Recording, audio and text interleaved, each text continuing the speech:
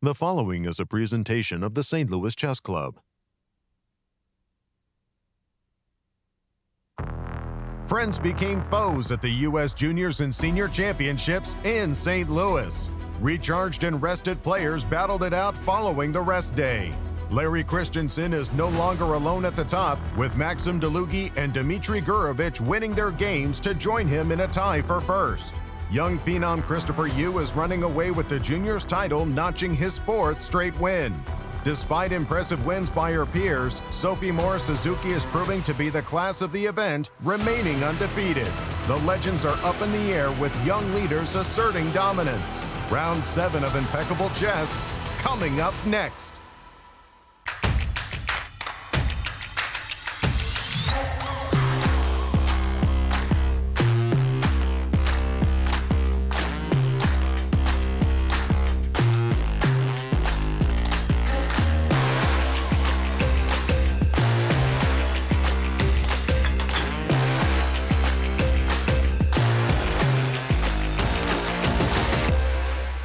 Welcome back, everybody, to Day 7 of the US Juniors and US Seniors Chess Championships held at the St. Louis Chess Club. We start Day 7 at the World Chess Hall of Fame in front of one of the most famous chess tables in the world, a table that was used in the 1966 Cuba Chess Olympiad. Well, it has a lot of details made specifically for the comfort of the players. And we actually here at the St. Louis Chess Club have modeled our own tables based on this. The players are ready to showcase their mettle and showcase what they're made of. Let's go to the studio and start today's action.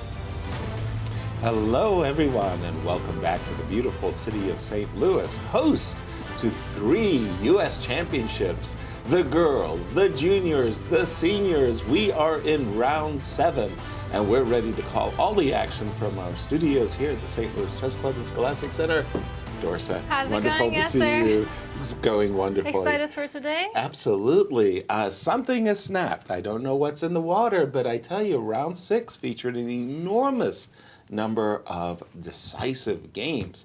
And in 2 of the sections, we have runaway leaders. In 1 section, we have a tie for first. Dorsa, do the honors in the girls. What's our standings? Well, Sophie Morris-Suzuki is running away with the event. Perfect score, 6 out of 6. Incredible. Then we have 3 not so close but followers: Jennifer Yu, Thalia Cervantes, and Rochelle Wu, all with 4 points. And in the juniors, Christopher Yu is having almost perfect score, 5.5 out of 6. wow, phenomenal. Yes, very, very beautiful game yesterday as well. And he does have 2 people tailing him with 4 points, Andrew Hong and Mishra. Absolutely. And in the seniors, we have a 3-way tie. A little Yes. bit, yeah. Dmitry Gurevich, Larry Christiansen, and Maxim Dlugy are all 4 points, and it's going to be a very fun section to watch for. Absolutely. As the players get ready, they get wanded coming in just to make sure no electronic devices at all. And you see backwards and fronts. And for the 3 national championships, Dorsa, what is our format? It's kind of a classic one. 10-player round robin, 90 minutes for the first 40 move, and then everybody gets an extra 30 minutes on move 40. And they do have the 30-second increment from the first move. Right. But there are no draw offers before the 30th move, and it's kind of a traditional point system. You win, you get a point. You draw, you get half a point, and you lose, you don't really get anything. You get nothing. And with 6 rounds already concluded, our remaining schedule. Well, today we're here, round 7. We got 2 more rounds to go, so tomorrow, July 15th, and the following day, July 16th, and potential for playoff. I have to say, I'm sensing a playoff in the senior section. It feels like we're heading in that direction, Right? doesn't it? And we're always as fortunate as ever to have Christian in studio. Christian, who's our gladiator for today?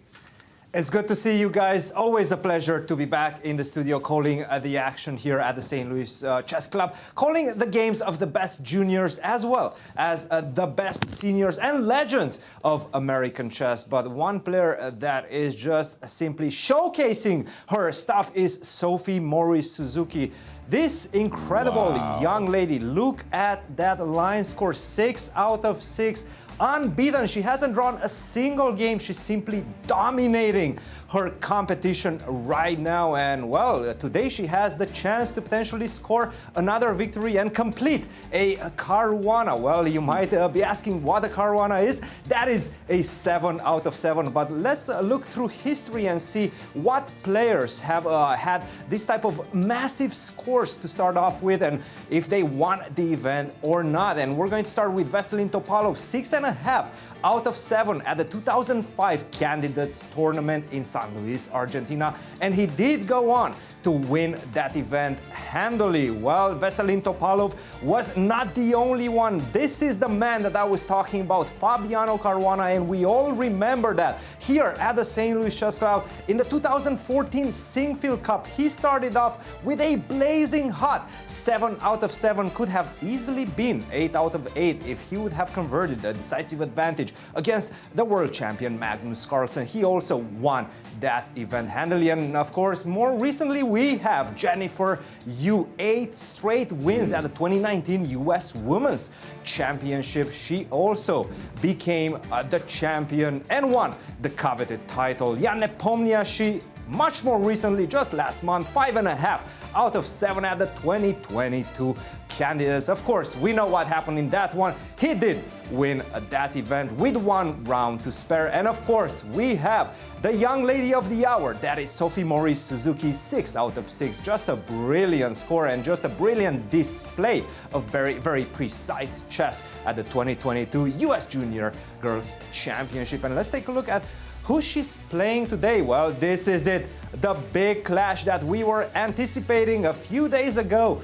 Her against the 2019 US Women's Champion, that is woman Grandmaster Jennifer Yu. Unfortunately for her, lost yesterday, but will be looking to bounce back today with a crucial victory. By the way, this young lady, Sophie Morris-Suzuki, if she wins today, she has a great chance at locking up the championship with 2 rounds to spare. This is just simply incredible chess display by this young lady. But so many more stories are developing in both the juniors as well as the senior championships. Guys, what do you have your eyes on? Well, a very challenging pairing to be sure, but lay the table for our viewers and tell them what we can expect in the pairings for the girls.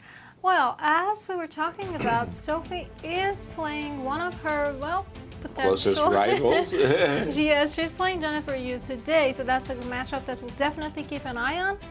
Thalia, another 4-point tied for second, is playing Ellen Wang. Yep. And Rochelle Wu, another 4-point player, is playing Prasanna.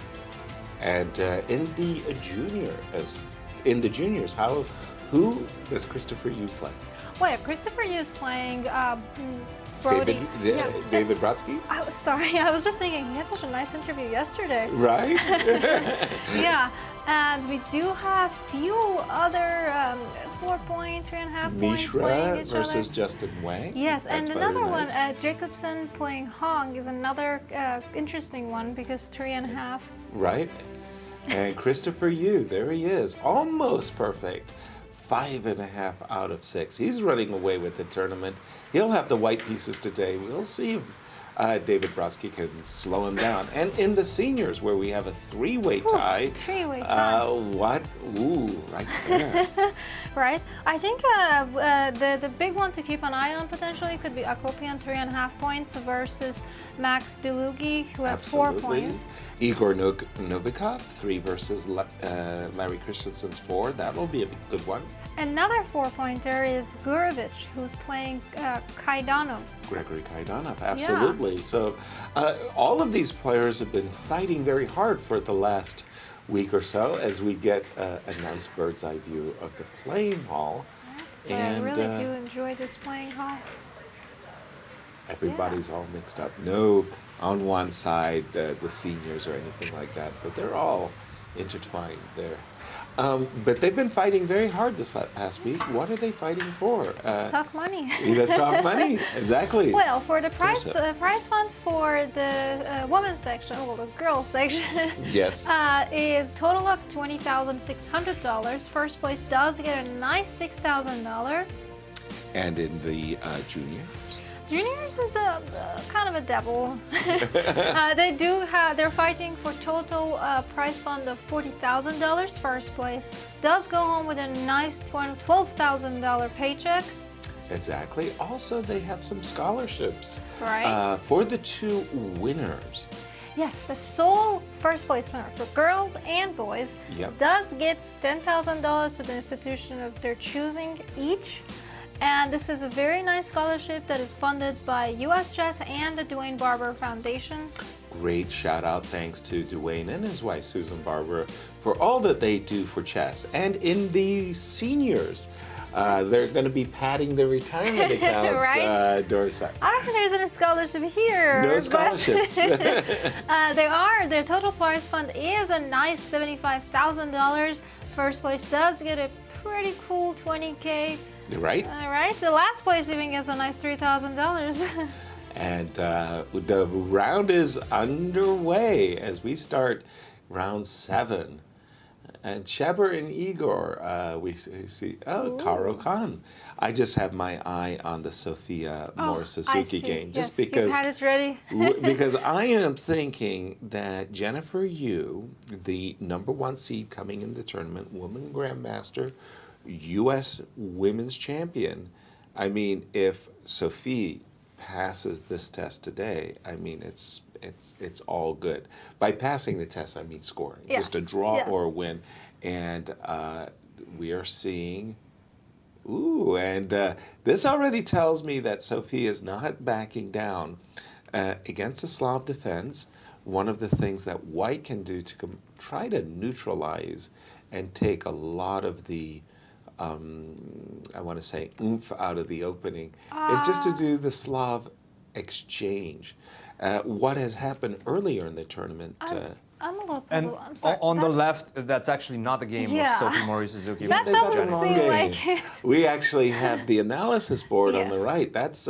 That's the actual game. That looks like somebody else's game. There you Ooh, go. we got a lot of players to figure out who's playing. That's one game. Right. But Now so you were mentioning Slav. Yes, and she's played knight Yes. f6. So exactly here, I think a lot of players like to use the move order e7, e6. So this is a kind of a, I want to say, foxy move, very crafty move order. The idea is that you're still thinking about capturing the pawn, and if they play something, I'm just going to suggest, say, g3, you can also throw out a Dutch defense with f5, knight f6 type of play. I So used to play this actually as black. really, yeah, yes, I know those crafty players. The triangle system, as I Right. was calling it. I think after e6, a lot of players were, of course, knight c3 is one of the topical lines, and then you take on c4, and then there's a ridiculous theory ensuing. But also you can Exactly. play as white in general e3, and that's when I was usually going f5. Now the reason for that is, now you committed your knight on f3 already, right? So you don't have ideas of bishop d3, knight g to f3, and then e4 to break in the center like that. So also, by the fact that you put the pawn on e3, so I didn't really like f5 against g3, and I will explain why, because the bishop is open after g3. After g3, I usually slap the pawn on c4, gift me that pawn, and let's play some sort of, well, I think it's more or less an improved version of the Catalan Exactly. for black. Exactly, with the pawn on c6 and with the knight still on f6. But that was not Jennifer's choice. Against knight f3, she's played knight f6. We do have knight c3, takes. So we're going into a very standard Slav with bishop f5. And now, I got to tell you, so much theory has developed over the move knight e5. I mean, it's extraordinary how deep the analysis has been. And she played it. Over the year, from the start of the Slav defense, e2, e3, e7, e6, bishop takes c4. Seriously, for decades, this approach by white dominated, but it is knight e5 on the board, Yes. Christian? 95 is on the board, yes. Yeah, and this has become incredibly topical. I remember a world championship match between Vladimir Kramnik and Veselin Topalov that basically decided the world championship in what was called, I'm going to call it at least the Kalmykian ending. They played a specific line that kept going into an ending, and that became known as the Kalmykian ending. And the idea, why do we play knight e5? To capture the pawn. First things first. Clear. But also, what we're really doing is this bishop on f5 bothers me. And after, for example, a move like e7, e6, they like to play f3. All right. And the idea is after bishop b4, they want to play e4. Let's go for it. Exactly. And an entire line of play, a huge variation, goes with all of a piece sacrifice that goes with bishop b4. After the move knight e5, do we have a move yet on the board? Yes. Which was Knight knight d7. d7. Yep. Okay. In view of the idea of the fact that theoretically f3 and e4 is working for white, they oftentimes play knight d7, knight takes c4, As played on the board. and now there's a choice. e7, e6, as well as knight b6. Well, Knight b6 was played. Knight b6. Okay, I mean, these ladies are just going know right what they're down. doing. Exactly. They're going right down the primrose path of theory, the dictates of theory. Now, after knight e5, again, from white's point of view, white would love to have f3, e4, followed by a5 included. And Because white wants a5, black goes and it does a little bit of wish blocking. okay, stops her with a7, a5. Oftentimes in the Slav defense, the b4 square is critical. Yep. Critical that black has control over the b4 square, either with a bishop or even sometimes with a knight. It's great to see the ladies coming out and playing the theory. Right. I was just wondering, because I mean, Please. they are similar in age and they kind of, I feel like, grew up playing each other. Right. Do we have any games of the previous games? Any head-to-head? openings? What their Not head-to-head necessarily. I mean, score? not that would be nice, but Right. even if just like, what was the like? Have they been down this path before? Is that something that they both expected from It's each other? wonderful that you should ask such questions, because I am telling you, Christian has got it all figured out. He does not go to sleep before he has a very, very clear idea. Wrong, absolutely Correct? wrong. Am I No. correct? I was close. You couldn't I was be close. further away from reality, unfortunately, yes.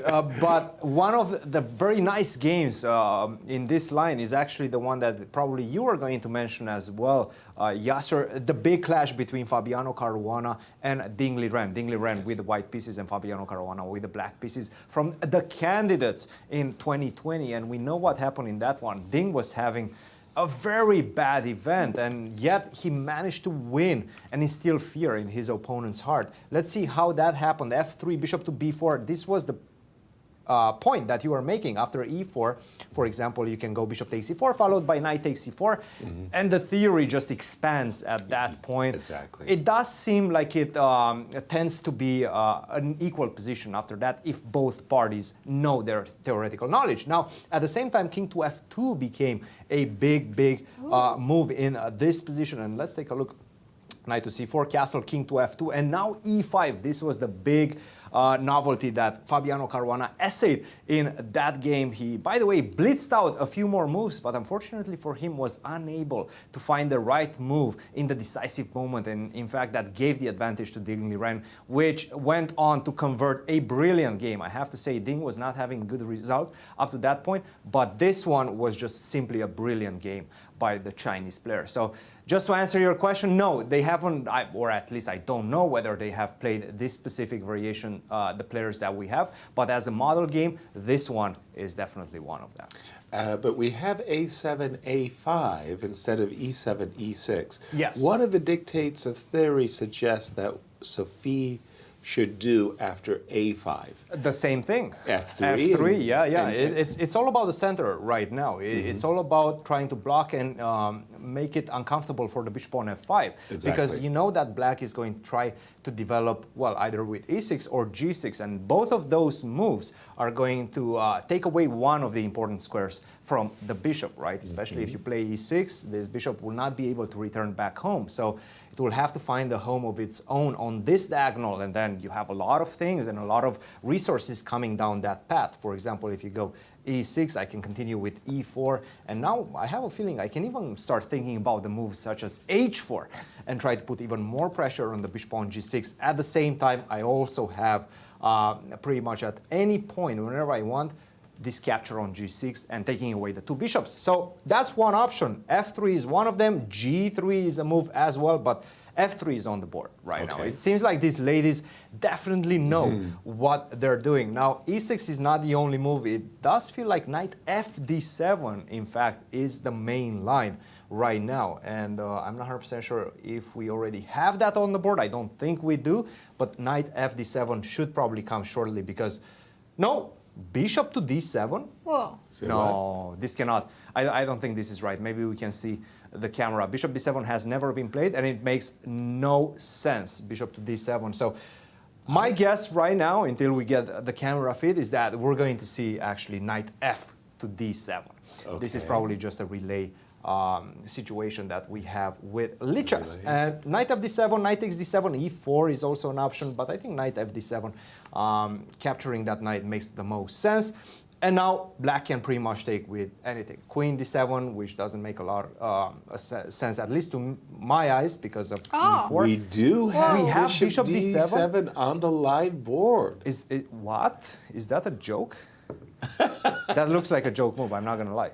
Because that really does look like a relay error, but I am seeing it with my own two eyes, Christian. I'm seeing it also. Add mine too. Yeah, make that 4 eyes. We got 4 eyes over here on the board. Bishop to it's a D7. novelty, by the way. I mean, It looks like a bad I think we novelty. And talked it's about this probably the before, worst not- novelty I've seen ever Thank in my you. life. Right?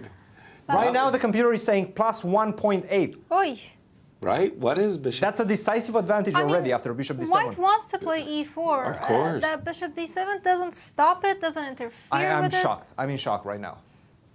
What is this move? I just simply go E4. What is the bishop doing on D7?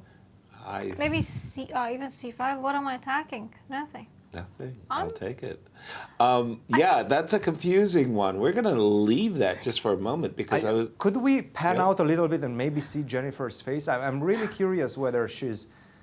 E4 is on the board. Yeah. Okay. You know, Yasser, we were talking She's about playing this in the so fast. previous What's tournament. happening? We were talking, in order to win a tournament, you need, the universe and luck and everything. The and harmonic you need your opponents convergence. to play There's bishop no way she D7 against consciously played you. it. Right? Everything has to come together. I mean, this is it's all Sophie's working for Sophie. Yeah, it's The a only Sophie thing show. that I can think of is that she did what I did in my worst moment in my chess career. That is, play the second move of my calculation, Right, or my first, preparation. Knight d7, and then knight takes d7, bishop takes d7. I'm sure that was what her intention was, and maybe even horrified she touched her bishop first. Yeah, because this makes no sense to develop your bishop from c8 to f5, voluntarily bring it back, and give your opponent the complete command of the center.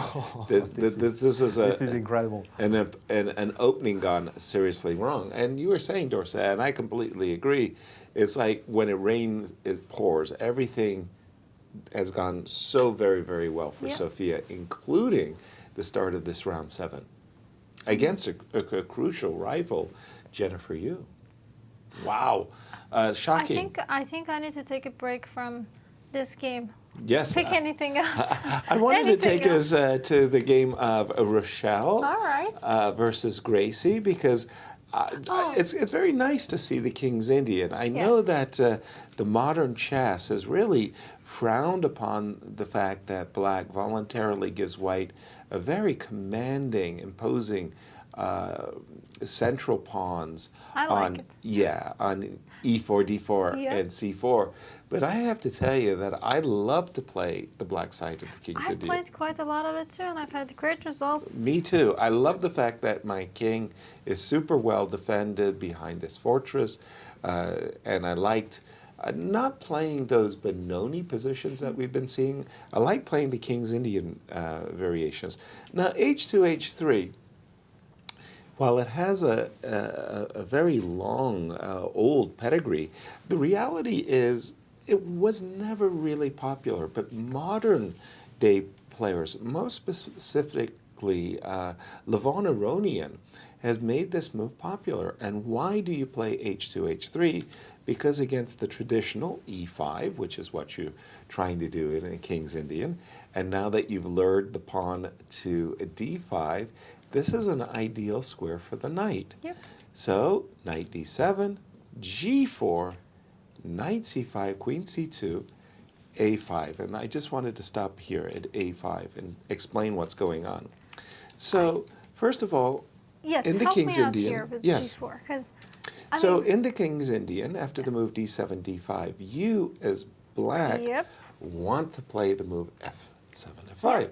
So likely your knight is going to move. Your knight is going Agreed. to retreat, or your knight is going to go to h5. And from White's point of view, White is sitting there saying, I see that that's coming. I'm going to try to set up make a setup where you're playing f7, f5 is actually bad for your position. So what Rochelle did is after knight d7, she played the move g4. And Okay. in her mind, she's already seeing the move f7, f5 come. Then what she wants to do is play g takes f5, and after you recapture d takes, the g file will be open, and since black's king has already declared its home, king g8, the move rook g1 will give her a ready-made attack I down see that, but- the g file. that kind of makes me think, what's going to happen to White's king? Exactly. White's king is most likely going to go queenside. All right. So after the move g4, Gracie changes her plan. She starts to think, uh-oh, f7, f5 is going to have a boomerang effect. All I'm going to do is help my opponent attack my king. What I'm going to do is attack in the center. Knight c5 attacks the pawn on e4, queen to c2. Oh, come on, you can do it. Yes, yes. Glory. Queen c2 defends the pawn on e4. And by the way, I'm now ready to play the move b2, Yep. b4, drive this knight back. Waste of time for black. a7, a5. I do approve of this move. Me too. I like this move a lot. Now, just what you said. Where is White's king going to go? You've got to make room for the king, and bishop to g5 was her choice. Rochelle's thinking, I'm going to castle queenside. I get my bishop out of the way, and in the meanwhile, I'm pinning this knight, making it a little bit awkward. c7, c6 on the board, and I'm expecting castles, although we're still in theory, and there are other choices that White has made. But I like the move castles, and to sit there and say, these are the types of battles I really, really love, Dorsa, in chess. I like it when one side is castled on the queen side, and one side is castled on the king side. Fair. And, you come at me with everything you got, I'll come right back, with everything I've got. And You're looking for a bloodbath? yes, I'm looking for a clash of styles. And Nice. when we have the kings on opposite flanks, those are the kinds of games I love. All Christian, right. your reflection on what I've said, and what's your favorite type of opening battle?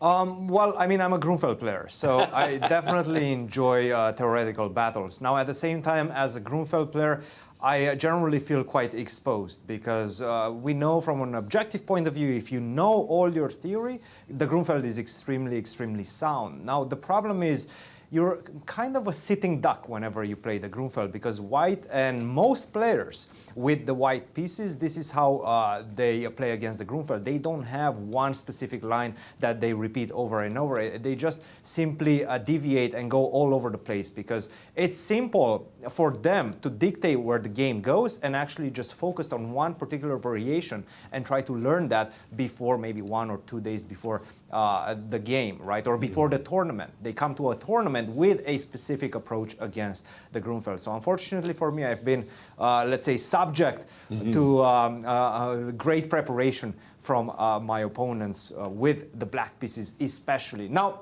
let's take a look at this game, guys, because this one is also extremely important. And I have to say, Christopher Yu has just been impressing me in this tournament, just like Sophie has. They're both playing very good chess. Not only that, but they have control out of the opening. Almost every single game, it feels like they're not falling behind out of the opening. And this just goes to show how in shape they are coming into this event. And this is what I'm seeing from Christopher in this game as well. So we see the open Ruy Lopez, and then after knight to d2, the main line used to be queen to d7. Nowadays, bishop to g4 became more topical, and at this point, knight takes e4 is the main line. Knight takes e4 used to be the main line, at least, until very recently when they managed to find some ideas which will be shown in the game that's happening right now. Take on e4, queen to d5. And this is why I was a bit puzzled. And actually, when I saw this position, I thought that Christopher is most likely just going to try to go for a draw. But I don't think we're seeing that right now. Queen d5, and after queen d5, take on f3. This is considered to be more or less okay for black if they know how to arrange their pieces. Still, white maintains a little bit of an edge, but not much in this endgame. Now, Christopher decided to go a completely different route, and he played the move h3. This is a novel approach. Only 4 games have played in this particular position, and this is why. After knight takes d2, take on g4, knight takes f1, it's actually an exchange sacrifice, a very early exchange sacrifice. Knight to a5, almost forced, because you have to do something with this knight. You know you're going to lose the pawn on d5. There's no way to defend it. You cannot go d4, for example, and just simply give white such a terrible and such a dangerous center of pawns. So that's why you go knight to a5, bishop takes d5, c6, bishop to e4. This is the current position that we have on the board. 1 hour and 31 minutes for Christopher, 1 hour and 24 minutes for David Brodsky. They're still following a very topical game. That is a game between Shevchenko, Kirill, and Vidit. Queen takes d1, rook takes d1. It's all about this endgame. How do we assess this endgame? Rook to d8, either rook to d8, rook a to e8, or rook f to d8. And then, of course, white is not going to exchange the rooks. Right. We know that this is not something that white should do. They should sidestep with the move rook to a1. And it's all about, once again, who analyzed this endgame better, because it's not easy. At the beginning of the endgame, the computer is saying 0, 0, 0. If you let it think for a little bit, and if you guide him towards, well, a more clear picture, well, unfortunately, it does seem to give white a slight edge. So this is, I'm very curious as to what Christopher has prepared after a move such as rook a to c8, just natural moves. What is the plan right now? g3, king g2, rook to h1 is one of them. Knight to d4 to jump with this knight to f5 is another one of them. I'm looking at the position, and from a practical perspective, it definitely looks like a 2-game result in this one. So I'm very, very curious once again to see what Christopher is going to come up with. And we see knight to c4, in fact, not queen takes d1 first. So that tells me that bishop to c1 is no longer a possibility, right? Exactly. Because of queen takes d1. So it changes the character of the position quite a lot, this last move, knight to c4, without exchanging the queens. And I think, well, we're going to have to wait and see. It seems like Christopher is taking his first sting. He's not recognizing this move. He's wondering, wait a minute. You were supposed to take on d1 first. Right. What's happening after knight to c4? And in fact, it does seem like white right now has a slight edge after just the simple queen to e2. Exactly.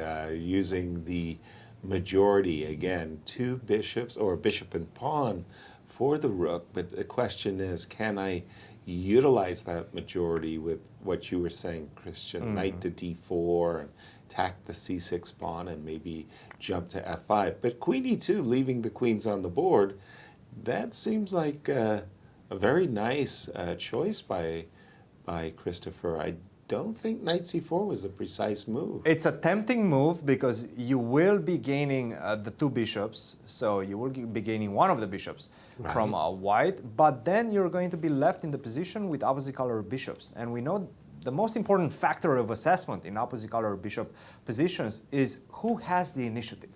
Exactly. And it is white who has the initiative and doesn't have an opponent on the light squares for the very nicely centralized bishop on e4. And I'm going to be able to use all sorts of mechanisms to create dangers around your king. For example, after queen to e2, then I can see a g3, king g2, rook to h1, transfer of the rook to the h file. I'm seeing this as a very dangerous situation for black. What do you guys think? Agreed. I just simply agreed. The bishops of opposite color suggest to me that the player who has the initiative will enjoy the unopposed bishop. And I like what you just said too. g3, king g2, bring your rook to h1. You've got a lot more freedom in the position than does black. By the way, this pawn on c6 is also a really weak pawn. You can see that after, for example, knight takes e3 check. Yep. Why did you play knight c4 if not to take the bishop? Queen takes. Now, you know, you can't play c5 and just give back the exchange. You're likely going to have to play a move like rook c8, and then after g3, king g2, rook will slide over, and this knight is looking to pack a punch. Oh, yeah. It will land either on c6 or f5, and I think Christopher And the problem is that when you go g6 and try to close that diagonal, I'm going to get the queen to h6 and get even closer to your king and potentially create more mating threats. when you try to close It doesn't this. help you. This g6 doesn't actually help you. Queen h6 and rook to h1. One of the things that happens, and when you're winning a tournament, pardon me, and everything is flowing your way, I mean, it's just like you get your preparation on the board. Like, it's so hard to get preparation at the board. It's like your opponent is preparing to avoid your preparation.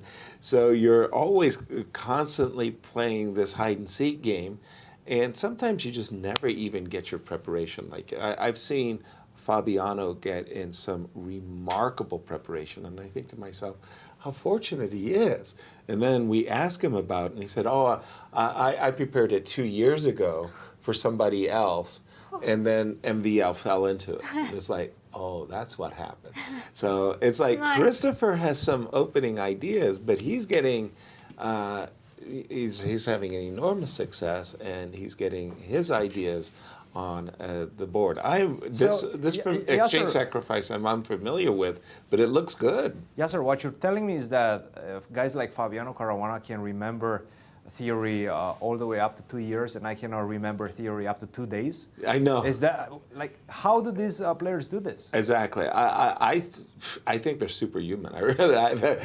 They're alien. They're aliens live among us. A lot of people keep asking me, like, do these top players have photographic memory? And I'm like, I mean, they have definitely really good memory, but photographic memory would be such a nice tool to have in high-level chess. It would be phenomenal. And I spoke to many players about this, and what is it that the great players have in common? And one explanation was given to me by Bent Larson. They have strong stomachs. Wow. And I went, what? He says, well, they travel the world. Oh. And they're having all of these diets from all over. You got to have a strong stomach to be able to withstand all of these diets. And I said, what else? A great memory. A great memory. I don't necessarily say a photographic memory, but they remember dates and places and who their opponents was. And yes, you know, I lost to Christian in that simultaneous. It's like, what? Simultaneous? Some of their recall is just astounding. Like, they'll tell you stories that just thrill and amaze you. I'll tell you one very quick one, right? So Miguel Najdorf, the great Miguel Najdorf, had just played his second tournament game against Alexander Alekhine, and they had played one draw earlier in Mar del Plata, another draw later in Buenos Aires, so 2 draws. And Miguel had taken Alekhine out for dinner, and festivities. They ended up really getting drunk, Good essentially. for them. Yeah. And Miguel Najdorf toasted Alekhine and said, and here's a toast to you, Alexander Alekhine, world chess champion, with whom I have 2 draws and a win. So I lead 2-1. And Alekhine said, no, I may be drunk, but today we had our second draw, and it is 2 draws. And he says, well, do you remember that you came to Poland 7 years ago, and you gave a simultaneous at the Warsaw Chess Club? And Alekhine's thinking, and he goes, but we didn't play. And Miguel says, that's right, because we tricked you. We had a simultaneous for 40 players, but only 20 showed up. 10 you played and saw, and we proposed to you that you played 10 blindfold games. Oh. And I was one of the blindfold games.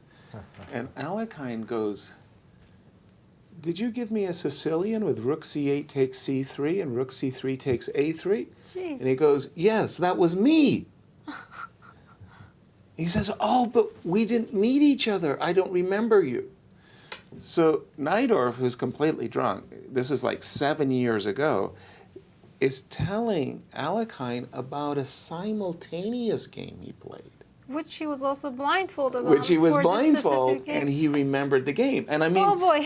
yeah, exactly. Like the memories of these players are crazy, are like really crazy good. And I remember losing a number of bets to Garry Kasparov about memory, and he remembered games against players that he had no business knowing, and he just studied a lot. Magnus Carlsen, he's another guy with an extraordinary He has memory. questioned and hypothesized if he has a photographic memory. I don't Right. think he's ever confirmed or denied it. Right. He's I very just good think at he's, dodging questions. I think he's very sharp. Yeah. So what do these great players have in common, Christian? And do you have examples of extraordinary feats of memory? Well, I worked quite extensively with Fabiano Caruana, and I was astounded by his memory. I think what he does, at least himself, is he looks at chess every single day. And he doesn't look at chess for just a couple of hours. He usually goes for like 4 or 5 hours every single day. No exceptions, almost, even Wow. probably when he's on vacation. So he just repeats his lines all the time. It doesn't go a week without him looking at his repertoire. So when you do that, even if you get to play your repertoire or one of your novelties that you looked at first, initially, 2 years ago, you've repeated it countless of times throughout those 2 years. So I think this is what separates these professional 2800, 2750 players that just simply live and breathe chess. This is the big differentiator. A guy like Magnus Carlsen, I don't know him personally. I've never worked with him, but I can tell you that much. He's a workhorse as well. We have this perception that no, he likes to do other things as well. Sure, he does, but he's also spending a lot of time. And by the way, his innate abilities, just like his memory, for example, are just off the charts. So I mean, these players in general, I think this is how they use it. If your name is not Magnus Carlsen, you're probably just going to look at your openings, at your repertoire every single week. And you're going to look at chess every single day for 4 or 5 hours. Right. Wow. Let's return our attention to chess for just a moment. I've been going through some of the senior games. By the way, do you have, how would you, on a scale of 1 to 10, describe your own memory? Well, Would you give yourself a 5? right now I'm a Average? professional student starting med school, so I need a good memory for that. Exactly. But chess-wise, I remember I had this I've had like, I believe in power of preparation, and Okay. this was this one game that was in 2014 Durban, South Africa. Right after the rest day, I didn't really do much on the rest day because I really wanted to win, and it was I wanted to play something a little different against Dragon, and I was playing somebody who was a little lower rated, but it was it was I was playing for the title, so I still wanted to do my best. So I remember what Sophie was saying yesterday, having an actual chessboard. I had that, and I was going through my lines in Dragon. And I had it all memorized, and up until like move 25, 27, she played the whole thing right up until, and then she played like, so we just got to it. We got to an end game that I also had prepared, and she just played something different, and I just won a bishop, and she resigned. Oh, nice. So the only move I actually had to think about without remembering was pushing my pawn to trap her bishop. Right. And that was it? That was almost move 30, and yeah, she was move our genius. 30, that's already very That was, impressive. I think that was one of the very few games that I had like the whole game prepared, and all I had to do was like make one move and win out of my prep, but... Right. I remember I was playing in Brazil, in Sao Paulo, Brazil, against Henrik Mecking, and it's one of those things, I'm leading the match, I have a point lead, one game remaining, I need to draw with black, and I clinch the match. So one of the things I was very lucky with in Henrik is he was stubborn. Nice. He absolutely believed in his preparation and his opening analysis, and so I could prepare very deeply. And I prepared a Bogolyubov, Bogo Indian, we call it, a Bogolyubov Indian. And I prepared it like the night before, just by myself. This wasn't computers or anything like that. No. I just knew he was going to play this way, and I could lead the game right into an ending, which it went right into my preparation, and I made a very comfortable draw to secure the match, to secure match victory. And sometimes just needing a draw with black, knowing how to draw with black is also a great part of being a professional player. And I remember that was probably one of my single best preparations. It was just like everything just flowed, and he went right into the line. Nice. And I remembered it very well too. Just looking, Vladimir Akopian versus Max Dlugy. Now Max Dlugy always plays this his entire life. I mean, you talk about yourself, Christian, as a Grunfeld player. Max Dlugy has always, in his entire career, played this line as black against one e4, and he's played the Queen's Gambit accepted as black against one d4. So for Vladimir, talking about stubborn players, he could really prepare, because he knows that Max has played this line of this variation his whole life.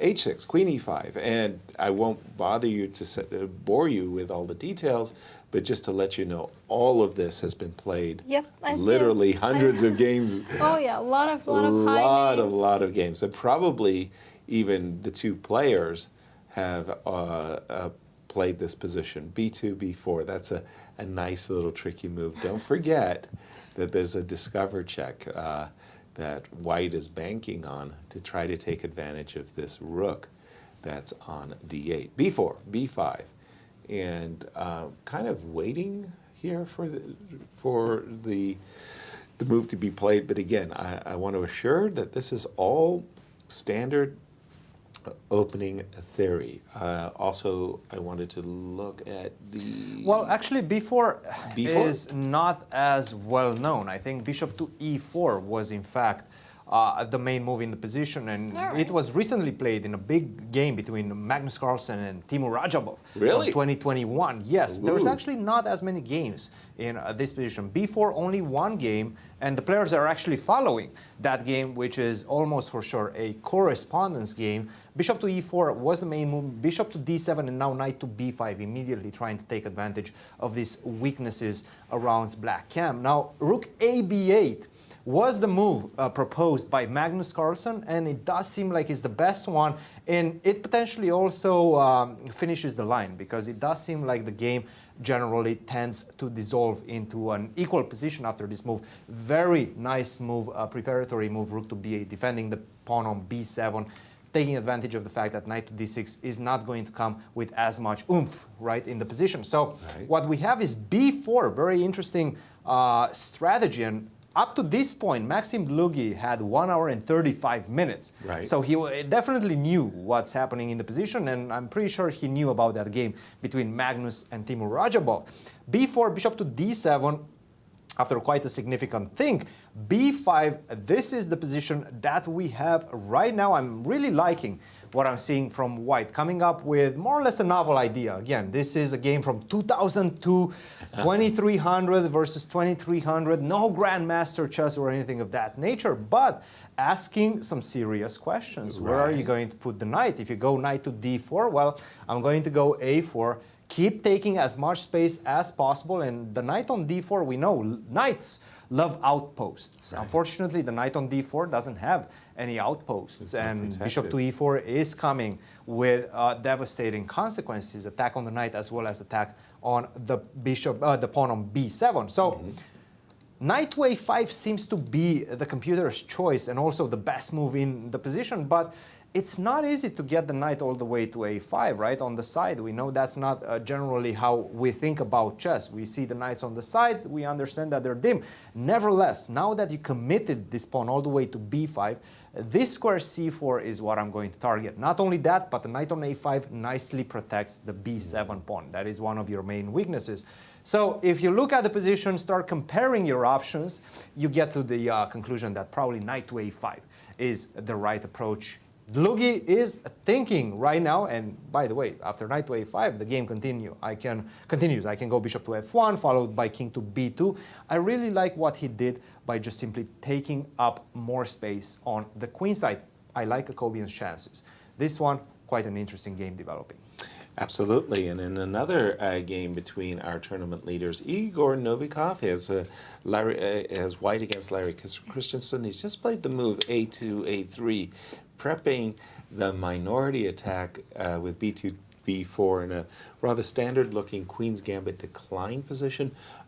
Larry's actually facing a very important moment. Should he play the move C7, C5 now and counterattack in the center? He's got his development, so he's ready to play C7, C5. Rook C8 and support C5. If you don't play it now, White is going to get B2, B4, and you won't play it ever. Now, there are times that you simply want to play C6 and play the move Bishop G4 and not necessarily change the pawn structure. So a critical moment going on between Igor and Larry. And finally, speaking of pawn C5, there has been some developments in Sophie versus Jennifer Yu's game. Okay, I'll go there just a second. I'll finish this as that was Larry Christiansen, and in the other tournament co-leader was Dmitry Gurevich, and that position's kind of blown up against Gregory Kaidanov. This was a Catalan slash Slav slash Catalan game. A4, C5 takes, bishop E4, and it's a double-edged but still theoretical battle being waged between Dmitry Gurevich and Gregory Kaidanov. Sorry. Let's go to what you were saying. I was looking at the game and you mentioned pawn C5. I was like, ooh, there has been a pawn C5 happening here. And which game is that? Sophie versus Jennifer. Okay. Yeah, I think after bishop D7, the move bishop D7 that Jennifer played, I think I needed a little something else to look at. Okay. But it seems like she had some sort of preparation. No. She has absolutely no preparation. She's been blitzing it out. Guys, E6. there's absolutely no preparation. Well, then why would she blitz it out? I don't ask me that. We're going to ask her that if we're going to get her in the studio. But I can guarantee you that this is not preparation, because the engine eval and the position, if you look at it, it's not good. And not after the move that White played Queen to B3. That was actually a mistake. But a much better alternative would have been try to compare once again. How is this position looking compared to the position without the knights on E5 and F6? If Black would have played the main line knight FD7, right? And then take back with the bishop. There's a huge difference. It just seems like your pieces, Black's pieces, are stepping on each other's feet. And especially after this move, Rook to C8, your plan is pretty obvious. You're not hiding anything in the position. You want to play the move C5 and liberate your pieces. Now, an easy way to stop that and target the bishop pawn b4 at the same time, take advantage of the fact that you have these two pieces still left on the board, knight on e5 and the knight on f6, I can just simply drop back with the knight to d3. This would have created serious trouble for black, because what do you do next? Do you take on c3 and give me the bishop pair and then never play c5 ever in your life? Absolutely not, probably. c5 doesn't work anymore. I have more attackers than you have defenders. It's easy to see that. Do you go bishop to e7? Sure, you can go bishop to e7, but then I go queen to b3. Once again, c5 is not happening anytime soon. It's a completely different position than what we right now have on the board after the move c5. Jennifer finally got her move in, her break in, c5, which shouldn't have been allowed. And it could have easily been prevented with a simple move such as knight to d3. After queen to b3, c5, rook d1, it does seem like black slowly is getting her pieces out into play. Still, white has more control. White is still better, yes. Yeah, exactly. Yes. But I think that this was just a slip, like a fold by Jennifer with her preparation. She mixed her lines up. I agree. If you take the knight on e5 off the board, just off the board, and you take the knight on f6 away, black's play becomes a lot easier. This knight is kind of reaching into the position, so to speak, whereas this knight on f6 is actually, well, kind of passive. I'll leave it at that. But the inclusion, by having both those knights on the board, really, really nice for Sophie. And just a quick question for you, though, Christian, because I was agreeing with you. My original thought was play knight d3, stop the move c5, but I stopped myself because of knight c4, and I went, oh no, my bishop on e3. Bishop c1. Yeah. Yeah, and then I have to go back, and then that's the problem. Then. But then I can target it with queen to b3, right, again, for example, or knight to c5.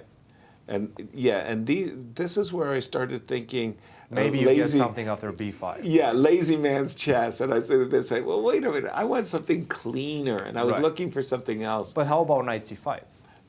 Instead of queen b3. Just changing the character of the position, but your bishop on d7, oh man. If you have to take on c5 and get that exchange going with the bishop on d7, that's not coming to life anytime soon. Also, the knight on c4 is kind of stuck, because where do you put the knight on c4? Exactly. I was trying to follow it up with this move, b7, b5. And it's not the only move, guys. Right. I can also just simply go b3. Right. That's the simple way out.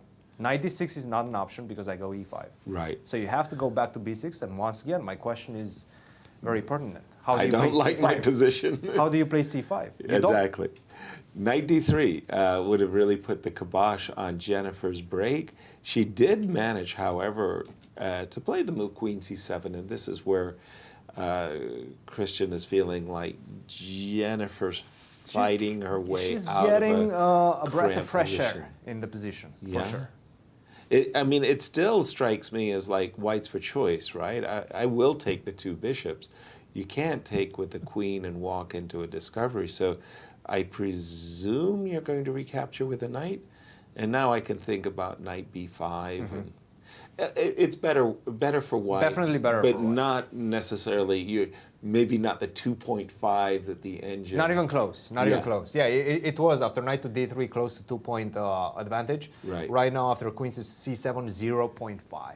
Okay, so it's a big difference, huge difference. Right? A lot. Let's just jump to Alice Lee for a moment, because Alice, I'm telling you, yesterday, she came back from the dead. Thalia Cervantes had her, up dead to rights, and let's see if she can, get her own little win streak going. Again, we're seeing another Slav, this time with queen c2, and again, typical of the Slav, playing bishop f5, and you don't voluntarily retreat. You play moves like e7, e6 thereafter. Okay, so now the bishop is, well, everything's going good.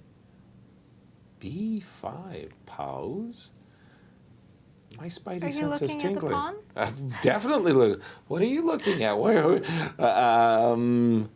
Maybe there were some issues after b4, and it could happen that bishop e4 might hurt. But okay, Zoey did not capture. She sensed that something was wrong, but I was looking at the pawn. I had to. b4, bishop e4, bishop. By the way, this is one of the key strategies that black employs. Whenever you've got a fianchetto bishop, if I can put a bishop in the way of that diagonal, like bishop e4, neutralizing the bishop on g2. So Alice is looking good. Ooh. Okay. No, I was about to say that Zoey really helped Alice a lot. This trade on b6 is really favorable for black. Why? Because the rook on a8 is developed. It hasn't moved, but it's already playing a key role in the game by being on the half-open file. So that trade benefited Alice a lot. And after queen d5, well, I like black's position. I understand exactly what she's doing. This bishop on d2 is a little bit passive, so that after c5, it doesn't have a real good, it's one thing if the bishop's on c3, Yes. it's got the, but it's on d2. Next, this queen and bishop are doing very well, and most importantly, I see a pussycat. Nice. Look at that. And she's in 5th place, having come back again. She got that victory yesterday against Thalia, and if she could put together back-to-back victories, she might be a factor in the podium. We'll see, in the race to the podium. But queen d5, she's doing great at the moment. Black pushes c5, c4. Or c5, c4. Oh, yeah. that would just be so cool. A very nice that- grip on the light squares if she can get those moves in. So nice. And what's happening, Christian, in the junior contest? We left Christopher Yu some time ago. Has he improved his position? Christopher Yu. Let's see what happened in this one. I was actually looking at the seniors Sure. game, and Sorry. we will get to that in just a second. Please. Queen to e2, queen to d7 was played, which was in fact the best move according to the engine. Bishop to f5, queen to d5, and now bishop to f4. This is the current position that we have on the board. Now, I see a recommendation, and I'm trying to understand. Yes, now I understand why. Knight takes b2. It's on tap. What? It's a possibility. You cannot take back because of queen to F4. c4. Exactly. Queen to c4, queen to e2, and the bishop on f4 is hanging. Got it. Did Christopher just missed this move? Knight takes b2. Does he have something else? I'm looking at e6 perhaps, trying to gain some sort of play on this side. But then again, I go here, you take, and then I take with the rook. Bishop to e6, and we get some sort of madness ensuing right now on the board, because sure, you did get your exchange back, right? But I get to trade the queens off. You have a lot of weaknesses on the king side, specifically this pawn on c3 already attacked by the bishop on f6. Your majority on the king side, it's not as compelling, is not as aggressive as the potential that I have on the queen side with my majority, and this weakness on c3 as black. So bishop to f4 might have been a misstep by young Christopher Yu, and this could create a shakeup at the top if David Brodsky actually manages to win with the black pieces. This would be a shocker.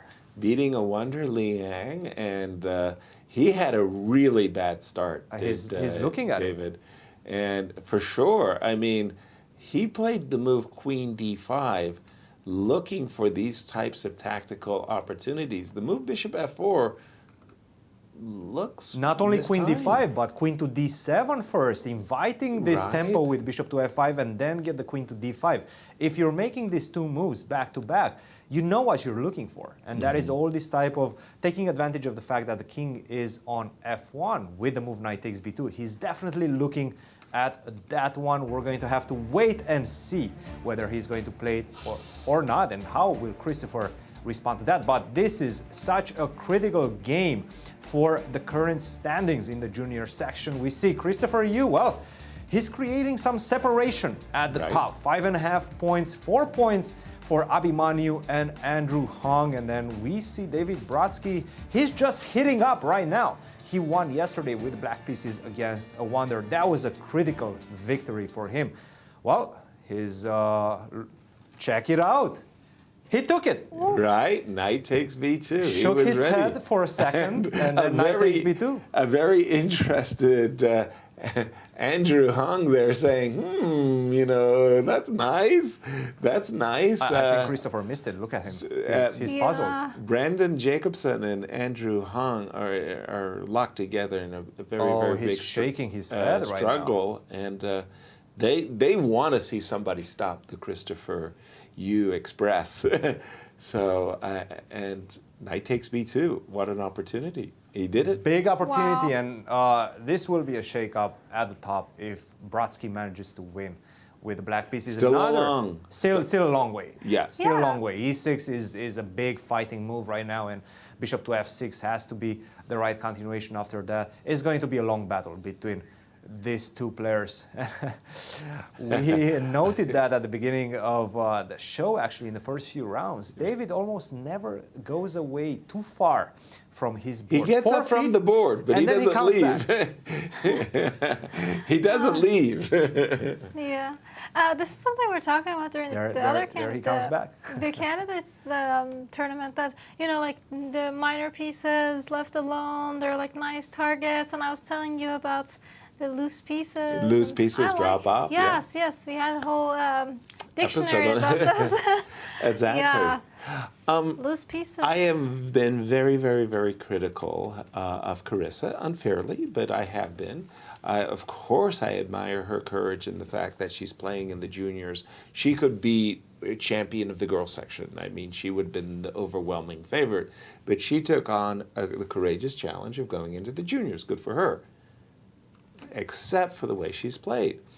Essentially, the way she's played is she's avoided theoretical battles. Yes. She's played like the hippopotamus and other things. And secondly, her time management has been terrible.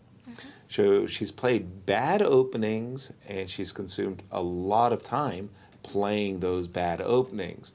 That's not a formula for success. So today, what does she do? Against Balaji, she plays a very sharp Scotch Aw, theoretical battle, and as far as I can tell, she's actually played pretty You're right. quickly. And guess what?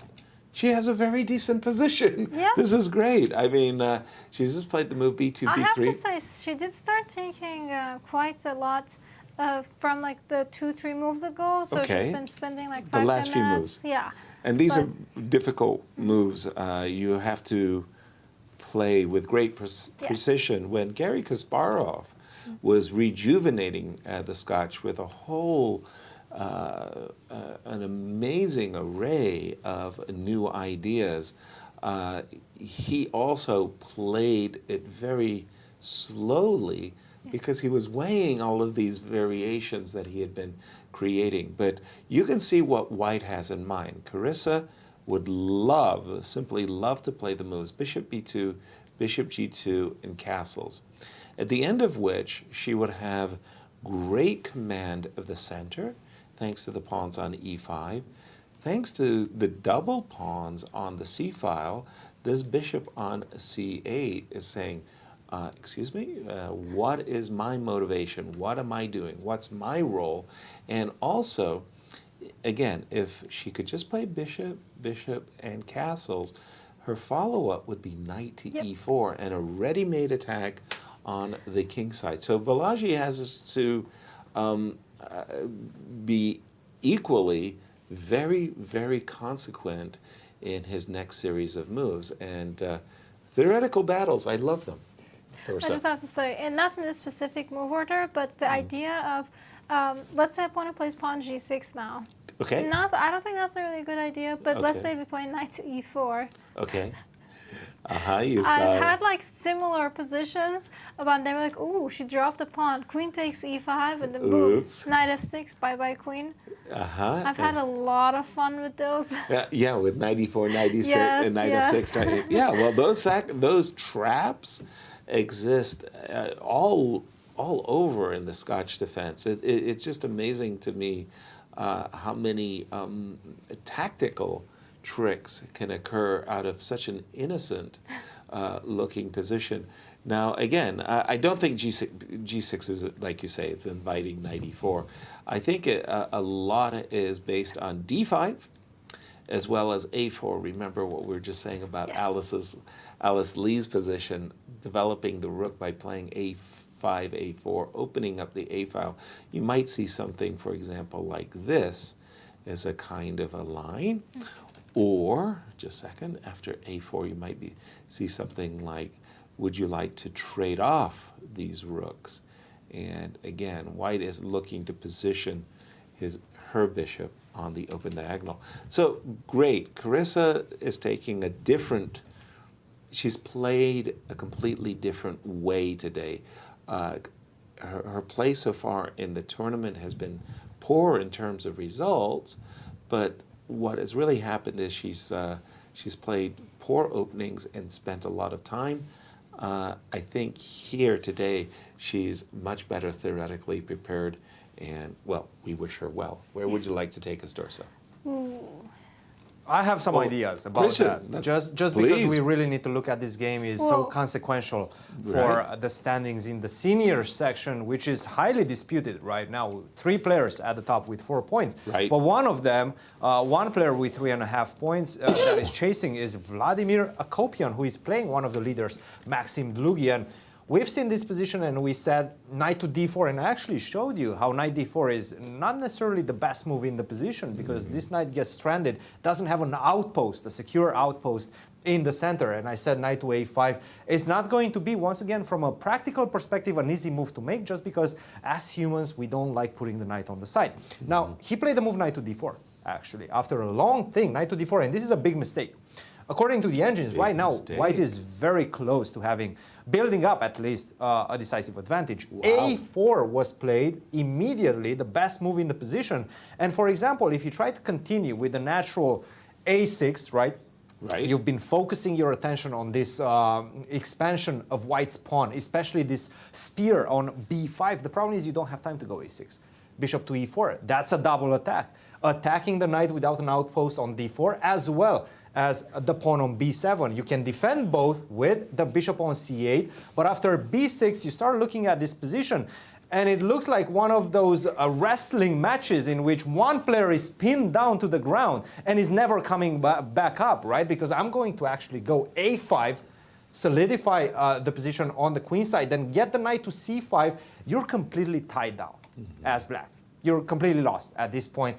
Engine is saying plus 3.4. From a practical perspective is pretty much over at this point. So A4, A6, not a good move, but what does black have to do? Well, the problem is if you go rook to C8, which by the way, once again, very practical choice and very human move, after king to B2, this only improves my position because now you don't have a square for the bishop to go to C8, defend the pawn on B7. This threat, bishop to E4, big threat in the position is reinforced. Also, by moving the rook from the A file, A6 is not as potent anymore because A6, A takes B5 doesn't open up the A file for the rook. So rook to A to C8, an easy move to make as black, not as good. Bishop to E8 seems to be the only move that maintains the balance in the position. Some sort of a balance, still white is clearly better. Knight to E4 and now A6, but then C3, knight to F5, kick the knight away, then solidify this pawn complex on the queen side. I get it. You have some checks. You can take rook to A1, but it doesn't give you much, right? And in fact, it leaves your 8th rank unattended, and after bishop to B1, you don't have any way to continue your attack on the queen side. My king is perfectly safe, and you're starting to have huge problems with the pawn on B7, the big weakness in the position in black's camp, as well as the 8th rank. And this whole concept of getting the knight to the center should have been focused at least on a route to target the pawn on E5, right? It cannot be protected by another pawn, so it should be a weakness, or at least regarded as a weakness. The problem is the knight on f5, so far away from attacking my weakness on e5, the pawn on e5. It's not looking good. After a4 right now, Maxim Dlugy in a deep think. 1 hour and 5 minutes, and you don't want to be in this position against the rating favorite going into the event, Vladimir Akopian, trailing by only half a point the leaders. If he wins this one, he leapfrogs into the lead, and we'll have to wait for Larry and Dmitry Gurevich's results, and potentially could take the lead after this one. Well, and this is why such an important game. Vladimir Akopian on the bubble with 3.5 points, playing against Maxim at 4. He's thinking, I've caught my opponent in some very nice prep. Just wanted to go to the game of Dmitry Gurevich and Gregory Kaidanov. We used to say in the old days you had these grandmaster draws. Oh, yes. That the grandmasters knew a 15, 16, 18, 20 move variation, and they knew it was equal. And they would say, Grandmaster draw 106. Okay, I know that one. Grandmaster draw, 208, And it looks like we've got a Grandmaster draw going on between Dmitry Gurevich and Gregory Kaidanov brewing, as we've just seen a kind of a repetition in a theoretically disputed line. We've seen bishop e4, queen d5, bishop d5 attacking the queen, queen c2, and now we're expecting Gregory to play bishop e4 and keep harassing the queen, and maybe a repetition. We'll keep an eye on this one. Dmitry Gurevich kind of came in with kind of modest goals, but tied for first. You kind of feel that competitive spark start glowing a little bit for him as he is in a tie for first. So we'll keep an eye on that one. And anyone in the ladies you would like yeah, to? I was, again, I like the King's Indian, so I was turning to the game of Rochelle and Gracie, and we left it at the move bishop g5. Yep. And I was more than curious to see how Gracie was going to handle her business. I think Gracie had played c6 c7, as well. c6. Yeah, because I remember I was thinking, ooh, well, long castle, some b5 stuff, it could get really right. bloody. Knight d2. Now, Gracie made a move I'm not that keen on, queen c7. Okay, so you had asked me a very salient question not that long ago. What is white going to do with her queen? King, pardon me. And I said, castle's long. Fair. Okay, in that case, what Gracie should be doing, in my view, is playing the move a5, a4, so that when you castle long, we have a lot of people there to greet you. Yep.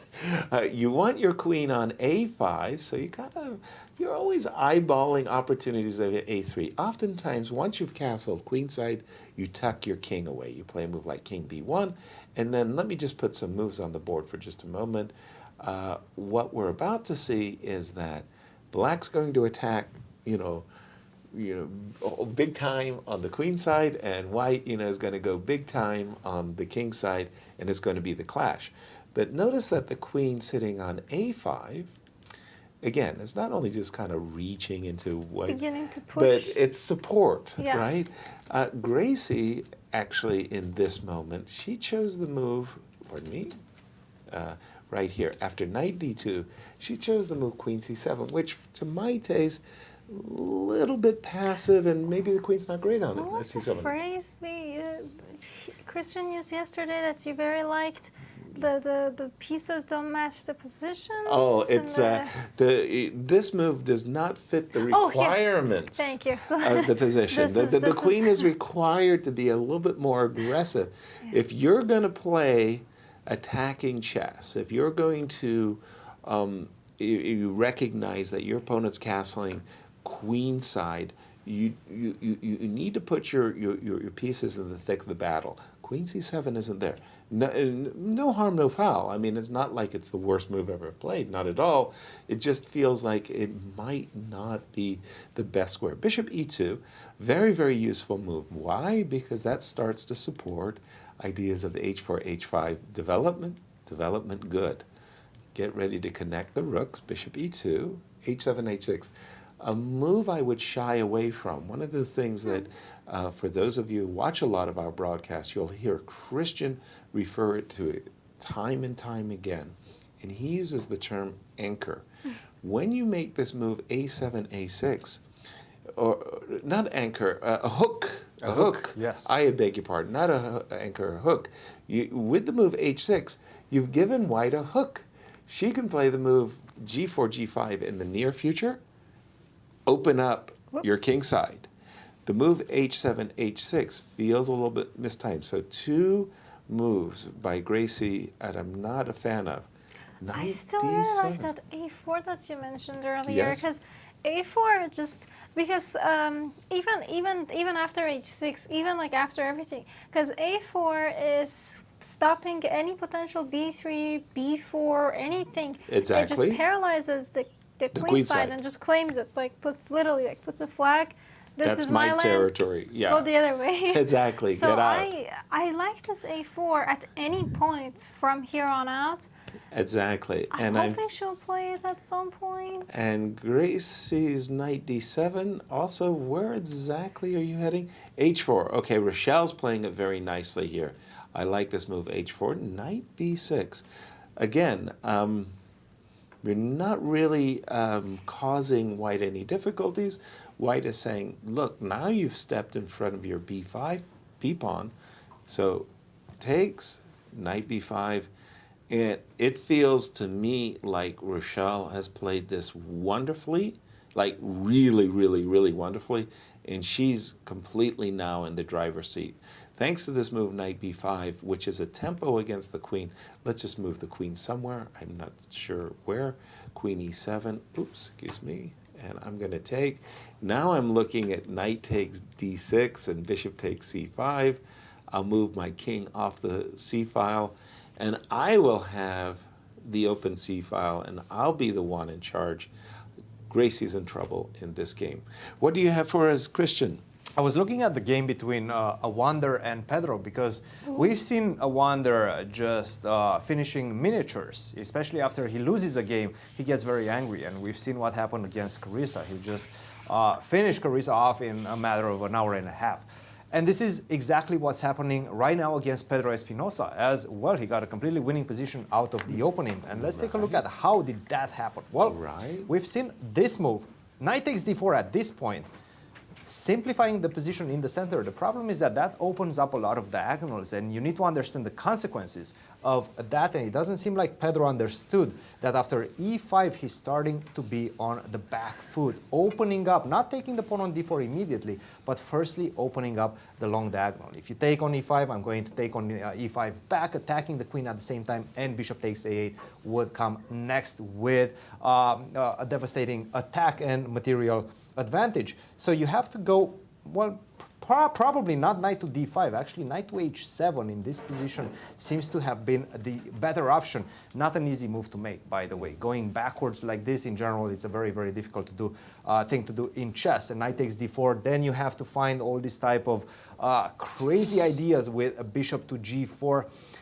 Not very human-like, not very natural in the position. Much more natural is get the knight to a d5 in the center. The problem is that after knight takes a d4, I'm looking at the position. Knight takes e6 is coming, right? There is no doubt about that. And after that, bishop takes d5 is also coming. There's no doubt about that, if you allow me to, and get a free pawn. How do you defend against that? I don't really see how you can defend against that. You can take on e5, but then you have to take back with the pawn, because the knight on d5 is hanging. Now, well, I can pick the pawn on e5, that's one option. I can play the move queen to d3 and start targeting the weaknesses on the king side, the pawn on g6, then follow it up with rook a to d1, and just bring all my pieces on their right squares. It's not looking good from a practical perspective as well as from an objective perspective. Let's take a look. Yeah, okay. Right now the engine is saying plus 2.3. Wow. This one is a devastating advantage for Awonder Liang. And once again, Pedro is bringing out the fashion in this tournament. Yes, he is. He's regaled us in the rounds with his very colorful shirts. A big shout out to Pedro. I love it. I love it. He's putting pressure on Levon Aronian to up his game. But as we get ready for our first break, you're holding something that comes from Q Boutique. What do you got, Dorsa? Well, I told you I recently got a car and license and everything, so this will definitely go perfect for my new parking spot. Chess Master parking only. So this Love it. is from Q Boutique, stlouis.com. Say Yasser, you get a discount. I'm telling you, 5%, man. Count me in. It's really fun. Okay, let me just take it from you so I can give you a close-up, everybody. Yeah, it's a Chess Master parking only. It's really cool metal parking sign, and you can add it to your game room. I don't know if it's Violators will get checked. Right? Okay, I mean this is very serious. Yes. Violators will get checked. I actually like this myself. As we go on break, we asked the seniors what their goals were. We'll see you on the other side and get their answers.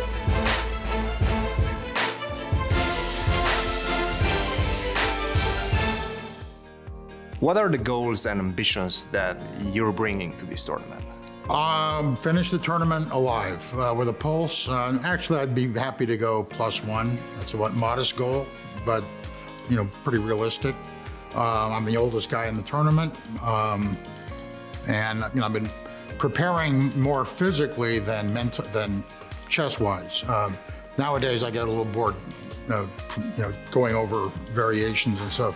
I get more of a hit from doing physical stuff.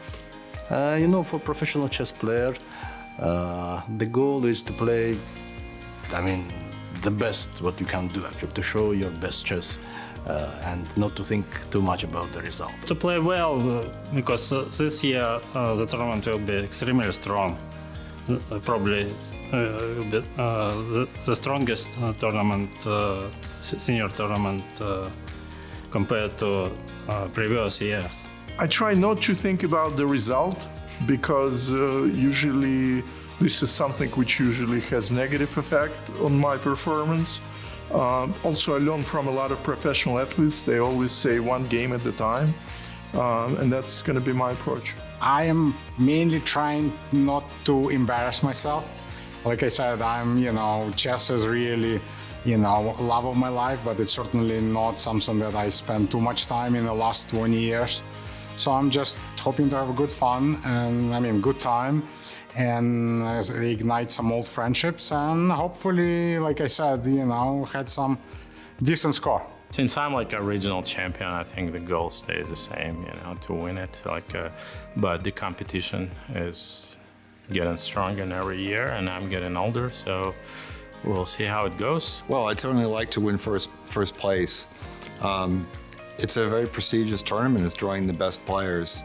I was able to win this tournament in 2020, but that was COVID year, and we played online. So it's not quite the same thing to be, winning it here in the presence of all the other players. So I'd like to be able to win one of these tournaments in person. I've been busy for a while, used to play professional chess all the time. So now I'm just getting back into it. So I'm just going to really thoroughly enjoy playing here. Last time I played, I started horrendously, but then I won the last 3 games, which I guess gives me the biggest winning streak of anyone here. So I hope to at least reverse the trend, start with wins and maybe not do so many losses at the end. My goals are very modest.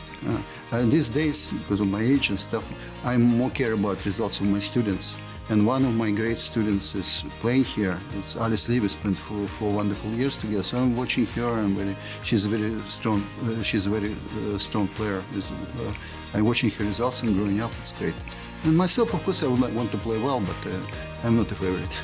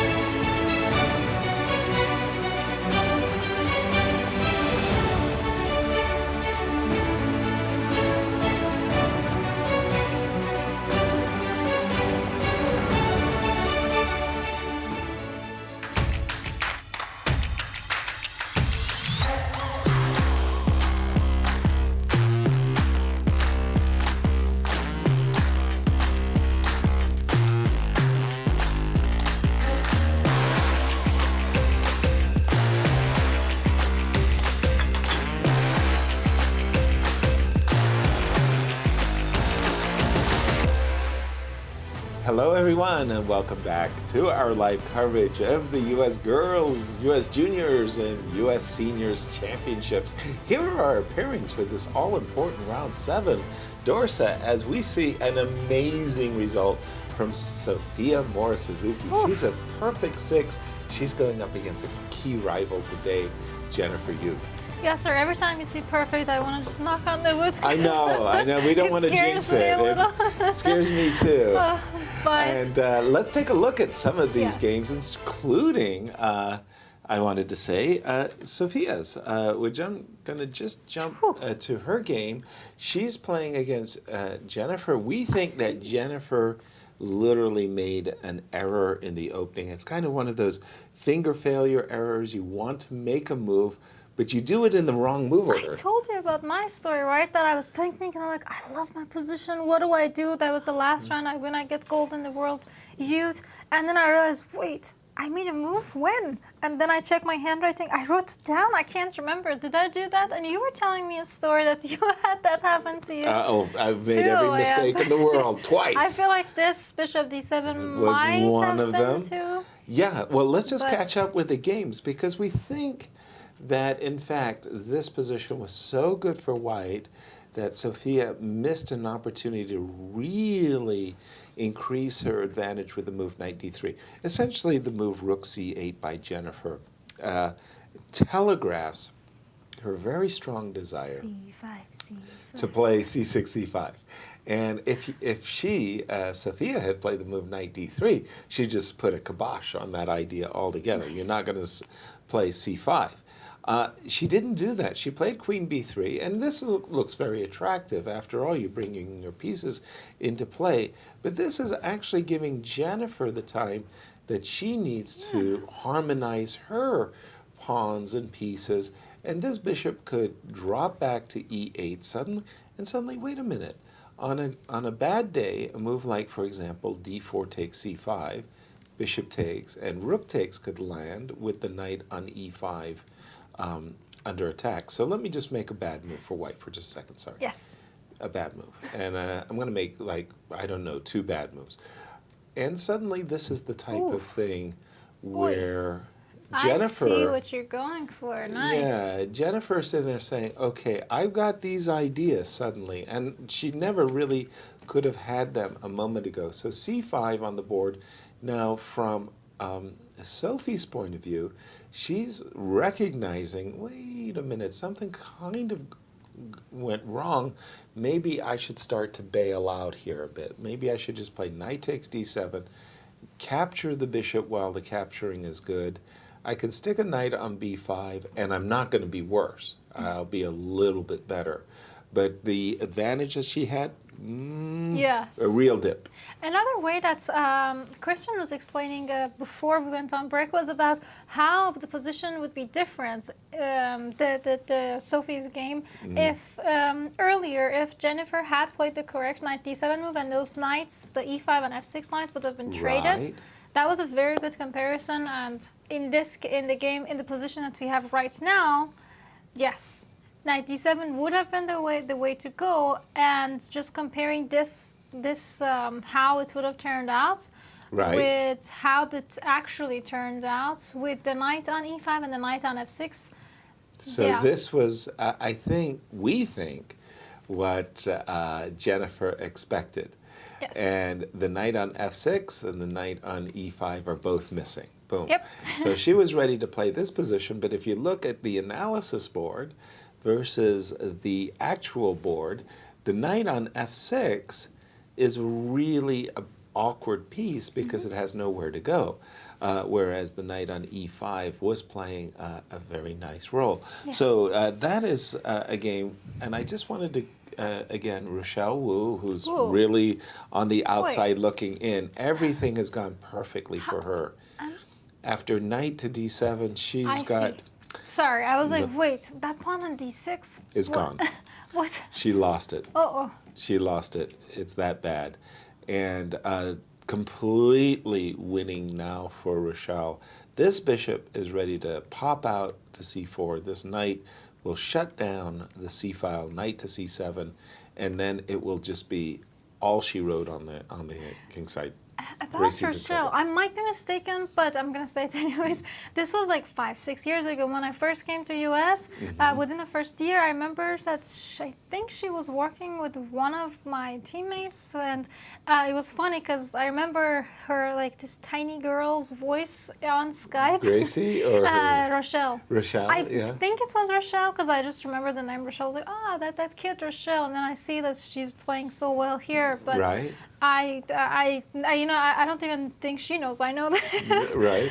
But it was always so fun to see how like a 11-year-old, 12-year-old grows up to play so cool. Right. And yeah. It's Makes me always feel funny remembering my own summer chess camps where I was giving chess Yes. coaching. And, little Jeffrey Zhang running Oh, around. yes. Would you like to play bits? Would you like to play bits? He was so very happy. Now he's like a 2,700. I've heard a top lot player. of stories about Ray Robson also growing up from Yeehai to Right. go. Yeah. There was a wonderful, I don't know if it's on YouTube, but if you do get a chance, do take a look. It was like 10 years of St. Louis Chess Club. Oh, yes. I remember that. He was so small. That was what triggered the memory. Yeah. Was we saw Ray Robson literally grow up at the St. Louis Chess Club, and he went from a 5-year-old, a 5'10" to a 6.5 25-year-old. It was like, what? It's pretty impressive. Yes. Christian, while we're having fun, I know you've been working hard looking at all the games, figuring them out. I was having some fun with this game as Okay. well, guys. Actually, with a lot of games, but this one in particular because, Brandon Jacobson with the white pieces is in deep trouble. And let's take a look at how they got to where they are right now. This position, we've seen this idea of taking on d5, this Nimzo with e3, bishop d3, taking on d5, and an early bishop d2 or queen to c2. A very interesting game and recent game is the one between Dingley Ren and Radjabov, and actually that was a huge clash that kind of threw Dingley Ren out of contention for the Candidates tournament. Radjabov won that game handily with the black pieces, and this is exactly a very reminiscent situation to what we've seen in that game. Take a look at that game if you do have time. Knight to d7, queen to c2, c5. Now, get the knight first to d7 so that whenever you go c5, you could potentially take with the knight. He decided not to take with the knight. He decided to take with the bishop. Now, the knight on d7, not only that it's ready to take back on c5 with the knight and attack the bishop on d3, but also protect the bishop. Right now, without the knight on d7, some ideas of knight takes d5 could have arrived on the board and just a discovery attack on the bishop on c5. Now, castle, knight to e5, everything seems to be more or less fine for white. But take a look at this move, knight f to g4, allowing white to take on h7 with a check. You can take that pawn, that's fine. Go take it. King to h8. What do you do next? Because you know what's coming your way. Queen to h4 is coming. Now that the bishop on h7 is there, queen to h4 will not only be it will be a triple threat.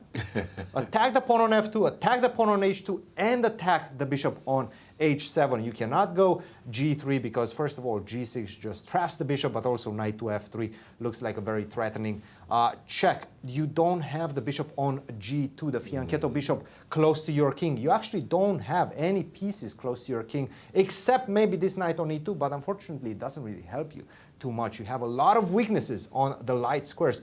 Knight f g4 came as a thunder in the position, and for example, if you go h3 right now, boom, knight takes f2, taking advantage once again that you placed your bishop on h7. Queen to h4.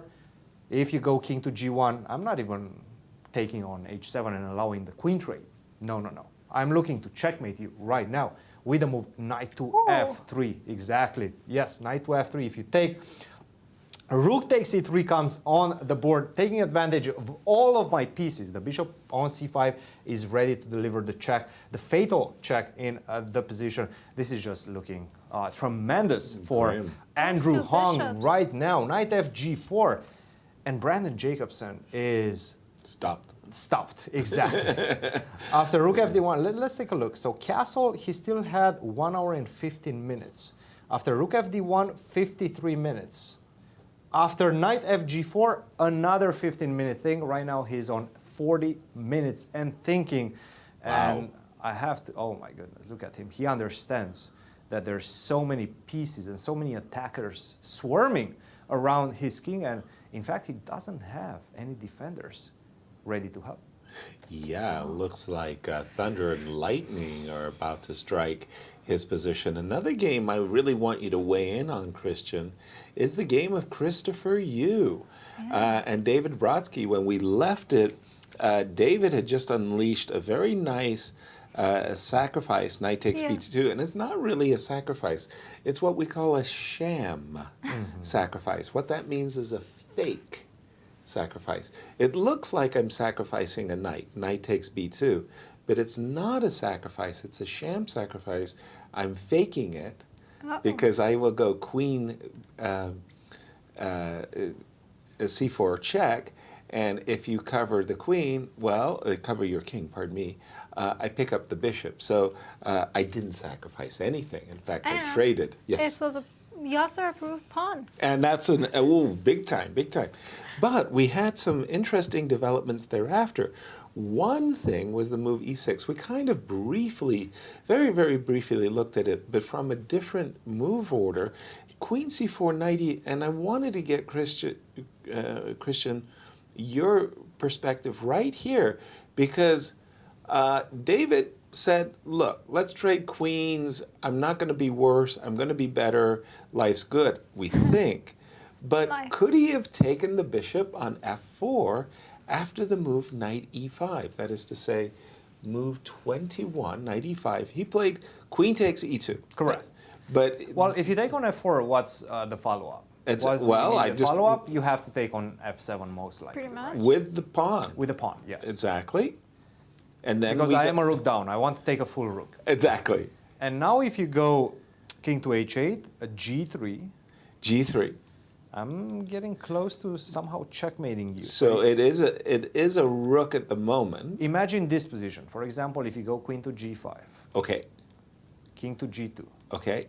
And now you try to save the knight. Knight to c4, right? Perfect. I have the idea of knight to g6. Knight to g6, right? Exactly. And I'm not 100% sure you can, by the way, defend against that anyway. Bite. Take, and now rook to h1. Exactly.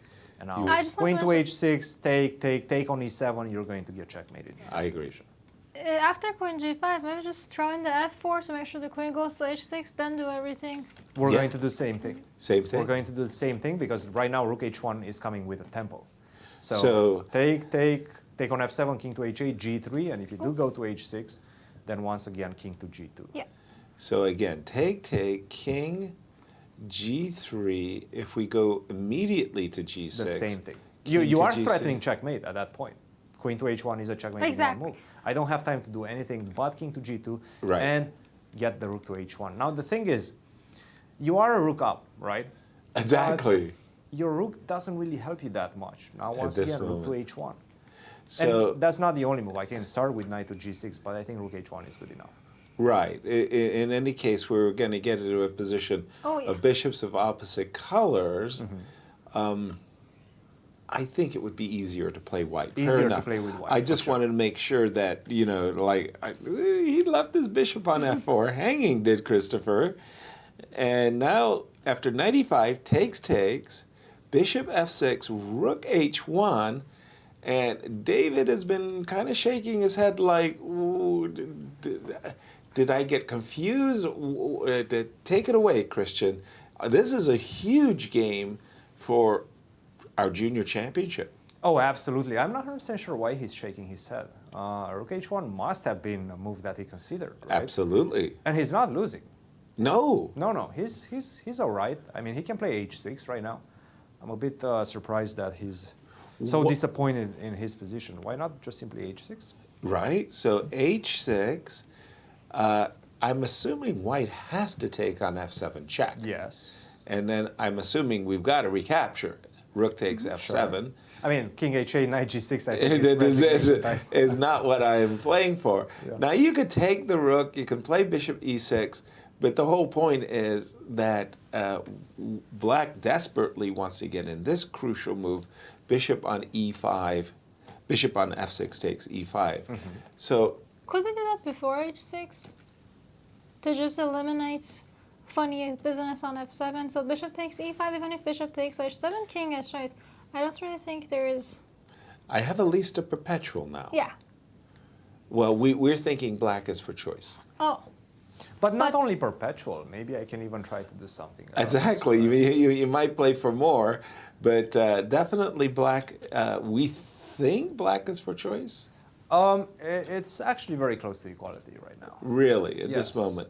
But So that's kind of what distracts me a little bit. Why is he so annoyed with his position, David Brodsky? I mean, he really is annoyed. I mean, He's I feel shaking like his head and he found that like nice knight takes b2, so he probably imagined there's something after it. so perhaps he assessed the position as Better. much better. Yeah, for maybe him. he thinks he missed something on the way, but I don't That think makes he sense. did. I mean, the choice of queen f4, queen takes bishop earlier was there, but I think he did the right thing trading the queens off. Queen takes f4 was too dangerous. Completely agree. No, I think Christopher, first of all, he kept his cool. He Yep. missed knight takes b2. Yeah, for sure, Was for quite sure. clear. That- But he kept his cool. He found the right move, e6, and now we're headed straight into this variation, which indeed, from an objective assessment, it does seem like it's close to a balanced position. wow. So after all of those Not equal, exciting balanced. tactics, Yes. it's just balanced. It's not equal yet. No, I cannot, you know, despite the fact that the engine is saying 0-0, this is a balanced position. Anything can happen and the eval can change with each On a move dime, because yeah. there's so many nuances and details that both players have to be aware of. Well, as I'm looking at the position, I'm thinking if it's black's turn, bishop takes e5, resigns. Instantaneous. It's over. Instantaneous. Instantaneously. I'm an exchange up. So you as white, and not only that, but you know your queenside pawns are toast. I mean, I can easily target. So you've got to do something like takes, rook takes, and come up with some wonderful ways of winning back your exchange. If you don't do it rather quickly, it won't happen. And I'm saying, okay, is this really a balanced position for Christopher? If you take, wouldn't you think, well, little easier to play black? I mean, you're ready to go knight a4 takes. Check. Maybe rook c1. Yes, absolutely. But maybe you don't have to take on f7 first, right? That's what I'm thinking, that you Okay. have to do something else. So you play the move h6, and let's wait and see what Christopher comes up with, because he's Oh, ready he's to make a about move. to. He's doing what he said Hey. yesterday. He's ready to make a move. He took on f7. Okay. Take on f7. Now again, king h8 is not a move, so you have to recapture right away. Bravo, by the way, to David, and Okay. immediately taken. Christopher didn't stop for bishop e6. He just grabbed the rook. I'm expecting king takes f7. And this is the endgame where we're just about to talk about, where I was saying, to my eyes, I think it's Black for easier choice, to play right? black. Yeah. Yeah, and the engines actually agree with you, Yasser. There's It a is. first time for everything. It's all about that weakness on c3. Right. That is the big problem. Now, That's what I'm targeting. how, for example, how do you defend after bishop to e4? Bishop to e4. So what if I go bishop to e4? Try to target, try to find some weaknesses in your position as well. The That's first it. thing I want to do is rook e8. Rook e8, yes. Okay. Now at least I can get the king to f3, and I feel like whenever you take on a c3, let's say knight to a4, knight takes c3, at least that knight takes c3 doesn't come with a check. So I'm partially happy because of that. Logical. We've got a partial happiness. And I think he's Partial. going for it. I think he's looking at bishop to e4, which once again, it makes, at least to my eyes, I more kind of sense. like the king on e2 myself. If I'm in black shoes, as much as I really, really want to play knight a4 and knight takes c3, I like my pawn on c6. Once I win the pawn on c3, Oh. I want to get that going. He has guys played are the move bishop listening. Bishop to e4. e4. Yeah, and again, this do not do this, people at home. Do not do what Christopher you just did. He took the bishop and he put it on e4 and he held it and he held it and he held it. And it's sort of like, yeah. Yeah, that's the move I want to play. I'll let you in on Do a that secret. before you do it. Make sure of your move before you reach out. I think that is the most ideal way. Right. But I've had opponents who've done course. this, and it's really like annoyed me. Exactly. So it could be a It could be a way to annoy your opponents. I never wanted to annoy your opponents. Christian, you were about to say something. That's one of the rules that it's easier said than done, because I know, I've heard it many times. Yes, don't hover over your pieces, but almost always there's at least a couple of moments in one's game that you do that. And I've seen it even with the very top level players. Now, Christopher, I think he does it quite often. Maybe And every this move. is it may be a little slow motion, but the point is like he's just holding it. Yeah, okay, let it go. But also what Chris, and you can see right in front of him, he has a black queen, a black knight, a black rook, a pawn, and he kind of he holds them and he fiddles with them as he's analyzing. Again, very bad habit, because when I'm looking at the board, I'm kind of looking beyond the board as well. So you're fiddling, I see, right? And it's disturbing. yeah. Yes, Don't I disturb agree. your opponent. Now, I'll let you in on a little secret about the position. Please. Bishop to e4 was actually not a good move. I didn't think it was that great. I thought it's a great move. It's kind of helping black, isn't it? And he played knight a4, the best move in the position. Quickly, Wow. by the way. David Brodsky right now is taking over this game. I think Christopher did not realize that after the knight is coming to c3, well, you have another weakness that you need to worry A2. about. A2. Right. A2 is falling as well. Not only that, let's go bishop takes c6, knight takes c3 maybe? Yes, check. Now, what Where do you you said, put the the king? king has to get, I mean, it makes no sense to... And now I go rook to d8. And rook to David 8, and look at this, you've got this guy, How do you defend the pawn on a2? and gift me the pawn. I And agree. I get black's it. The for choice. position opened up. The bishop should, in theory, be strong, but the knight on c3 is just dominating the board right now. Right? I like what black is doing. I like the fact that David is actually playing extremely quickly and putting a lot of pressure on Christopher. And look, as Christopher right now, Christopher has 47 minutes, 47. David 51, so very close in time. Okay, that's balanced, yeah. But as we're getting closer to the end of the tournament, you start telling yourself stories. I'm so close to winning the tournament. I'm so close to becoming the champion. I'm so close to qualifying, because this To the let's not US forget, Championship. This is a Yes. qualifier to the US Championship. That's a big prize. That's That's a huge. huge prize in itself, and we don't mention it enough. But qualifying to the U.S. Chess Championships means that you're going to be meeting Fabiano Caruana, Wesley So, Lenier Dominguez, and Levon Aronian Oh, boy. maybe as well. So right now we're seeing bishop takes c6, knight c3, king to f3. It's a big prize for this young 15-year of age Christopher Yu. So there's a lot of pressure on him right now, right? So maybe we're Absolutely. seeing a little bit of a crack in Christopher's psychological state right He now. wouldn't be the first to find himself close to the finish line and fall over before crossing.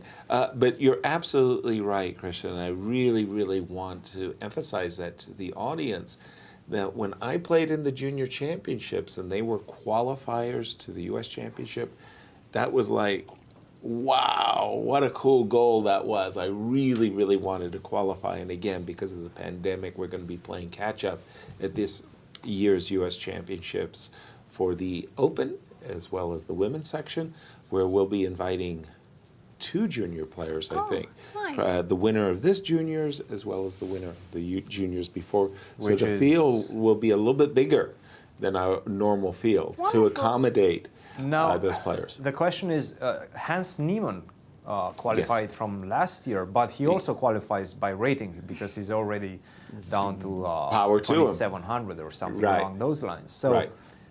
does the second place from 2021 qualify? Like what?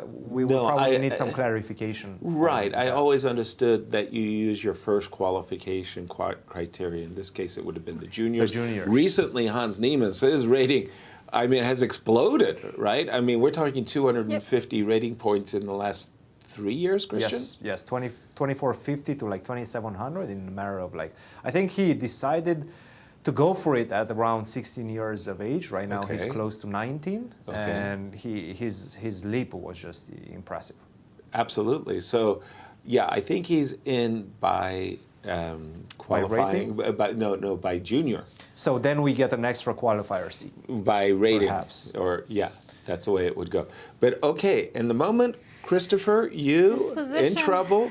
Can David Brodsky maintain his nerve? I mean, he's And played Rook D8, he's played yeah. everything well so far, so He's played a whole I was slew a of betting woman. fantastic moves. Yeah, he's fantastic moves. We saw it yesterday in his game against Awonder Liang as well. He was up against the #1 seed, Awonder Liang, David Brodsky, and once he got his winning position, I want to say, he played it virtually flawlessly. I have no complaints. This moment, he's got a pretty big edge, and you can see Christopher getting nervous here. We'll keep our eye on this game. You were saying that Brandon was in to big give you an trouble? update on that one. Yes, please. And maybe we should go to that one. Yes. In fact, because a lot of fireworks are coming. Yes. Bishop to E1 was played. Check this sequence out. Queen to H4, easy move, first one. But you need to calculate the consequences after that. By the H3, way, do you sorry- want to go back? No, you don't want to go back. Sorry to interrupt you, Christian. My board, the bishop is not on H7. It's not. No, it's not. Okay. There's So no bishop. they do- He did okay. not take on H7. Right, I remember you That was a showed. poison pawn. This queen Right. to H4 coming into the attack, also with a hit on the bishop on H7 was just too much. No, so you don't keep the take it. bishop on D3. Gotcha. You cannot touch the pawn on H7. H3. Now, what do you do now? Do you go backwards? No. Absolutely not. You No. lose a beat. Knight Don't. takes D5. The table's turn. Don't think about it. Don't think about that. Think about sacrifices. Right. Right. Knight takes E3 is one of them, but Knight G3. Knight to F3 Knight F3. is actually the best move in the position, delivering a decisive advantage for black. G takes F3. What do you do now? Take my other knight as well. oh boy. Knight takes E3. I need to invade your position as fast as possible. If you take, bishop takes E3, that's going to be a checkmate. You move the king anywhere, queen takes H3. You move bishop F2, I just simply pick it up with the queen and then checkmate in the next few moves. Right. You cannot do that. Beautiful. So knight to E3, maybe you can go queen to A4, right? But then I just simply go queen to G5. I'm not exchanging the queens. Knight to G3, bishop takes H3. Oh my god. What? Everything gets involved. All my forces are getting involved into the attack with tempo. Wow. There's so many problems that you have to deal with right now. Knight takes D1 will open up the action of my bishop on C5, which will indeed open up the potential of queen takes G3, making use of the fact that this pawn on F2 is pinned. So bishop takes H3, not only that it took a pawn, but at the same time it defended the rook. That's why we couldn't do knight takes D1 before. Yes. You have to defend the rook first. Very complex battle right now, and we're showing you all these lines, right? Crazy looking lines. Andrew Hong has to calculate this. Yeah. Andrew Hong not only has to calculate this, but has to trust his calculation as well. It's very easy to start doubting yourself at this point. But we know if anybody can do it, Andrew Hong it is. Andrew Hong likes to take risks. We've seen him taking a lot of risks yesterday against Carissa. As well, he's not going to shy away from those complications. And if he sees this knight to F3 followed by knight takes E3, well, he is breaking through right now. Yeah, sometimes you just tip your hat and say, well done, young man. Queen H4, knight F3, knight E3. Those are sparkling tactical shots. I love it. Dorsa. Yeah, I just wanted to mention, just teaching people, they always ask, why not? Why should I always put my knight on F3? That queen getting to H4 is one of it. Exactly. Yeah, it's just having that knight on F3 instead of E2. Of course, I feel like if you play knight E2, you gotta at some point get that F3, E4 done. If you don't get that done, then what's my knight doing on E2? Exactly. So I feel like the opening maybe got misplayed a little. No question about it, it did. Yeah. Knight on F3 would prevent moves like queen h4 or defending h2. The knight on e2 is good for literally one purpose. Yeah, I understand it could go on to d4, but you could also go to d4 from f3. The knight on e2 really has one purpose. You put your knight on f4 to tickle the isolated queen pawn. If your knight, the knight should have been on f4 already, so that you would be able to protect h3. The fact that black gets to play queen h4 and after h3, I love this move, knight f3 check. One of the things, I mean, to follow it up with knight e3, you think that you're following it up with queen takes, but then you are allowing these kinds of things where the knight is on f4. This is crazy good fun. And this move, if knight takes e3, knight f3, knight takes e3, if those moves get played, you're in the tactical puzzle books of the 23rd century, because I just love this checkmating pattern. Christian mentioned queen takes h3. You'd like to go with the bishop? Correct. Thank I you. mean, we got to do. We have to show style and understanding. Fair. Christian, he struggles, but okay, a little help from time to time. Beautiful checkmating. I like this. It is what it is. It is what it is. But you got some breaking news for us, Christian? Absolutely, yes. It does seem like Thalia Cervantes, another potential suitor for the championship title. That's right. Well, she's breaking through right now in her game against Ellen Wang. We have this position on the board, and she can simply just play the move e5. The king is extremely weak. Let's take a look at the quality of black's pieces. The king is extremely weak. You created a lot of weakness by pushing your pawns in front of your castle, and I will be able to take advantage of that after the move f4 in the future. Open up the rook, open up the king, you're in trouble. The bishop on b7, well, unfortunately c5 never happened.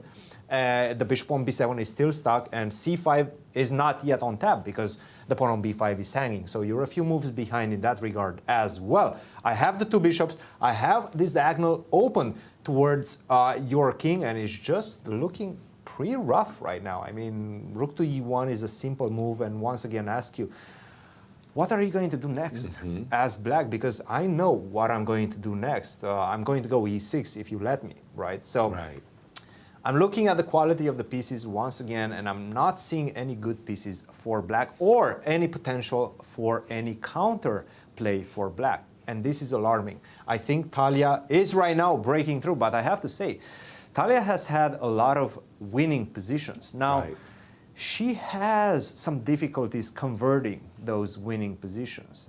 But right now, 4 out of 6, 2 points behind Sophie, she needs to win.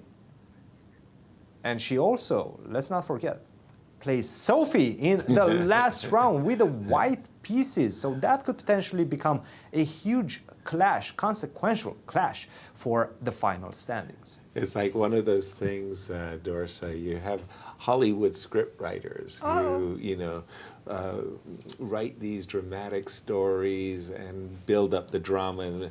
And so often it happens in chess tournaments that I don't know, who wrote the script, but they do a pairings of the drawings of lot, and it turns out that the last round pairings decide first place. And that's what it looks like it's going down to in the ladies. Wonderful. But in the meanwhile, Sophie, all she's doing is winning every one of her games. Before we go to Sophie's game, because I just wanted to ask you, because during the candidates commentary, I got so many great book recommendations from you. While I have you here and our viewers, anything in mind for converting advantages?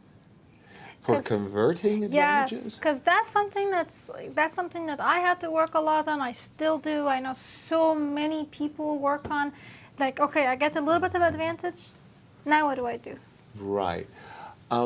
So, as we say in chess, one of the most difficult things in chess is winning one position. Right. And converting those two wins is crucial.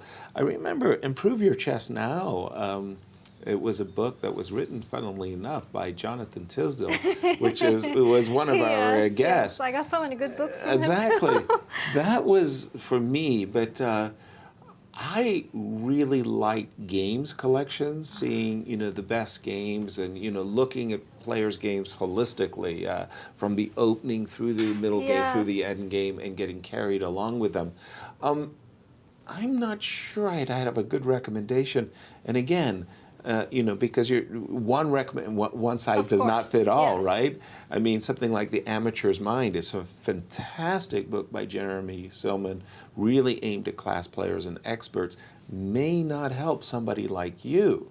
You're too good already, so you need something else. Christian, do you have some tips as a coach that you would say, guys, this is what it's all about? My current Very coach. specific. Your current coach has got some ideas for you. Very specific tips. I cannot think of any, but there's plenty of books that will put you and have examples, and I have examples as well, databases of examples in which you are put in a better position, and then you have to deliver. And I think it's all about experience. And whenever you train for a tournament, in preparation for a tournament, you should put yourself in this type of situations. Situational training, I think it's extremely, extremely underrated in chess. But guys, this game, Sophie Morris-Suzuki versus Jennifer Yu. Nothing major has happened, but the time, guys, the time right now, Sophie Morris-Suzuki is down to her last 18 minutes. What? With 22 moves left in the position. She actually spent more than 30 minutes on this decision to take on c5. At move 17, she had 50 minutes, her opponent 1 hour and 5 minutes. She went all the way down to 19 minutes with this move d takes c5. Difficult decision, I have to say. I'm not 100% sure why she spent so much time. Knight takes d7, this is what we have on the board, and her advantage is slipping right now. It's minimal, if anything, whatsoever in the position, because what Knight are you takes going to do d7. after knight b takes d7? This knight on b6 was terrible. Was the target, right? Yeah, terrible. In the position, was a terrible knight. Now, finally, after the exchange, most likely that's going to come of the dark square bishops. I'm going to be able to get it to c5. This knight will be able to transfer back to e5. I'm starting to really like and warm up to black's position, to Jennifer Yu's position. This would be such a big shakeout in this tournament if Jennifer manages to turn the tables on Sophie. And let's not forget, she was completely busted out of the opening. I have to say that bishop d7 must have been something that she did not prepare. It was a terrible failure. failure. On the bright side, if Jennifer Yu does manage to win, we can get her in the studio so I can ask her what was that bishop d7. She would go to 5, then imagine Thalia going to 5 as well, and Rochelle Wu going to 5. Right? I mean, what a chasing wolf pack that would be with 2 rounds to go. Our championship rounds coming up, rounds 8 and 9. And I just wanted to follow up on the Sophie game for a moment, because knight on b6 takes d7 is such a suggestive recapture. The knight on b6 is terribly placed. It's not going forwards. It's not even going sideways. This would be brilliant, a bishop trade, but I wanted to just point this out, that after a move like knight b5, the queen could actually post up. And this is where we're starting to see, again, I'm helping black a lot. I don't really like my bishop now. Right. I mean, everything kind of went wrong for white suddenly. This queen is looking good. This knight is looking good.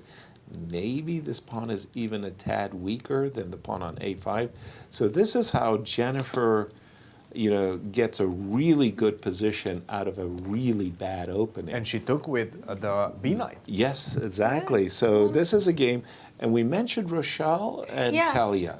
From Rochelle game, from what I see, it seems pretty dead for, pretty winning for Rochelle. She won a pawn, she's won an exchange. And it's all going. Yeah. She's just got to be, mindful that there isn't some tactic. Well, even her rook on d2 is just... Yeah, it's wonderful. Yeah. It's wonderful. Even if you did attack the rook, I could play. Sorry, what did you? Oops. There's also queen takes a8. Yes. Oops. Sorry. That's the position is so good you don't even want to take that rook I didn't anymore. even want to take the rook. It's good. But, Rochelle's got this. Yes. Thalia, did you say has her big advantage as well? She didn't play e5. This is one of your questions, what you just asked, Dorsa. how do you win winning positions? Well, in this case, e4, e5 really suggests itself. Thalia played f4. This looks also good too. Yeah, I don't think f4 is bad, but yeah, e5 definitely better. Because, I mean, e5, you're just asking, okay, knight, where do you want to go? Exactly. Wherever the knight goes, it just feels awkward because now I have control over the h7 square. Now, if I want to do f4 stuff, I think that's much more comfortable. Not necessarily like right now, Right. but if I do end up, then I'm opening up the f file immediately with my bishop, the light square bishop staying open. So I'm... Thalia's still for choice, but I'm not 100% sure I like this one. And I like what Christiansen was saying, that now, you know, your best move is G7, G5, G7. If you don't get to play that, these dark squares, especially your f6 square, is weak. Makes me think. So instead of VAR, these days, Danish Barish is, how do I put it? I was going to say... Grandmasters in Residence? No. Coach? No. Trainer? Chess expert, thank you. I was going to say in my ear, but I know Tom is in my ear, so, so I guess Dennis is in Tom's ear. Wow, they're giving out titles just like so easily these days. Expert. And I had a funny talk with him a while back about how wonderful it would be to have a chess that we can bring the pawns backward. Well, like we've gone too far. Yes. Let's play it No, back. we're actually having a serious. All right, you know, like how about this Olympic chess? And we were like, well, that's a whole different game. A totally different game. Yeah, it would be funny to put the super grandmasters and be like, all right, you guys can all take your pawns back, play. Right. I was about to say, I love chess variants. And I play a lot of chess variants, but I've never played a variant where the pawn goes backwards. I think it was Anand who mentioned he's playing a no castle tournament. No castle, that was with Vladimir Akopian. Maybe there can be a new tournament. No, the pawns can come back. I don't know, Christian. I think that would really make those pawns even more helpful, useful, right? That they could come back. Maybe. I like the way chess is set up. I understand. You're a traditionalist. I'm a traditionalist. Yes. Right. I like the game that you propose, Yasser, the Seirawan chess. S-chess with the new pieces. I love that. I love the new pieces. I love the elephant, the eagle. Is that how you call it? The eagle, hawk. Right? The hawk. There you go. The Eagle, hawk. Nice. A raptor. Guys, G5 was the key move, right? Wait. G5 was the key move in this game as well. Oh. The game between David Brodsky and Christopher Yu. Christopher played this move, rook to h5. Okay. Check this nice move out. G5. David. Cutting the action. You want to go to c5 and get into my Really? play? Absolutely not. You're not getting there. G5, I'm cutting the rook away from the action. And after bishop e3, just simply king to g7. Defend the pawn. Still continue attacking the pawn on a2. Your rook is now completely out of play. Paralyzed, yeah. And it doesn't seem like you're anywhere close to creating any sort of initiative on the king side. This is where you have a pawn majority as white, potential pawn majority. If you manage to go g3, king g2, f4, you're very far away from that. You're not going to get there. And my position is stabilized on the king side. This is what I love to see for black. And in the meantime, I'm just going to take care of business on this side. This pawn is in deep danger. I'm going to go a5, b4 as well if you start attacking it with bishop to b7. This would have given, actually, David Brodsky a decisive advantage, guys. Wow. Decisive advantage. Instead of that, he did not play it. He played the move rook to d3, got tempted by the check, bishop to e3, and now we have bishop to g5. But now Also what happens? looks compelling, It does, but how do we assess this position is the question, and I think this is what he's looking at also. It seems like we're headed to this endgame. Take, rook to a3, take, rook takes g5, rook takes a2. This is the position that I think we're going to see on the board. I get it. You have two passed pawns. Is that enough? It's better. Enough? Is black better? It's Black is definitely better. We know better that. for sure. But how much better is the computer doesn't agree to the idea that black has a decisive advantage. It says that black has an advantage, but not enough for a victory in that one. Okay. The players don't have any of the engines. They don't have any of the assessment. How does it look visually, in your opinion? I like black very much. How close do you feel you are from winning? And by the way, this is also a psychological trick that the human mind is playing on us. We are tempted to go for simplifications. Yes. And this is exactly what David Brodsky is looking at right now. He sees this idea of bishop to e4. He sees all these simplifications, and then he sees that there's no way he will lose that. He has all the chances of actually winning the position and no chance of losing that. And he's going for it. It makes sense. From a practical perspective, it makes sense. And by the way, bishop e4, once again, that's a big decision that Christopher right now has to go for if he wants to maintain the balance. See a wonderful back shot of Joel Benjamin there. Nice. See, Joel. I'm seeing a little bit more pepper than salt, though. That's a good thing. That's a good thing. So, Nice. and of course, like you're saying, it's the human mind that likes to look for those simplifications. Christopher is thinking. He played it. He played bishop e4. He did, and Christopher is thinking that this is his best chance. He thinks this endgame is a draw. Okay. And probably he's right.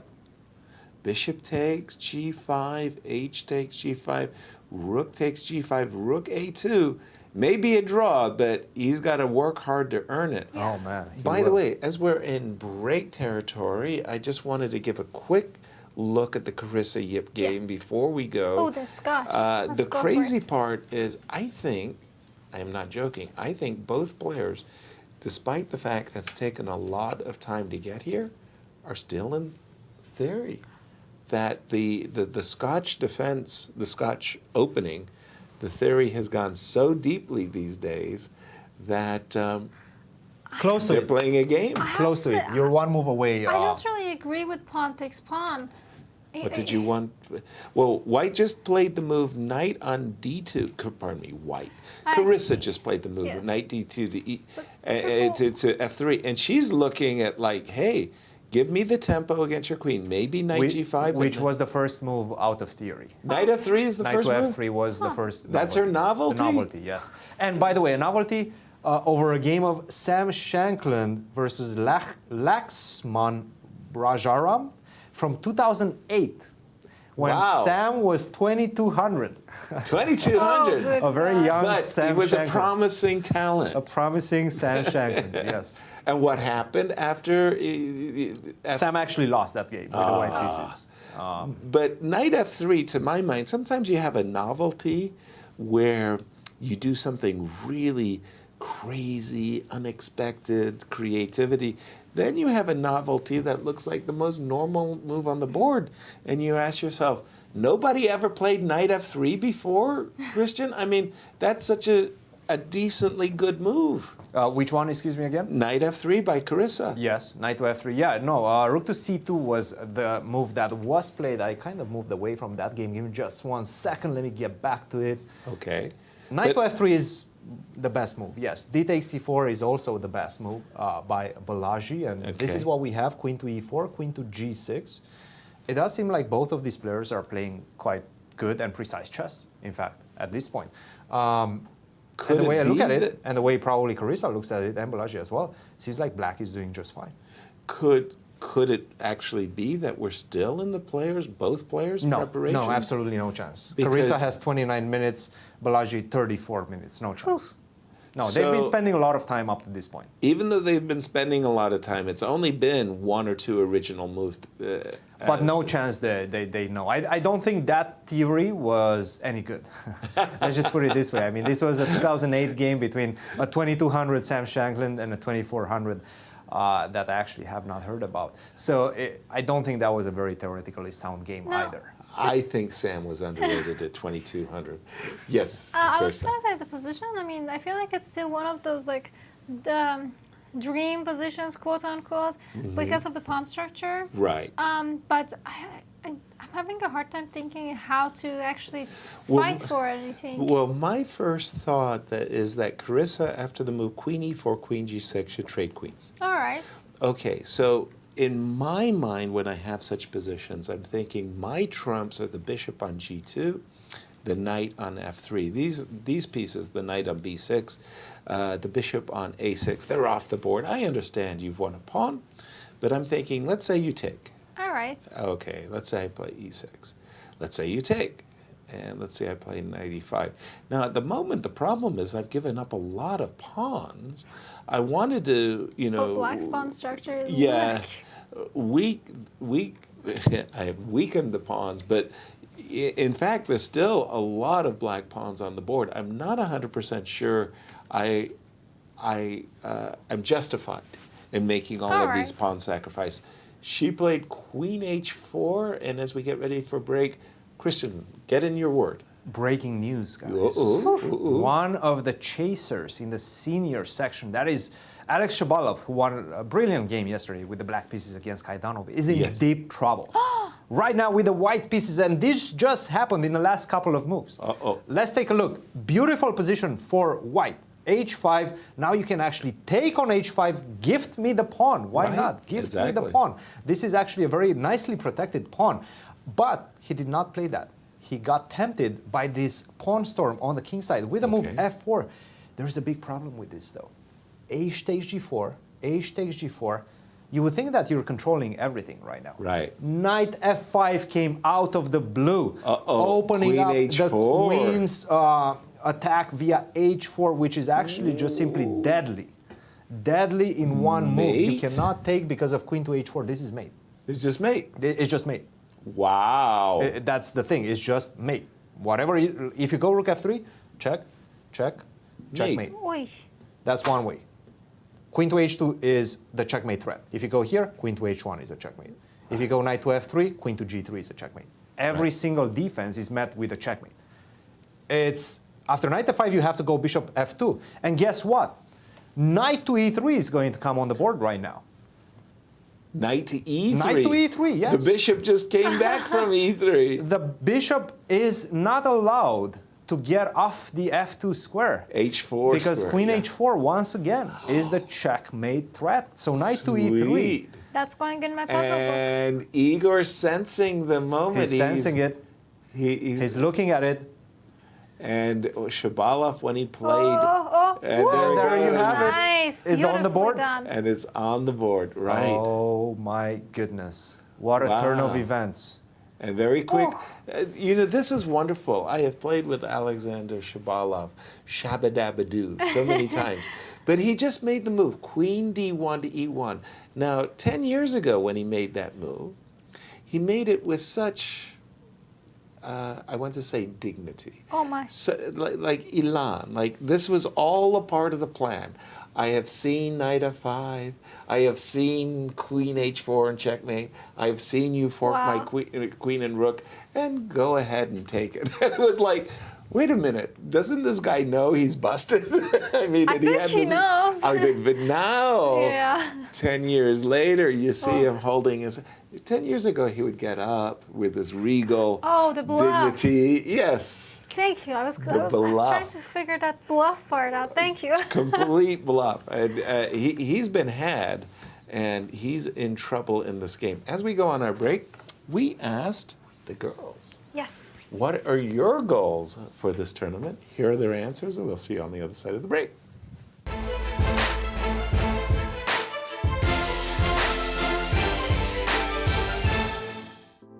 What are the goals and ambitions that you're bringing to this tournament?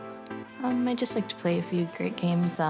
It's really for the experience, playing against all these great players that have been here before, and hopefully I can meet some new people and just try to play the best chess I can. I mean, this is my first time here, so I'm just really hoping to play good games, and I'm trying not to be that result-oriented. I'd say, I just want to play the best I can. I don't really want to set a specific goal because I don't really want to give myself too much pressure and just see where it takes me. As usual, I just try to play as best as I can and be relaxed. It's almost as a vacation because I just get to be in town and see, all of my friends from previous events, and just play as best as I can, and hopefully results will come. My main goal, well, obviously I want to win. I have to say that. The first time I played was was for the first year they made the tournament, I'm pretty sure, which was, I don't know, I was like 11 or 12, and I was already like top seed then. So the fact that I haven't won is just like something that's always been kind of bothering me, because it's like, oh, it should happen at some point. I feel really old in this field, because like before I felt like it was like kind of my generation of players that were like the upcoming, and then now we're like the ones that are leaving. Now there's all these young players, all these new 10-year-olds, and it's just really interesting to see. I mean, I'd like to win. I always do. But other than that, my goals outside of just getting good results are just, I really want to just chill. I just want to have the most fun that I can. I hope just try my best and see where it goes and, you know, try to win the tournament. Well, it is my first time, so I'm kind of going in with no expectations, but I'm just hoping to take it day by day and also just play some chess that I'm proud of. I want to be a fierce competitor, play good games, and fight to finish and do my best and finish at the highest place possible. I'm hoping that I will be able to improve on my score last year, but on the higher bound, I would of course like to try to win the tournament, although it's very competitive and the players are very strong, so that will be a hard task, but not impossible.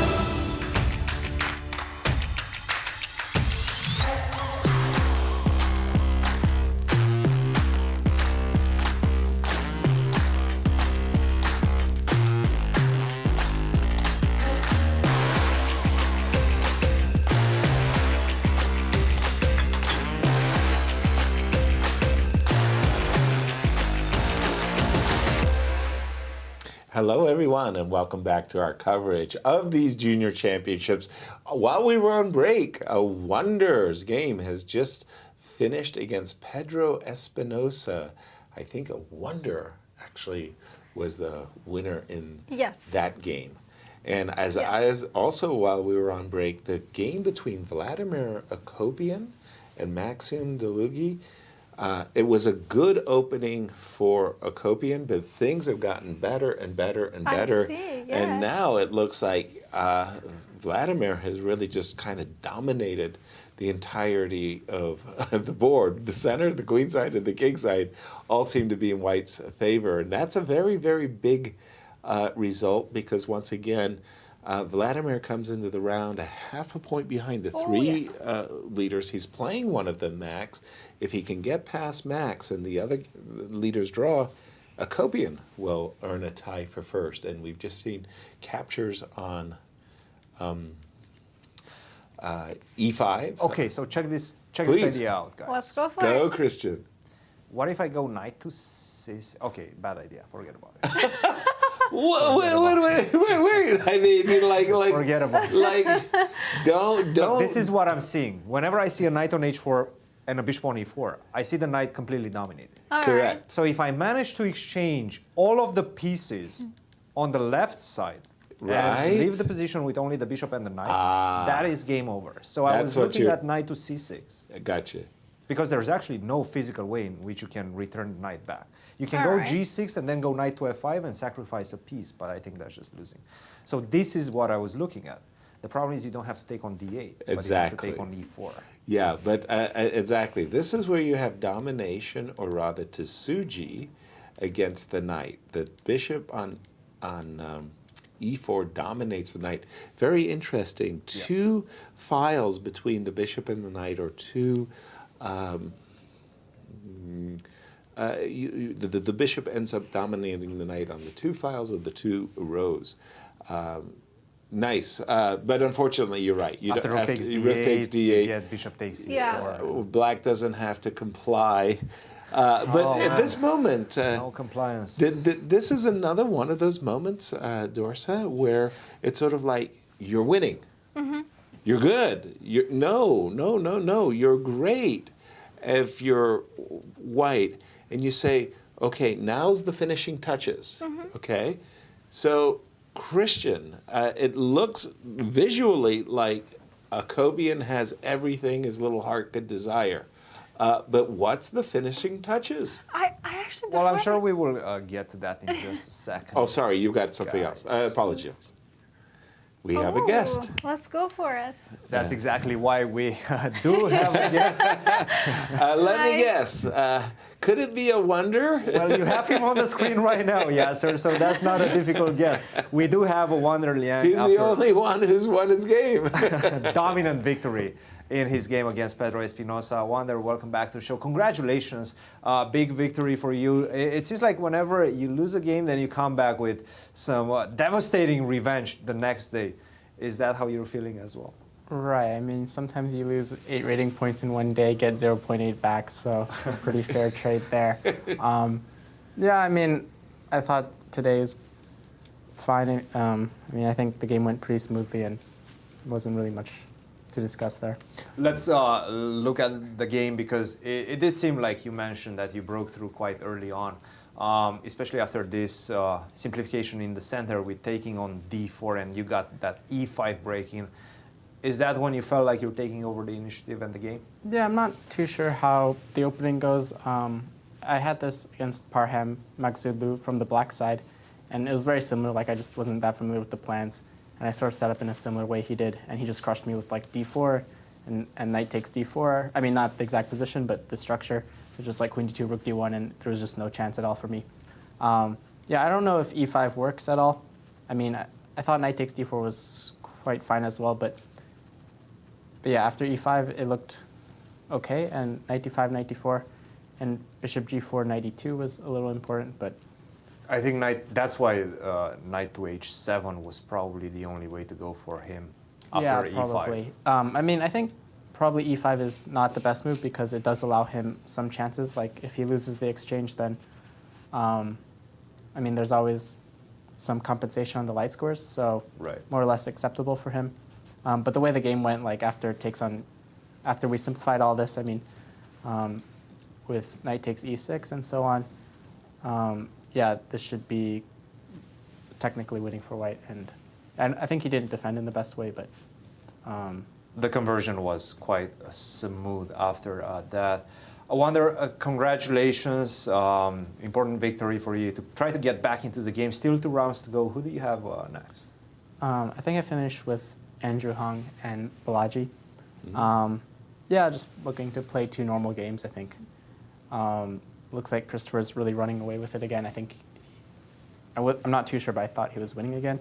Well, speaking of that, let's take a look at that game. Maybe we can pull that and gauge your interest in that one. He's definitely not winning. He's pawn down right now. And a double pawn on the g file, that's, I don't know, it looks pretty good for black, right? Yeah, he's probably seen better days in this tournament. Yeah, I don't know. I think, yeah, as I said earlier, like basically I just want to finish this tournament as fast as possible.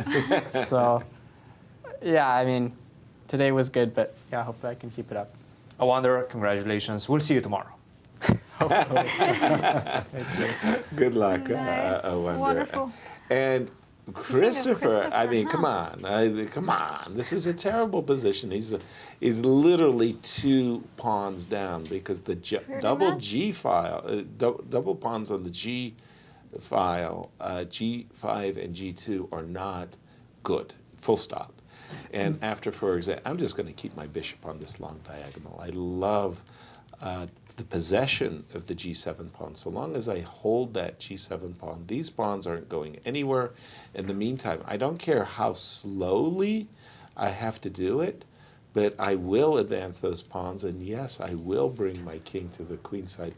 I think this is technically winning for David. It probably is, guys. It's just got to hold his nerve. Yes, please. Just before we start analyzing this endgame, we do have some very significant things are happening in this game between Brandon Jacobson and Andrew Hung. We were looking at this one, and we were saying it's so difficult to calculate all the precise moves, and actually we were giving a certain line that you will see in the game happened. Remarkable. Every single move, the best move of the engine by black, has been played by Andrew Hung. Knight to f3, big check. Knight takes e3. You take one knight, take the other one as well. No, no, no. Queen to a4, right? This is exactly the line that we looked at. Queen to g5 check. We're not exchanging the queens. Knight to g3.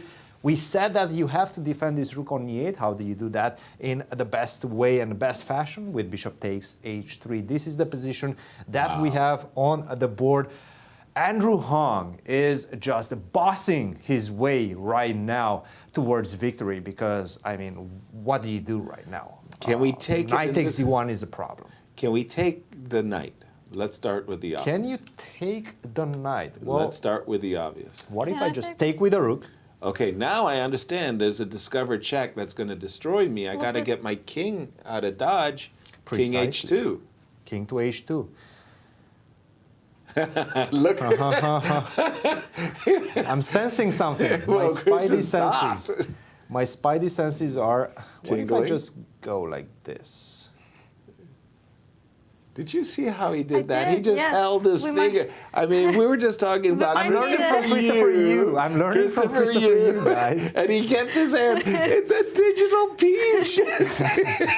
Take your finger off the digital piece. No, look at this. No. Okay, let's compare. Who's worse, Christopher? Ooh, holding his bishop. Look at that. He's got it. And then we've got our man. I like King Queen h2, h6. I Queen think h. this is a good move also, right? Ooh. Again, I'm hunting Devastating. your king, right? I don't know. Let's see. Let's check the. Yeah, Can I this just is check this is completely winning. Bishop. Completely win. There's no way. I mean, first of all, you cannot get off this discovery checks. Right. Something is going to give. At the same time, even after that, you're running into another discovery check. Wow. No, this is just losing. Bishop takes h3. Let's turn on the engine. Minus 3.1. decisive 3.1. advantage, and probably only with like perfect moves by white. Bishop to d2 seems the best move. So far, they Okay. have been playing the best moves after this knight to g4 came on the board. Devastating move, by the way. I'll knight to take it g4. back. Bishop d2 does look like a good move. It does, and now I go queen to f6, another important move. This game is not over yet. Threatening f3, yeah. This game is not over yet. Bishop takes h3, but once you played bishop takes h3, you kind of understand that you have to couple that with another checkmating idea, and that is queen to f6, getting off the pin as well. So it makes some sense from a practical perspective also. I mean, Andrew is just bossing what right a now. game. If bishop This- d2, queen to f6 comes on the board, it seems like the position is sort of simplifying, and I think black is going to go on and win this one. Without a doubt, if you were going to give a brilliancy prize for the 3 events, if Andrew finds these moves, bishop d2, queen f6, it's a sparkling attacking game, just wonderful. So you're asking for a Yasser prize? Yeah, I think we should definitely get a brilliancy going there. But yeah, I just love what he did. Knight f3 check, knight e3, bishop h3. He is just playing superb. There's no other word. Wow. Okay, we'll keep our eye on this one. I want to go to the, wow, this is the seniors game. I actually did want to go to the Sofia game for just a moment. Sure thing. Because again, when somebody goes 6-0 in a tournament, it's such a rarity. Let's be fair. And so we left it here. Sophie kept the dark square bishops on the board. She understood that bishop takes c5, knight takes c5 will benefit her opponent. Yep. The knight will be well placed on the c5 square. So she went bishop d2, attacking the pawn on a5. Jennifer said, okay, I like my pawn. Let's keep it. Ooh, that's a nice little tickle. She wants to come out with her bishop to g3. So Jennifer said, I'm going to stop you. All right. g3. The queen goes back, and I don't know if f4 or not was her fear, but she stepped back. f4, knight f6, bishop f3, e5, f5. We've caught up with the players. How do you feel about f5? I think it was forced. Whatever happened before we get to this position, the one thing I don't want to see happen is to capture. And the one thing I don't want to do is capture and give myself an isolated pawn. So, I'm not a fan, but sometimes a force move is a force move. Please, if there was a bishop d2 take, maybe. I was just trying to activate those bishops because right now my bishops is beginning to look a little. Sure. Yeah. But I do see g3, g4, and potentially bishop will come out to h4 and or g3 on white's agenda. And from Jennifer's point of view, okay, this guy looks good, this guy looks good, this guy doesn't look good. So where is this guy going to go? And the ideal square was c5. So sometimes it happens in chess that you've got your own pieces are fighting to occupy the square. And I think in Jennifer's case, she might be thinking, I would rather have my knight on c5 than my bishop. Maybe she'll drop back with her bishop. But this is a 3-result game. Jennifer's fought her way back into this game. Finally, another. Yes. Okay, I'm not a big fan of pawn sacrifices unless they're sham sacrifices. I get them right. Does it feel shammy? I don't think so. I'm thinking that that this is the kind of line I was trying. Oh, there is a knight b3. Wait a minute. Hey, look at that. Bishop d4 might work. If you take, I could go knight c5, and if you go queen e3, at the end of the day, I've got a fork on b3. Ha ha ha. Life is so lucky. Look at this. And yes, sir, you're too tricky.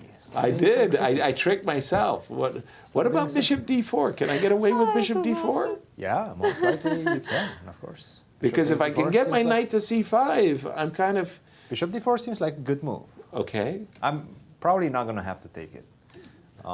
Sorry.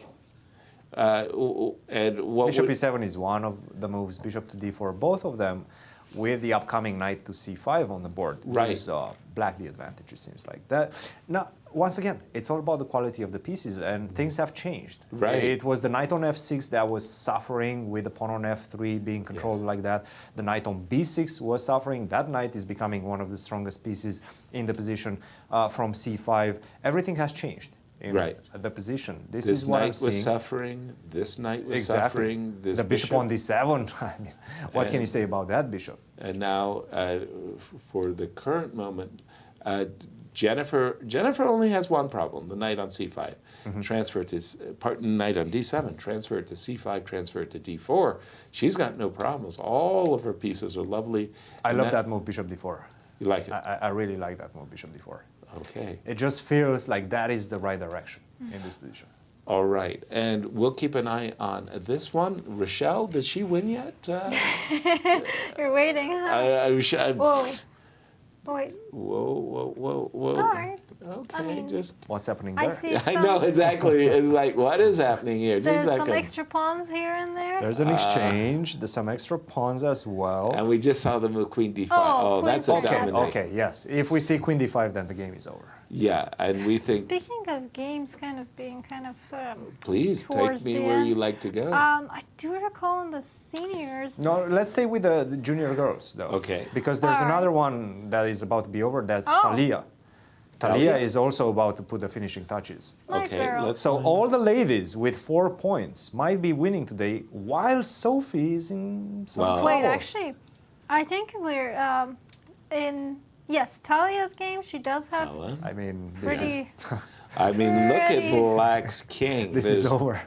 Okay, it was after f4. Okay, Yeah. if Ellen responded to f4 with knight d7, and that, to my mind, really justifies Talia's decision, because she immediately captured on g5 and posted up see. with the rook f5, and Oh, I can you just go one more. Can I just eat that e4 pawn? f4. Can I just eat e4? yes, that's what I was saying. I'm saying after knight d7, Thalia was justified in her Yes. decision. You have to take on e4. Man. People should watch more of you to see No. eating pawns. No. But this is all Thalia. Yeah, no. I mean, white is just very Winning but I was just completely. thinking the last moment that black could have done something was just knight takes That pawn. was the critical moment. But well, wonderful. Anyone else winning in the ladies section? Lots of. I wanted to say that Alice Lee some time ago won a pawn on e2. Remember, she posted up yes, her queen yes, that was on fun. d5, and she did it. She just ended up gobbling the pawn. Rook takes a2, queen takes a2. Alice looking very good at this moment, and let me make sure that she's keeping. Boy, she's playing it really well. She's playing it. Wow. Very well. A cute move there, c4. You think I can play knight takes because the bishop protects? No, the bishop's in a pin, so there's no knight takes b4. So you think to yourself, well, can I play rook takes c4? No, because the knight, the rook blocked the queen's attack of the knight. So this move c4 is a very nice visual. Taking advantage of 2 pins. I'm assuming knight e5 is forced only move, and I'm thinking that Alice has prepared a combination beginning with the move c3. Am I right, or have I missed something? I mean, You got to take, right? kind of. Okay, I was going to play b3, but now I'm stuck because I'm looking at rook b2 and I go, what do I do next? I wanted to play b3. Hold on. Okay. Could we Please. just take back on c3 if rook takes my bishop b4? Say it again, please. So if Just takes? Yeah, The problem I had was knight c6. but That's a rook fork. d1 looks very. Check. King f8. Yeah, that's fair. Check, king f8, and I Yeah, understand I what did- you want to yeah. do. You want to Little capture bit, here little and bit. then capture here. Yes. I do have this. Yeah, could It get feels some like I complicated. thought Alice was playing it brilliantly with this move, e4, but after knight e5, I'm feeling less sure. After c3 pawn takes, maybe bring the rook first, so no knight c6 funny stuff. Yeah, okay, you sidestep the funny stuff. I like that. Okay, you don't walk into a fork. Obviously, you can't take, and this also is your no big rook threat. b2. I also eliminate that. You eliminate both rook b2, and takes is terrible. That just invites bishop takes, as well as your rook takes So we think we figured it out, Christian. Is Alice winning with this nice? I don't know. Sorry. I'm being struck by light right now. Okay, you guys are the best educators. Some of the best educators in the world. Now, please educate me on this game of Jennifer Yu. Can you please explain to me? E5, by the way, was played. All right, Jennifer, let's go back. Can you please explain to me this last move of Jennifer, because I cannot understand it. She just played g5. She's pulling a Fuse. Okay. Was she playing a 100-game bullet match Wait, yesterday? I think she was. I think that the explanation is very clear to me. She was playing hyper bullet till 6 in the morning, and she hasn't calmed down. And G7, G5. You know, sometimes strange things happen to you. You're sitting at the board, you're analyzing deeply, and then you get freaked out. You see your opponent's threat. Jennifer's looking at the board, and Jennifer's saying, oh my God, this is terrible.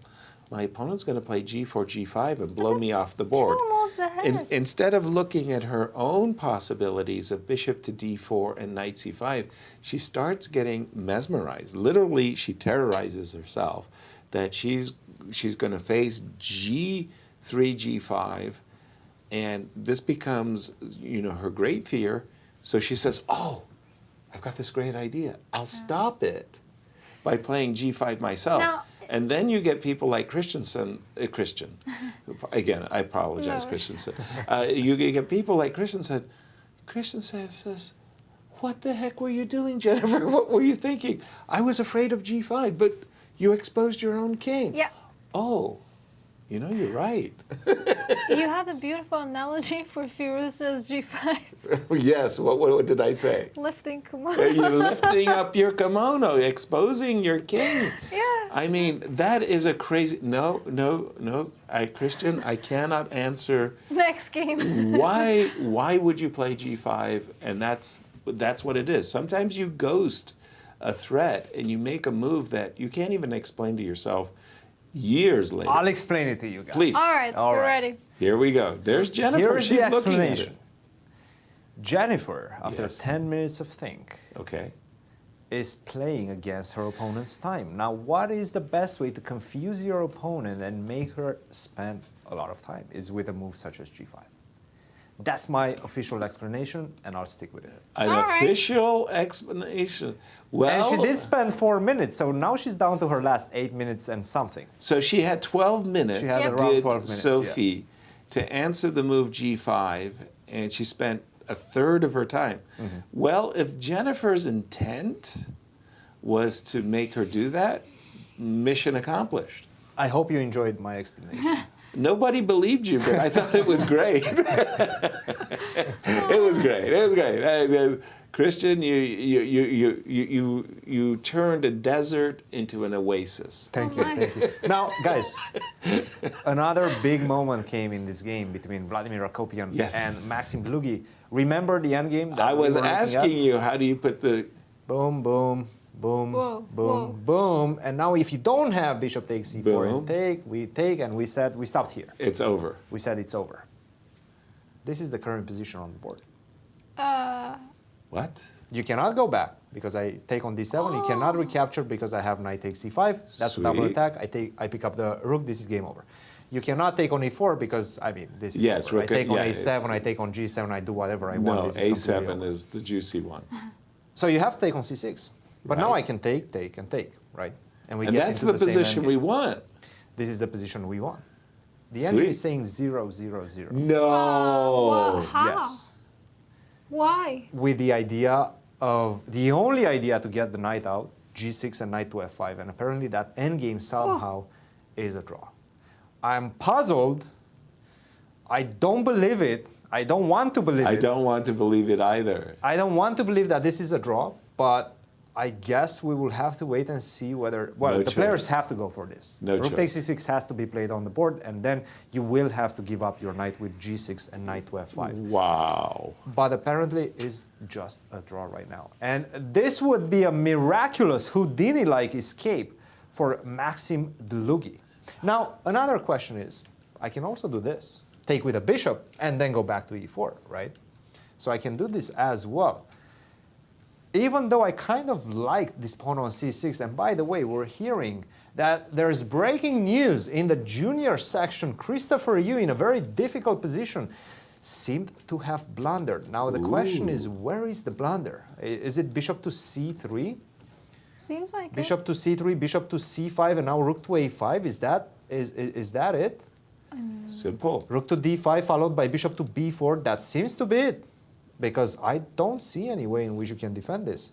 Right. And you have to defend the bishop somehow. There's no other squares. And if you go bishop b6, I take, and the rook is defended. Right. So that's a loss. Ooh. After bishop b4, well, bishop takes b4, that's a loss. And bishop to d6 is the only move. Maybe this is what he's looking at. Yes, this is what he's looking at. Okay, so we have to be a bit more careful. Okay, yeah, much simpler. Much How simpler. about attacking two pieces in one move? This is it. This is game over right now. Oh my goodness. After bishop to b4, bishop to c3 might just be resignation time for Christopher. And what would that mean for our tournament, guys? Well, he will lose. Now, we still have Abhimanyu. And who else is chasing him? Is Abhimanyu, and then there's... Well, let's get standings. Maybe we can get the standings. I'm trying to remember exactly who it was, but I think it was either Brandon Jacobson or Andrew Hung. Brandon, if it's Brandon, well, he's in trouble, right? It's Andrew Hung who is behind, and he's winning. That's going to put Andrew half a point behind Christopher Yu. Going into the last two rounds. So and Christopher came in today's round with a 1.5 lead. Yes. And over white pieces. And the white pieces against his nearest competitors. And we were all about to just present him the first place trophy and congratulations. But bishop to c3 and the tournament flares anew. I was just thinking, bishop to c3, when we talk about it, it seems like an easy move, but... It is an easy move. Is that the only move? No. But he played for this moment. Oh, okay, guys. Okay. So I understand what the idea is. Bishop to c3, the only thing that makes sense for white to try to continue the game is take on c3 and take on g7. Whoa. And David is not happy for whatever reason. I'm trying to understand why. Why is he not happy after bishop to c3? He looks so red.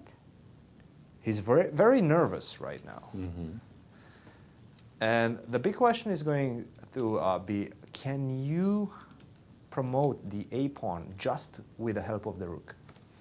Because the king will have to be tasked with stopping the white pawn on g6 from promoting. I'm really confused by David's approach, his technique in this game, because he played the move b5, b4. Mm-hmm. And one of the things that happens about pawn moves is you can always play them. You need to get your pieces in their correct positions to support the pawns. It's clear that black wants to go b5, a5, b4, a4, and promote the pawns. That's really clear. But you don't need your king. In fact, your king's in the way over here on the king side. Your bishop is doing a great job defending the pawn. So immediately, just getting your king and kicking the rook away would be very nice. So I'm thinking he did all of this purposefully to set up bishop c3. Because otherwise his previous play doesn't make sense. So I was just kind of being a Sherlock Holmes and saying, play the move bishop c3, because everything else doesn't make sense. But how easy is that endgame? I'm not convinced that... Bishop takes c3 played right away. Bishop takes G7. And I assume the king is going to keep the G pawn under observation. Yes, I have the table base actually. After Bishop G7, this is winning. Yes. Oh. This is winning, but it's not easy. It's definitely not trivial. Well, you put your rook on C2, and you put your king on E6. That keeps your king is close to the G pawn, right? So I go Bishop D4 right now. Let's take it one move. Actually, I think it's black to E6. move. So let's say I go rook C2. You don't want to go A5 first. I'm thinking that more or less I want to make sure I keep the white king away from the queen side. By the way, just breaking news, Ruiyang Yan has won her game. What was the table basis move? I'm sorry, Christian. I think A5 is good. Good enough? A5 is good enough in that position, yes. Okay. And I was thinking that you kind of just make sure your king keeps this pawn from promoting. Yeah. Put your rook on C2. In and fact, then you push almost your pawn. every move wins. Really? Okay, Yes. so it is. Not a good day for A5, tournament King players. E6, King E7, King D5, King D7, Rook C2, Rook A3. All of them are winning. Gotcha. According there- to the table base. Is there any trick up white slave? I mean, again, it all comes down to that endgame. So let's look at that endgame. What if I go A5, let's say Bishop to C3, right? Right. And by the way, we do have a result. Rochelle Wu is getting closer to Sophie Morris-Suzuki with a huge victory against Gracie. Bishop C3 runs into Rook A3, Christian. And by the way, congratulations to Rochelle, because I think that's back-to-back victories, Yes. including over Jennifer Yes, yes. Yu from yesterday's game. So Rochelle climbing back into the fight. Putting some for the pressure. podium. You can't play Bishop C3, walks into Rook A3. That's a pin, and I'll pick up the bishop. Oops. And once I take the bishop, Oh, yes. I can contain. So Bishop C3 is not the right move. No. Now let's say I go Bishop D4, right? Okay, that makes a lot more sense. So bishop to D4, right? Now And you- then I feel like I've got to keep the pawn under control. So King E7. You don't want to put the king on E6? Yeah, well, either square F8 or E6. I'm just going to leave the king. I'm going to give the king a task. All right, so Stop I'm going the to try pawn to from save my second G pawn by starting with the move G4. A Am I star. too late? A star move to be sure. So A4, King E3. Let's go A4, King E3, and let's move our rook out of the way. Let's throw G7 just to have it thrown on the board. Yep. King D3. My table base popped up as well. What did you say? King D3. King David 3. A3. What do you like those apples? So you want to put a pawn on A2, I would assume, right? Exactly. So King C3 right now. Okay, careful, because now I want to take your bishop. I'm running out of squares on Yes, the you diagonal. are. Yes, you are. This Bishop. might be the idea of this endgame. You're running out Exactly. of squares on the diagonal. Exactly. Something like this. So now you have to play, well, what do you have to do? Bishop to E3, let's say bishop somewhere, I don't know. Bishop F2 definitely not, because A2, King B2, Rook to D2, so that's a problem. Okay. Oh, then you go A2, Rook B1. This is a one-tempo endgame, guys. Sometimes that's what you tricky. need, Christian. Just Yep. a tempo. Your kingdom for a tempo. It's a Yes. one-tempo endgame. As Shakespeare said. I love it. My kingdom for a horse. What's happening in Shabalov's game? Yeah, I think he's kind of That's busted. crazy. Little too busted. A little too busted. Well, Yeah. let me bring it up on my board, and I'm still amazed what you One said about the One more. one more that max ending that should be drawn. That's like what? Where's Shabalov? The last one. Naturally. And we left it, this was this beautiful move, knight f5, completely turned the tables. Shabalov was really caught out after that one. Knight e3, knight c2. He won an exchange, but what is really worse is thanks to this open b file, the rook actually has a straight shot into white's camp. And would you please like a draw? No, says Igor. I'm an exchange up. Why would I want to draw? And this is a great move. King d7. Love this move. And black is just taking over every aspect of the board. The double rooks on the open files. White's king under pressure. This pawn is a nice pawn, but I think there should even be something more convincing.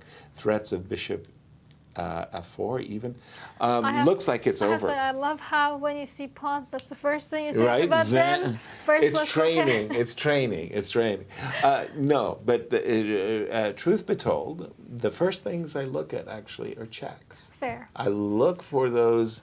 It's not that I'm looking for mate, but I'm looking for checks, because if a king is exposed, it doesn't matter if I'm a pawn or a rook up, right? Like we're seeing in the Andrew Hung game. It doesn't matter if he's a rook down. If he's making checkmate, it's over. But let's jump to Christian with a special guest. Christian. Ruiyang, welcome back to the show. Congratulations, a big victory for you with the black pieces. Take us through the game. Well, I think I had a good position throughout the game. I don't really think I messed up that much anywhere.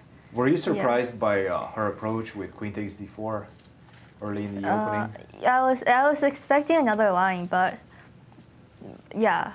You prepared this move knight to d7 against the Rossolimo with bishop b5? Let's keep going, yes. And yeah, after e5, I was originally gonna play e6 and stuff, but I didn't like white can have some e5 ideas, so yeah, it might be kind of drawish later on. And she was playing fast at this point. She was blitzing out her moves. Were you concerned by her pace at all? Kind of. She usually doesn't go this line, so she probably has prep or something.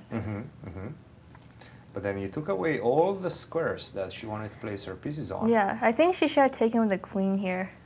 Yes. Yeah. Queen takes d5 and... Or probably castled, I guess. And bishop e6. And the game goes on. Yeah. It's a very complex middle game. After that, anything can happen. But she took with the pawn, and you seemed relieved about this situation, because now at least you can get your pawns going down the board. Yeah, it's kind of like a knight of structure, I guess. And white doesn't have any play at all on the queen side, or I mean she might, but it's very hard to create anything. And when were you, let's say, certain that you finally took over, taking advantage of knight takes d6 is not a possibility because of queen to c5? Yeah, around here, e4. You were feeling good, right? Yeah, after rook d4 was just, I think, bad. D4 but there was it was kind of hard to try to make decisions around here, because I have some e3 ideas, and e3 were yeah, basically. Yeah, and she played rook to d4, which allowed you to go queen to c5, set up this nice pin. Now you didn't even want to put the pawn on e3. Yeah. You wanted to keep the position open. And because I seen this tactic, and she couldn't go rook g1 because the rook on d4 is hanging. Very nice spot. Take, and then queen takes d4. Well, it all looks like a very dominant victory for you, I have to say, Ruiyang. And congratulations, an important victory for you. You're finishing up with who in the next two rounds? I think I have Thalia. Thalia, okay. So Thalia is very close to the leadership position. You might be trying to play spoilers in that regard. Good luck tomorrow, Ruiyang, and we'll see you tomorrow. Thank you. Congratulations. Our congratulations. And here are more results. Well, Awonder Liang did win his game, and what a game that was. And he is coming back with 3.5 out of 7. Unfortunately, a 50% score is not going to do it with 2 rounds left, and one guy is just running away. But that one guy may be losing today. And And the other result that we had in the girls section was Ruiyang Yan, who was just here for a quick interview. Exactly. Had a very nice victory as well. And finally, we do have Rochelle Wu winning against Gracie, and Rochelle is kind of keeping her eye on a potential No question about it. medal. She's saying, Jennifer, come on, you can win, you can win. Knock Sophia down. And we do expect this game to Oh, also... there we go. There we go. Nice. Our producers, magnificent Right, timing. right. And Thalia is also on 5 points, I believe. That's right. She's on 5 points, 1 point behind tied Sophie, for who's still second. playing. How painful is that loss that Thalia had against Alice Lee? Yesterday, yes. She wins today. She's got 5. Congratulations. She was winning against Alice Lee completely. She would be at 6 with Sophie maybe on the back foot. Oh boy. Things are getting very, very spicy in the girls' championship. I love how there's just no draws here. Uh-oh. Huh. Just an issue with the clocks. Potential accidental repetition? That's Shabalov's game. What's happening there, guys? Yeah, it's so rare to see these kinds of things because everybody here is an experienced tournament player. They know they know when the equipment is working, a battery or something like that. They feel it. We're going to give everybody an extra 2 hours, yeah, to finish the game. And that will work. Works for the commentators. we'll I go know how straight into thrilled we tomorrow's would be. commentary. I know how thrilled we would be by the extra 2 hours. I'm supposed to be teaching at 6:30, man. No way. You can dial it in, Dorsa. Dial it in, you know. Say, sorry, guys. But we do have a guest. We'll jump to Christian. Let's go. Rochelle, congratulations. 3 victories in a row. How does that feel? You're getting close to that coveted leadership position. Feels good. I mean, it could feel better. Like if sometimes I still think about like that game that I should have won but didn't. So I was like, during my game when I was winning, I was like, this could be 5 in a row, but it's not. Yeah. But it's not. Let's take a look at today's game because I have to say, out of the opening, it just felt like you were completely dominant. Is that how you felt as well? Yeah, she played a lot of moves that I didn't really expect because I felt like she was being a little bit passive. Like I was just developing my pieces and it felt more like she was going backwards than forwards. I mean, it was like... Did you have this prepared in your notes or? So I completely mixed up my lines.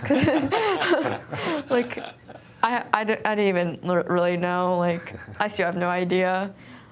I think you were doing just fine. I used to play this H3 G4 line. Yeah. Okay, let's keep going. Here I was critical of her decision to play Queen C7. It felt passive. I thought Rochelle, basically her best chance was to play A4 and Queen A5. Was that on your radar? Yeah, I thought she would do something like that too. Yeah, because after Queen C7, it looked like she never got back into the game. Everything went into your favor. I was really confused by Knight B6. I had no idea what the idea of it was.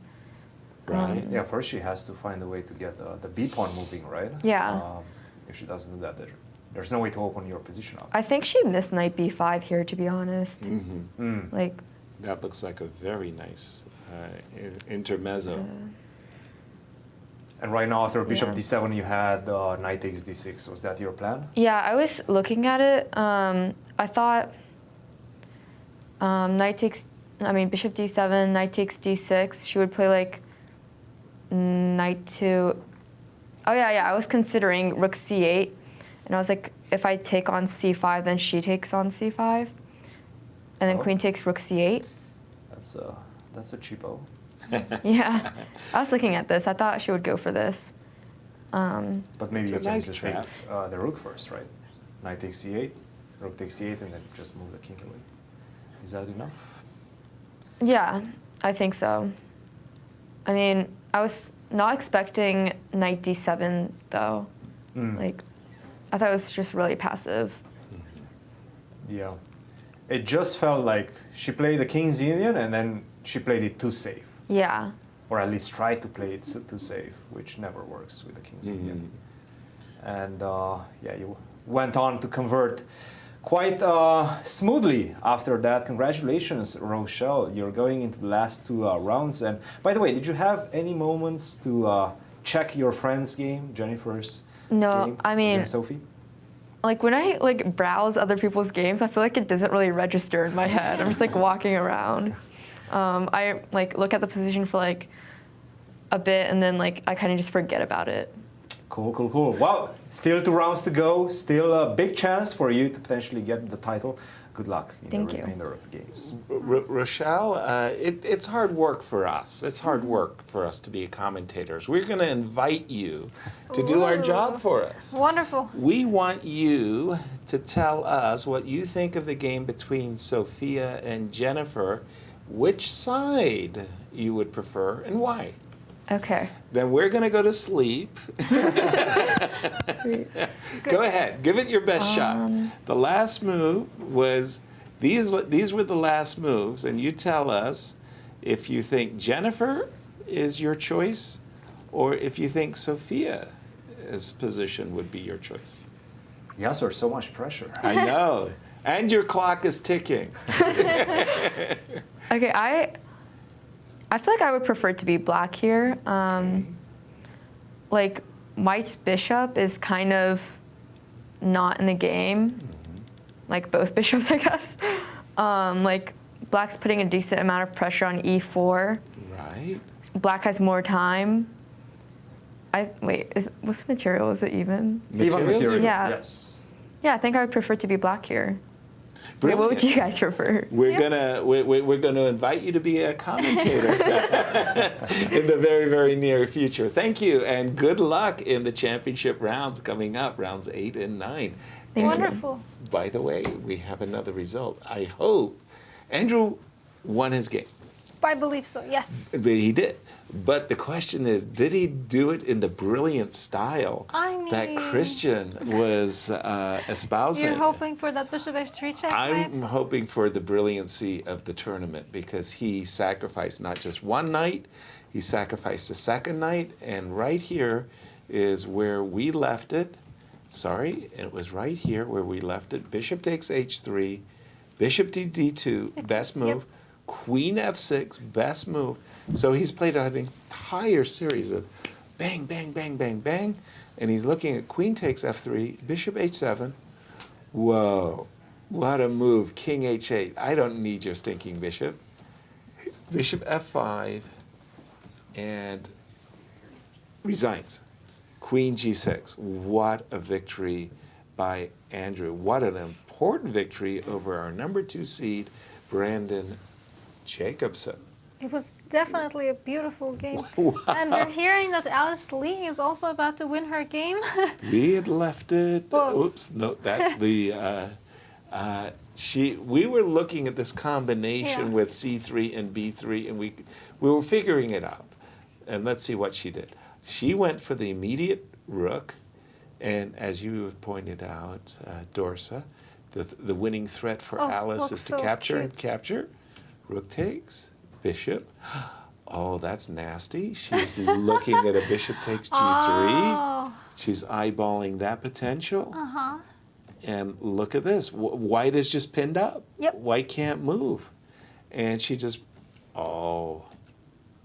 this is actually a very beautiful game by Alice. She's setting up now for and she did a royal that. fork. It's already on the board. Yeah. She did? Yes. Yep. King to h1, rook takes c1, and queen to d5, and that's resignation.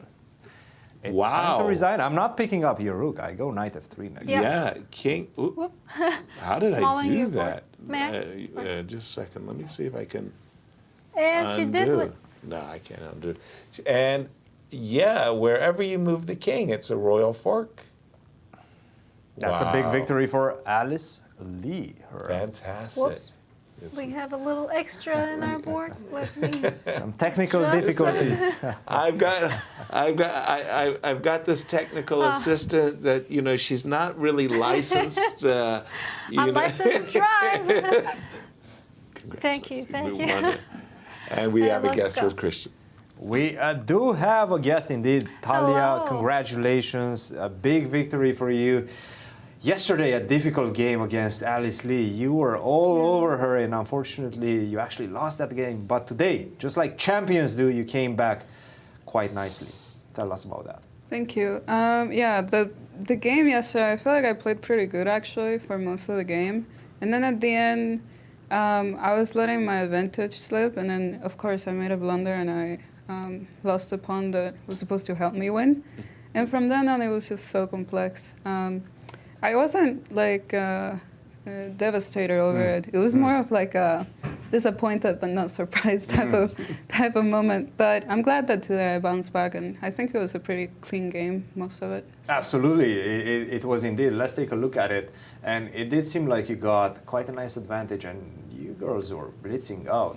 And she was blitzing out her moves as She was. well. I was thinking actually, because I wasn't exactly sure. I think I played this line or something very, very similar last year against Alice Lee actually. And my position was very comfortable, so I was trying to replicate that. Here I think I'm quite okay.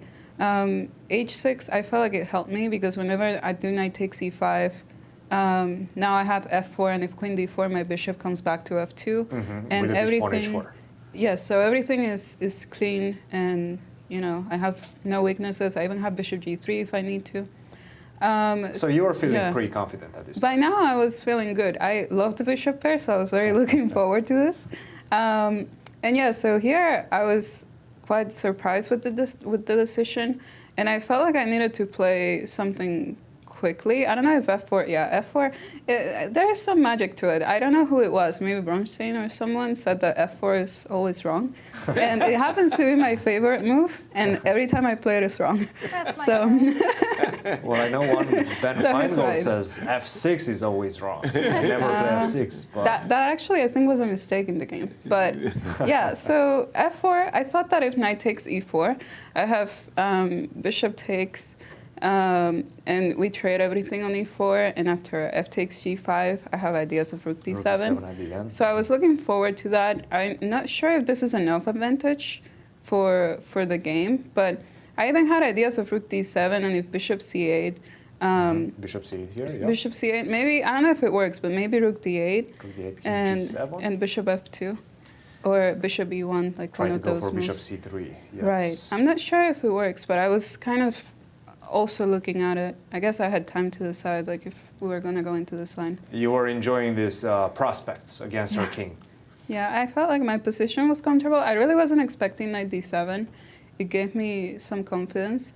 And here I feel like my position is very dominant. And after f6, e5, I opened up the two bishops, and I felt like it was very clear after that. Absolutely. You converted nicely. I really like this move, h4, just opening up absolutely every single line towards her king. The bishops are playing, or the rooks are involved into the game, the queen is coming. Very, very nice conversion by you, Thalia. Congratulations. In the last game, we know who you're playing in the last one. You're playing one Sophie Morris-Suzuki. But who are you playing tomorrow? Tomorrow I'm playing Ruiyang, actually.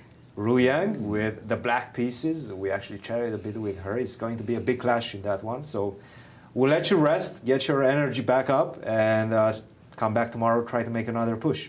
Thank you. Well done, Thalia. Our congratulations from our panel. As I agree, bouncing back after a painful loss, let's face it, losing a winning position is never fun. But bouncing back, yeah, that's a really, really good sign. Well done, Thalia, as she was a convincing winner. And again, I'm looking at these ladies, and it's sort of like, wow. They don't know what a draw is. 4 out of 4 in the ladies with one game to go, and let's just jump to that game because it's our very key game. Let's go for it. And time is a factor, isn't it, Dorsa? Jennifer seems to have a little below 10 minutes, and Sophie does have 3 minutes and 48 seconds. After wait, the- wait. Oops. I might be Nope, mistaken? nope. I'm right on the time. You're good? Yes. So Yes. after rook d4, Rochelle did not give us this specific variation. Shame on her. As all we asked was that she become the commentator for a mere 20 minutes while we took a nap. And things have blown up on this A game. little bit, yeah. What do we got? We still have material equality, but it feels like Jennifer, this bishop is really dominant. First of all, and it protects a key pawn. And the more I'm looking at it, she's taking over dark squares. It's like you've got this, pardon me, not you, but Sophie has this light squared bishop, which, well, it's nothing. It's an open diagonal, and moves like rook e8 and queen e5. It feels like Jennifer is sneaking into the position. Now, from White's point of view, wait a minute, you lifted the kimono, right? Shouldn't I be able to play queen d2 and checkmate? So who do you like, and what's going on? I'm not the biggest fan of those, that h4 bishop. It's just not really clicking with me. But it can, the thing is, it's the bishop's option to try to trade or not, right? Fair. That's fair. Right? So that makes me think, should we move that bishop, that knight away at some point? It's like something like a knight h7. Because, okay, let's say we go here. All right, just I for think that was argument. actually what was played. And then the queen That's actually- eyeballs the square. Yeah. Now, there's two things we can do to stop the queen. We can drop a rook in on e3, which I like a lot, right? So that just takes away this move. Or we can drop a bishop in on e3 also. Which was played in the game. Oh, okay, sorry. no, it's just fun. I'm for me. catching up with the players. Yeah. Sorry, I didn't realize that. What are the clock times again? I'm sorry. Jennifer, you 8 minutes and counting. Sophie, 3 minutes 54. 3 minutes. And they're both they're almost there. They just need 2-3 more moves. Okay. Shouldn't be terrible. So but time isn't that big a factor at this moment then. Another guest. Ready for it? I'm not sure I am, but let's let's go toss for it to Christian. Andrew, we're ready to give you the game of the tournament. How do you feel about such a game? I mean, when he played this rook fd1, it just looked totally wrong because he's moving a rook away from a kingside layer. It has very little to no defenders. So I thought, like, I didn't calculate everything all the way, obviously, but I assumed knight g4. I mean, something has to be working there for black. Did you check this line before the game, or did he surprise you with this, taking on d5 and queen c2, which is quite popular nowadays? Oh, he surprised me with this knight e2, bishop d2 idea. I wasn't exactly sure what to do, but I just tried to play natural, like knight d7, c5 looks pretty good for black. And what I got in the game was pretty comfortable because with the isolated pawn, the knight on e2 is totally misplaced, and he obviously has a lot of weaknesses around his king. The knight coming in g4 sometimes. Absolutely, and you played this move knight to g4, and now he played this move bishop to e1. You spent a lot of time at this point trying to make queen to h4 work. Did you see everything from afar? How did you come to the conclusion that you have to go for queen to h4? And did you see all the ramifications after that? Knight to f3, knight takes c3, and so on. Yeah, I mean, when I played knight g4, like I had already seen this queen h4, knight f3, knight e3 idea very quickly, but it's not so clear, which makes it very hard. And by the way, black has other options like knight h2, and or like after queen h4, h3, for instance, you can start from knight e3 and then knight f3. That was the moment that we thought that you might get a bit confused. Yeah, but which one to choose. yeah, we have to. Yeah, I tried to be very precise in my calculations, but I think knight f3, knight e3 is the best, and the others I didn't see anything clear. So here, gf3, knight e3, queen a4 check. I mean queen a4, queen g5 check, knight g3. Okay, it's very tempting to play bishop d7 here. It's a very forcing line. But it seems like white holds on. For instance, queen takes d7, knight takes d1, and there's this move king g2. I think this was his idea. And white is holding on. For instance, rook takes e1, rook d1, bishop f2, with idea queen e3, queen g1 mate, but there's queen g4 here, and that's a very nice looks like mate. white's just holding on. So I just assumed that bishop takes h3. Okay, first of all, I didn't see a clear defense for him, but like I thought like even if he had something here, I might have two pawns, and his king side cover has been completely blown open, so it must be good for black no matter what. Also might as well get another mechanism of queen f6, queen takes f3 around the king, checkmating mechanism. Yeah, this bishop d2 defense I saw, but queen f6 looked pretty good for black. So, And I think you were actually very, very precise with these last few moves. So was he after bishop to e1. He was making the best defensive moves, but you just kept on piling on the pressure, and it was just too late. After bishop e1, queen to h4 was just a crushing victory for you. Congratulations, Andrew. And right now, I'm sure you're keeping an eye on that game between Christopher Yu and David Brodsky. What do you think of the game? I actually haven't taken a look, so not too sure what's going on. But. Well, we're trying to get some new commentators here. So let's take a look at that. We're recruiting. Let's take a look at that game right now, and maybe you can give us your assessment. The one between Christopher Yu and David Brodsky. There it is. Ooh. Is he in time? Or is he not? I would say it's probably a draw, I think. Probably a draw. Interesting. Yeah, because usually with the side pawn, like the h pawn or a pawn, is winning. If you cut the king on the b file, but here you need you need the black king's help to force Zugzwang with the white bishop. But here the king's tied down. Can we force Zugzwang in any way? I'm not sure. It seems to me that it looks like a pretty simple draw for white. So actually, let's keep the rook on b8 or b7, and then maybe get the pawn to a4. So what do you play first? King c3, for example. Right? Rook to b7. Yeah, king c2. So you want to stay on c3 and c2. I just don't see what black is doing here. If you do go a4, yeah, king c3. King c3, and now after rook to b3, you go king to c2, not king to c4. Yeah. King to c2. And what if I go with a rook to g3?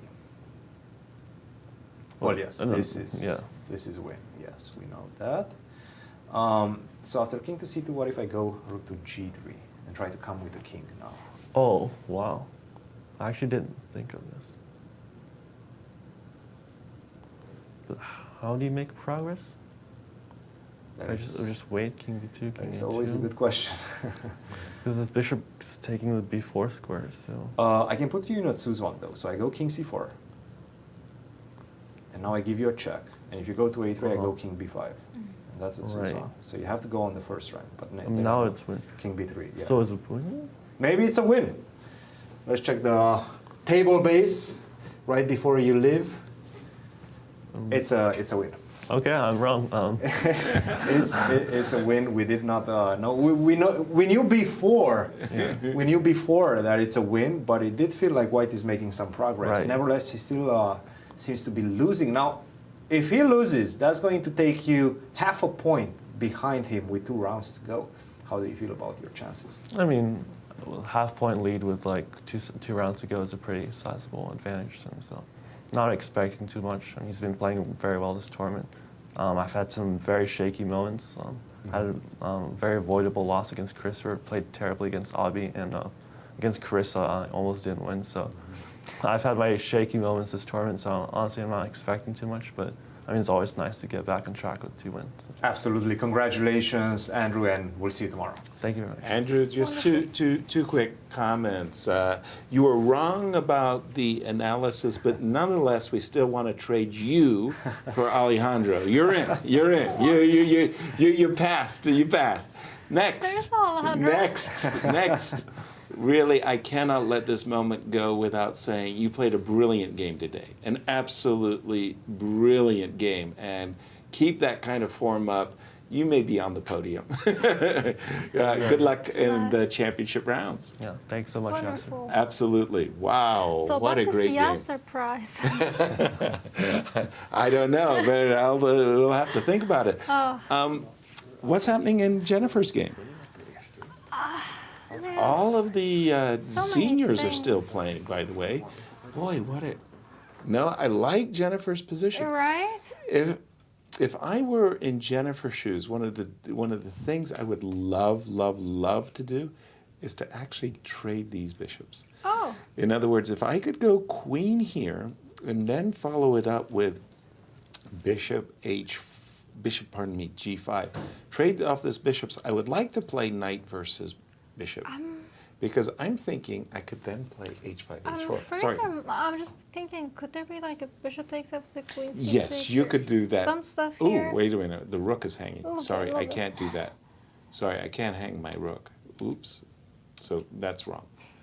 Then I can't. Oh, okay. No, king h6, bishop f6, and I'm still hanging the rook. Guys, yes. So I got some news and information, actually, about that game and that moment in Shabalov versus Khmelnitsky. Okay. Apparently, what happened was Igor, at this point, played the move queen from a6 to d8 and pressed the clock. When he meant to play queen c8. He wanted to play queen to c8, which he did in the game. But apparently he played the illegal move, queen from a6, teleported it to d8. Nice. And you know what happens? You your get opponent gets some extra time. Exactly. 2 extra minutes. But such an interesting occurrence in the seniors competition. Wow. Did you ever make an illegal move? Oh, yeah. Oh, yeah. Cool. How many times? I mean, not in the recent years, but I mean, I know I've done it. Okay. And I've had it done for me, and I'm like, ooh, that's time. More time for you. But and Christian, you've made illegal moves? No, I don't think I did. No. Never? Never? As a I don't kid? think, maybe when I was like very young. Very, very young, or maybe in some blitz competition that I cannot remember. But I don't think I've made any. I think the funniest for me was this was in Asian Youth Championship 2011, which was in Philippines for me. So I have the board and I'm prepared and I go and I'm ready to play. And we play a few moves and I'm like, wait a second, my king and queen Or wrongly placed. are wrong place. And both are kings, and I was like, wait, no, sorry, not mine, hers, her king, and I was like, okay, do I want to continue this? Or so we called up the arbiter, and it's like, okay, what do we do? Because this is not chess. Right. And he was like, start from the top, and I was like, no, this was my preparation. Right. And then she knew what I had prepared because I already played it out, and I was like, Oh, no. But And we have more more results results coming in this round 7. Dorsa, take it from the top. Who do you got? Thalia did win her game against Ellen Wang. That was a nice win. Moving her to 5 out of 7. Yes. And looking hungrily what's going on in Jennifer's game. And Andrew Hong also did win his game against Brandon Jacobson. Brilliancy of the tournament, if you ask me. The Yasser Prize. Yeah, the Yasser Prize. And Zoey, not unfortunately, wow, she's having a bad tournament. Yes, unfortunately, lost to Alice Lee, and Alice Lee is with us in the studio, so let's go and welcome her. Thank you, Dorsa. Alice, congratulations. You're starting to string some victories together. How do you feel about your last couple of games? Yeah, I mean, of course, the previous game, it was kind of unexpected that I was able to win.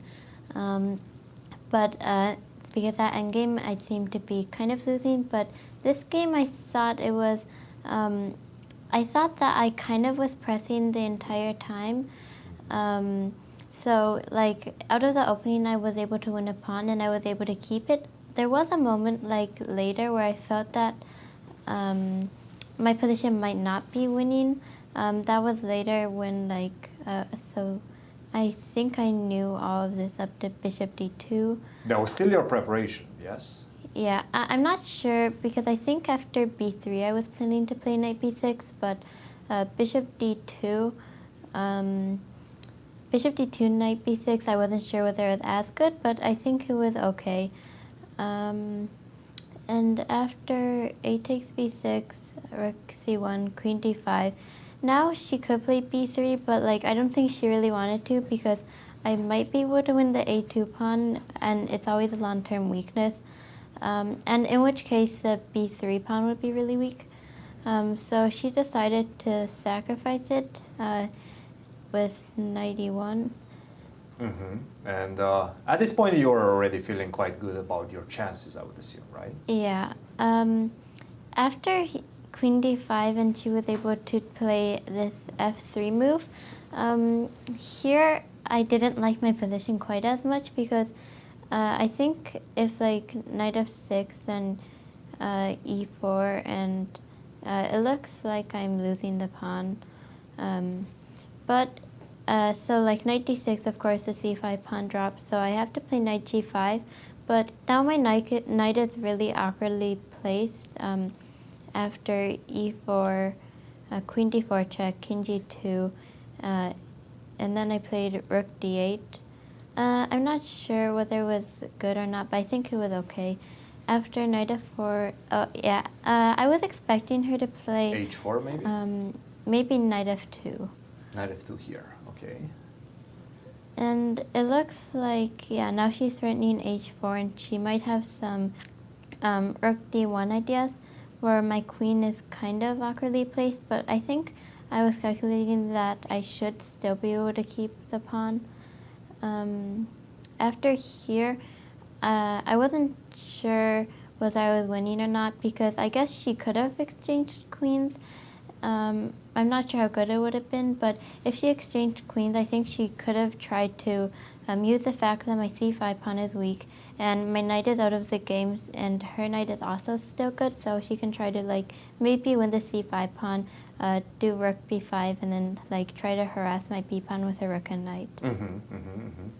And then you guys went into this variation, kept a lot of pieces on the board, but at the same time, a lot of things, unfortunately for her, for Zoey, they were going quite wrong. And she was up a pawn, but unfortunately all her pieces are in very, very bad shape right now. Now, you came up with this idea of rook to e1 and queen to d5, finished it off nicely. Congratulations, Alice. Now, tell us a little bit about your show. What's happening with Alice's Pawn Palace while you play these tournaments? Do you still do the show in between games? What's the status of that? Well, usually I do the show like once every few months. But I am mostly focusing on this tournament, so I'm not doing it during the game, but I'll probably do one hopefully soon after this tournament. Well, big congrats from us and all the panel. String those victories, and we'll see you in the championship rounds. Thank you. Well done, very well done. And I just wanted, I wanted to turn our attention to the Jennifer versus, Sophia's game versus Jennifer, because they were about to make time control, and I think they just did. And Queen, Bishop c5, h3. Wow, that is a very strange move for me. Opening up the king side takes, and we are up to date with the players. I'm not really loving this for white. Okay, but what if I'm gonna go for it, guys? What are you going for? Queen d2. All right, so first of D2. all, I don't think I can take the pawn, right? So queen d5, you likely have to go bishop to g2. I cannot take on f5. Fair. Is that correct? I'm worried about my rook on e8. That's one of the problems, yes. Rook to f1, I think, was another problem, but that's a bigger problem. Speaking of your rook on e8, instead of moving the queen, just bring the rook to e3, start poking g3, start poking c3. That makes a lot of sense. I love that move. That's Queen a very d5 nice move. check. There's a queen reason e5. I was Slew Girls Captain. Right? Yeah, go. Not go. anymore, Pawn eating Dorsa. Oh, Not that's fair. anymore. Yes. You're a Mizzou Tiger. Get it right. You know, I actually have a shirt. I might bring that to her. No more Billikens for you. Exactly. I do like tigers more, I have to. Right? It's just White such a nice- tigers. White tigers. They're the best. Yeah, rook this e3. Well, by the way, the more I'm looking at rook e3, the less and less I'm liking Sophia's position. Yep. I mean, you see a lot of dark squares that are being dominated by black's pieces. Again, I do think that queen d5 check, knight e4 starts to look very threatening. I'm liking this for Jennifer. How are the computers liking this? It's Christian? looking really good. This H3 was a big mistake. Was it a big mistake? H3 was indeed a big mistake, and it does seem like after this move that you proposed, Dorsa, rook to E3, very precise move, now putting a lot of pressure. Not only that, but also there's no more bishop takes F6 and queen takes E8. Right, you're this getting is looking out of good. the way. H3 was just a bad move. At the same time, the position is not easy. This position is not easy. You know which player stands better right now, and that is Jennifer Yu. You have so much control over the central files. You cannot contest those, the queen on D8 as well as the rook on E8 on the central files, and this gives black the advantage. Outside of that, I don't have that many weaknesses. Nevertheless, my control of the central files is quite important. H3 was just a mistake. The wrong side of the board that you're trying to play on, this actually weakens your king because it weakens the square G3 as well as the square G4. So imagine, once I get this rook to E3, the queen off this pin, and then a knight potentially coming to G4, circling around your king, well, you're in deep, deep danger. Right now, it's looking really good for Jennifer Yu, and what a result that would be and what that would mean for the tournament. Again, Sophie coming into today's round with a 2-point lead over the field. She's just rocking the ramparts on her way to the coronation, and then it's a hiccup. Leader. Right? It's not a good day to be a tournament leader. Exactly. Christopher Yu is still at the board, but we think it's a table-based win. So I also wanted to just mention that we do have finally results in the Legends section. Gurevich that would be did lose. Oh. So he also was a tournament leader, right? Yes, well, one of the three. Yes. And again, Dmitry coming in with the white pieces with 4, tied for first, loses to Gregory Kaidanov, who had 2.5. Gregory is certainly happy with his victory. Strangely enough, I thought that game was headed for a draw. And another result. Oh, another one. Justin. Yeah. Justin Wang did beats win Mishra. Mishra was tied for second, I believe. So now everything is changing. So hard to keep track. Wow. And we have Christian with a guest. Gregory, I expected to see you much earlier here in the studio. A difficult tournament for you, but you're finally back to 50%. How does that feel to win a game? I mean, it feels good to win the first game in the tournament, but obviously yesterday's game was very upsetting. I had a huge advantage against Alex Shabalov and just completely lost the thread of the game and lost the game. Was very upset. So it feels good to get back to winning ways. How did you come back psychologically from that? What did you do last night? Nothing special.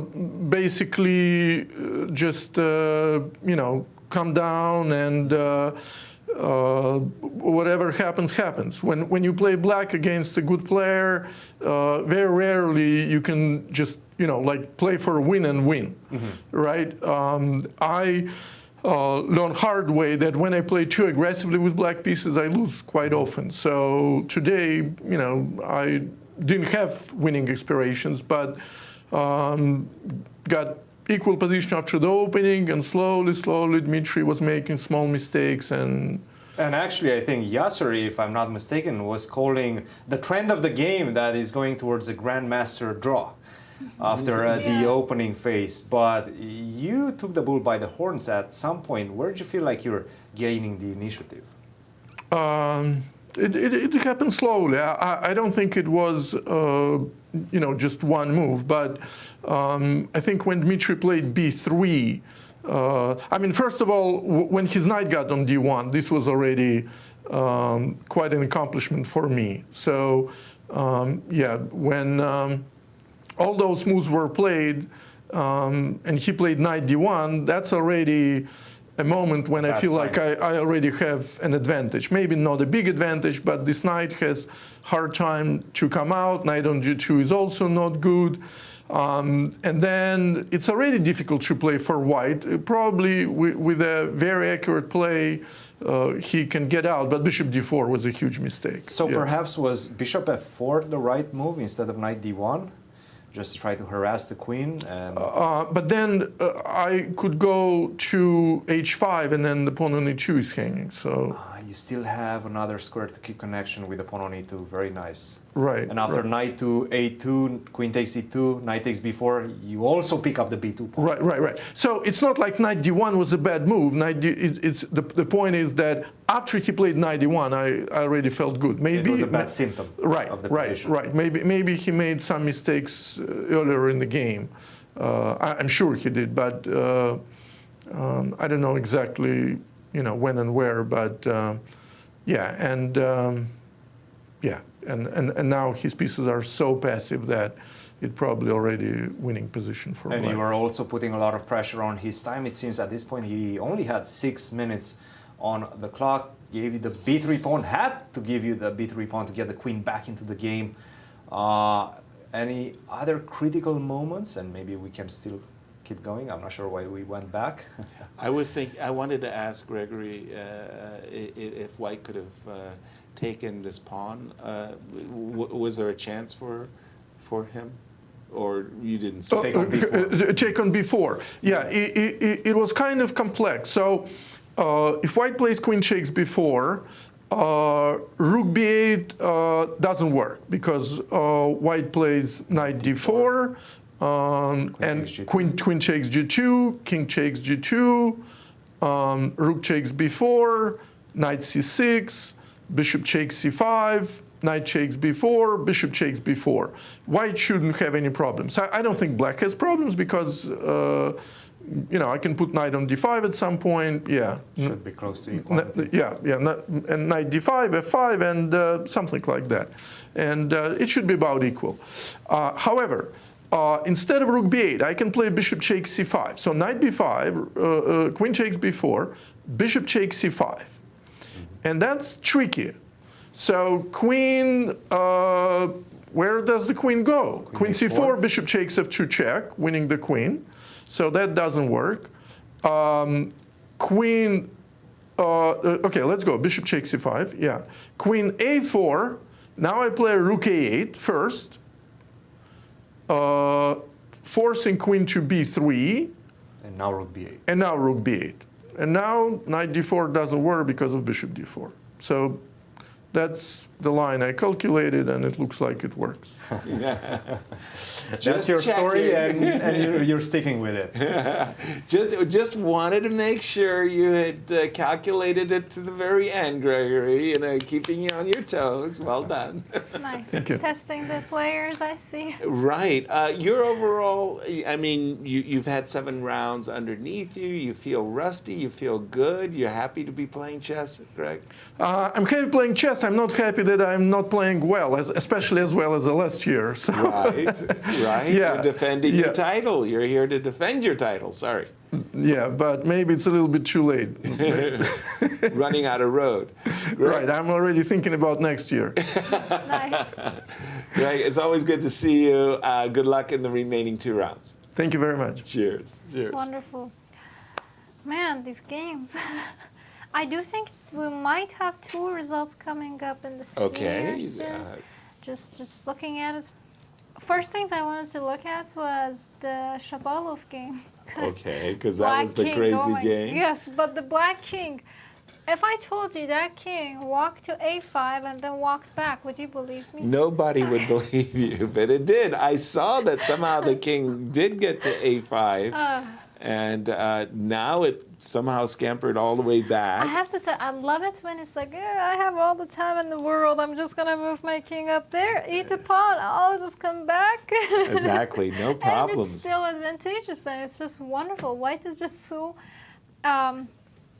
busted after that knight f5 move way back when, that it just doesn't really matter. But it goes to show that there's still work for Igor. I mean, he's certainly winning, but he was winning 10, 15 moves ago, but he still has got to reel the point home. Again, this was the game where Igor went queen on a6 to d8. I have to say, I was looking through the YouTube chats for a little bit, and somebody was mentioning something about how somebody else scored a GM norm by making an accidental illegal move moving rook and then castling, and nobody said anything. Opponent forgot, he forgot. He made a GM norm in that tournament. Very I have no nice. idea who it was. I was just skimming through the chat to see who said what. But And there is a social media, so if you want to Yes. reach out and ask anybody on our panel any questions, you can do that through the social media.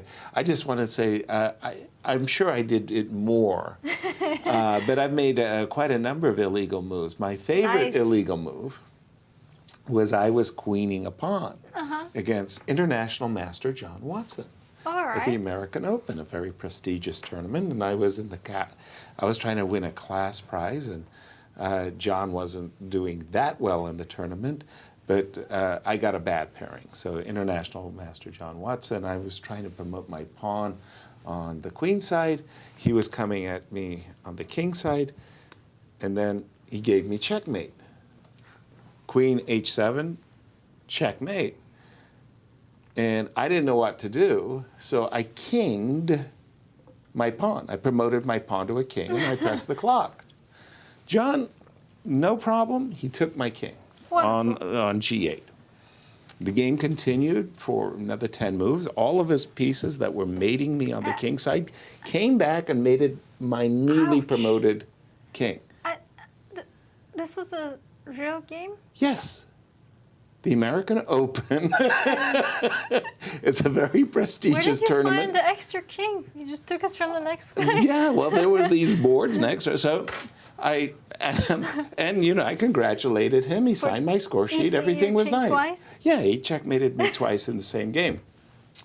And I took my score sheet home to Seattle, and I showed everybody the game and the fact that he had checkmated me, and then I promoted, and they all started laughing. I said, well, why are you laughing? He said, well, the game's over. He checkmated you. I said, no, we played another 15 moves. They said, yes, sir. Checkmate ends the game. I go, no, it didn't. Nice. And what happened in Christopher Yu? Christian did. Well, Brodsky won that one. It? Yes, of course he did. Look at that smile. Wow. Look at that smile. His engine started yesterday, huh?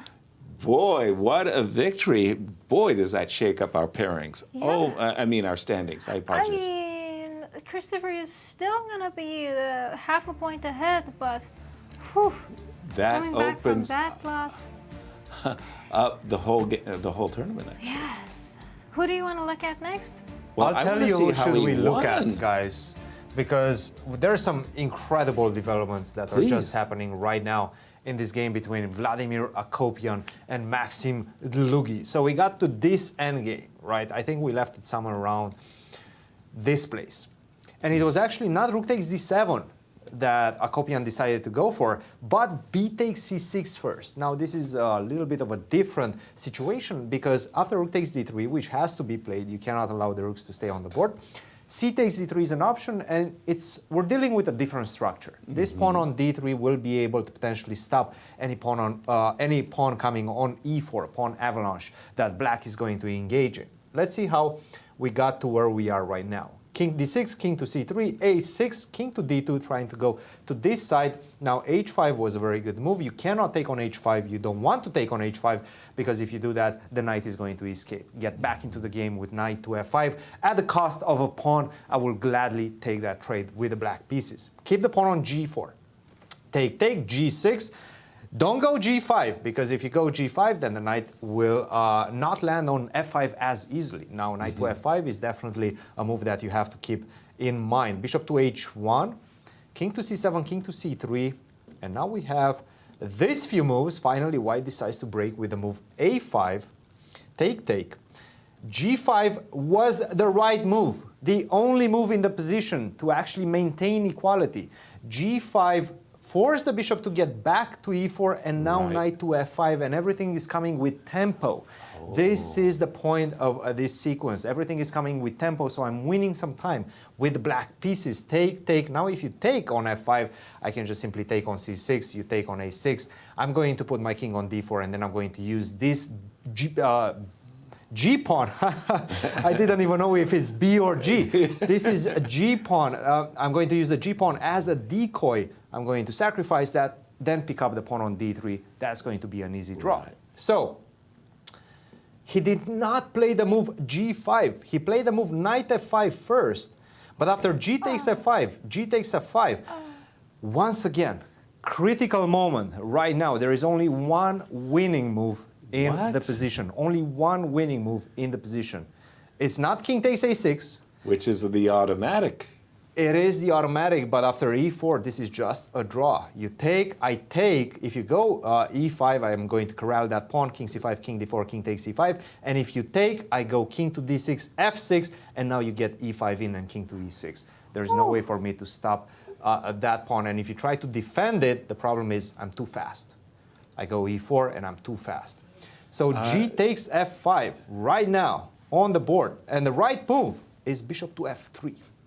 Now, what's the difference? e4, take, you take, I take, you go here. Right. Now I go f6, you go e5. And now you have a... Now I go f7, you go king e7. Now I go bishop d5. And my king is ready to capture this pawn, and this bishop will take care of the a6 pawn. And bishop f3 was just Bishop played. f3 was, oh my goodness, he found it. Bishop f3. There's a reason he they're found legends. it. Exactly. Very nicely done by Vladimir. And here we're expecting Vladimir to capture on f5 and follow it up with the f6 move. Yes. f6 and bishop d5. That's really beautiful. It's incredible. As it's the study-like. As the king is inside the box to Such capture. a beautiful, beautiful endgame. Going in my studies. Now, you might be wondering, why not the bishop on g2, right? Right. Because, I mean, why bishop f3 and not the bishop to g2? And let's take a look at this one. Take, take. Take on e4. Take on c6. And maybe we can do that on your board, guys. Yeah, I got it. Anybody's board? So you just, we need the analysis board just to show, yes, there it is. So Thank I you. put the bishop on g2, All not right. on f3. I did it just for you, Christian. Mm-hmm. And keep going with the bishop on g2. Let's You go take on for f5. it. Now I go king d7. King d7. Yes. Exactly. Oh, the bishop can't And get now, to h5. after f6, I go king to e8. With the bishop on f3, you can stop my king from approaching your pawn with bishop to h5. Right. And then you're going to pick up a6 and then catch the pawn with your king. With a bishop on g2, you cannot do that. So bishop Akopian f3. finds the right move and will take the full point in this one. There's no more complications left on the board. It's obvious right now. It's just simple mathematics. Beautiful. And Akopian has everything sorted out. And this is huge because once again, Akopian is defeating one of our tournament leaders coming into today's round.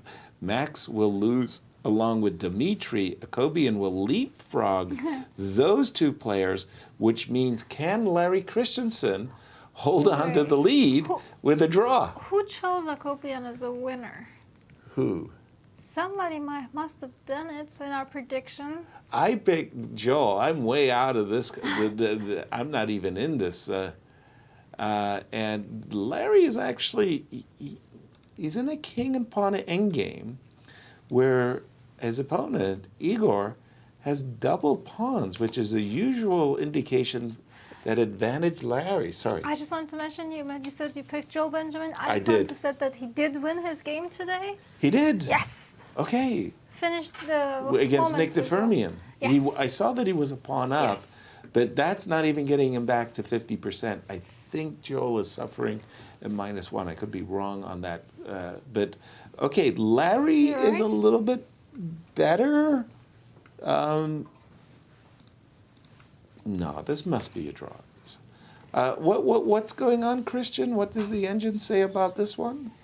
Well, let's take a look, guys. Yeah. Well, black is better, right? Yes. How much better is the question? That's the question, right. Can you find the breakthrough right now? Let's say bishop to c4, and where is the breakthrough? I wanted to ask, is the king and pawn endgame winning? Though? Which one? After knight takes b5. Right. Yes. This seems to be mathematically winning. Wow. So okay. it's a big moment, by the way, because you can easily get tempted to play this one. The problem is that once I establish the opposition with the move king to d5, it's going to be very difficult for you to maintain the position as it is. So for Gotcha. example, king to e3, I can start with the move f5, king to d3, and then f4. Once again, taking advantage of the fact that I have so much space on this side and a way to pretty much mess up your pawn structure on the king side. Gotcha. If you take, and the king invades to g3, that's a problem. And if you don't, then, I mean, you're just simply losing in this one. So knight takes b5, I have a feeling we're not going to see. And by the way, another important variation after knight takes b5 and f5, if you do try to close up things with the move f4, the problem is I have an extra bullet left, g6. Cool. And this wins the game, because Extra now you have to tempo. choose a side. If you go to c3, I go to e4. If you go to e3, I go to c4. So if And that's right just now it was black to move. If right now it was black to move, If it's black to move, then it's a draw. right? Yeah. Pawn end games are just so cool. It's you don't have any moves. You have to go back, and then I go back, and then whenever you go to d5, I'll meet you on d3. Yep. I'm going to establish. Whoever establishes the opposition at this point win. Well, white draws the game and black wins the game. Okay, so let's assume, therefore, that Igor has to play the move king e3. I thought Larry would play bishop to f1 and provoke the king back to g2, back to f2. Sorry, what am I saying? Right, you can go king to f2, which in fact would probably be a bad move, right? Yeah, and then I wanted to ask you, could you go That for is a winning the position. king and pawn? That in is a game? winning position, Okay. yes. So king to f2 is in fact a bad move. So after bishop f1, you don't play king f2? No. Okay. No. And now the question becomes, can you establish some sort of a fortress with the move f4? f4 check. I assume I have to move my king. I don't know. Let's say. And now king f2, right? To f5 and now king f2. Now I drop my bishop back. Let's say I go king f3. King f3. So, what do you think, Dorsa? Don't you kind of get the feeling that you're doing the magic and you're doing something good with Larry? But by the way, we do have a result. Akopian did win his game. It was a very nice win, I have to say. I thoroughly enjoyed that bishop f3. And it's just so wonderful to see. We're sitting here trying to understand why Engine is saying what it's saying, and these players play whoop, bishop f3, boom. Ready to go. Very beautifully done. That was study-like victory Right? for Akopian. Yes, Right? yes. I'm warming up to the position for Larry, and by the way, should Larry win, then he would take a clear half-point lead going into the penultimate round. But how realistic is that? How about the fortress that you were about to show us, Christian? Well, let's keep going with the move So f4, we're expecting king e3 by Igor. We understand that this is a losing king and pawn endgame. I want to play gift me the pawn. King f2 we think is losing because of king d4. So we have to first drive the king away with a check, and then drive the bishop away with, let's say, bishop back, king back to f2, and then the bishop comes back to this diagonal. Exactly. So let's go king to e3. King That's to fine. e3. You'll attack my pawn on g2 or g3. Okay. Stay there. Yeah. Either way, let's do it. Yeah. And you're going to stay here. King f3. So your knight is stuck. Your king is, well, kind of stuck. Can I break through? I don't know. Let's give it a look-see. I don't see it. Where do you stay with your king? Let's say king g1. Okay, and let's say I go here. That's okay. Let's exchange that. And let's say you come back with your king. And now can I go? Oh, you're definitely getting close. Closer. You're definitely getting close. You're One of smelling my pawns. Huh? yeah. One of my favorite scenes from movies. I'm a big movie fan. We talk about memory. I have a fantastic, really, it's crazy, movie recall. And one of my favorite scenes from Silence of the Lambs was Anthony Hopkins going, closer. She's got to So show scary. her ID. So the king is getting closer. Oy. King D4, King C4. We'll keep an eye on this one as Christian's with a special guest. Well, first of all, I'm going to have nightmares after hearing you saying closer, closer, Yasser. I don't want to see you tonight anywhere close to me. Close. But we do have David Brodsky. Back-to-back victories, David, against Awonder, the rating favorite, as well as Christopher Yu, the leader by far of the tournament. You just simply blew this tournament wide open. How does that feel? It feels great. Well, that's what Christopher did last year when he beat Hans in round 8. So yeah, now I'm here to spoil the tournament. With the black pieces, and you did. Now, tell us a bit about the preparation that went into this game, because you guys went into this very topical line, very main line of the Open, Ruy Lopez, and it felt like he surprised you. I was the one who was supposed to surprise him because I haven't played E5 in 3 years. So preparation was quite interesting because I spent a lot of time brushing up on stuff, and I wasn't even sure I'd play E4. So, and then I came to the board and realized I don't really remember anything here. I just know there was some Tabai game in this. And the engines say it's about equal. Exactly. It's kind of a novel approach by White to give up the exchange like this, but a very dangerous one. Now, knight to c4 seems to have been maybe even a novelty. Queen takes d1 was the move played previously. Queen takes d1, rook takes d1, knight c4, and then played just that endgame. How did you feel about this endgame, and why did you shy away from it? I wasn't sure. Okay, let's say bishop c1. Yes, and rook d8, and rook e1, and it remains a very complex endgame. Yeah. And White is looking quite well. Yeah, I don't like this. But okay, I remember in the Tabai game there was some weird repetition, but White declined and ended up losing. I'll need to look at that because I was just blanking here. And he chose to play this move, knight to c4, queen to e2 came. This seems to have been the first move that surprised Christopher. Queen d7. How did you come up with this concept of trying to get the queen centralized? Well, I mean, he wants to do something to my king side, and I also have to worry about the c4 knight because okay, if he plays something like bishop f4 and b3, then my knight's getting kicked out. I mean, I was originally thinking I'd take on e3, queen takes e3, queen d7, something like this.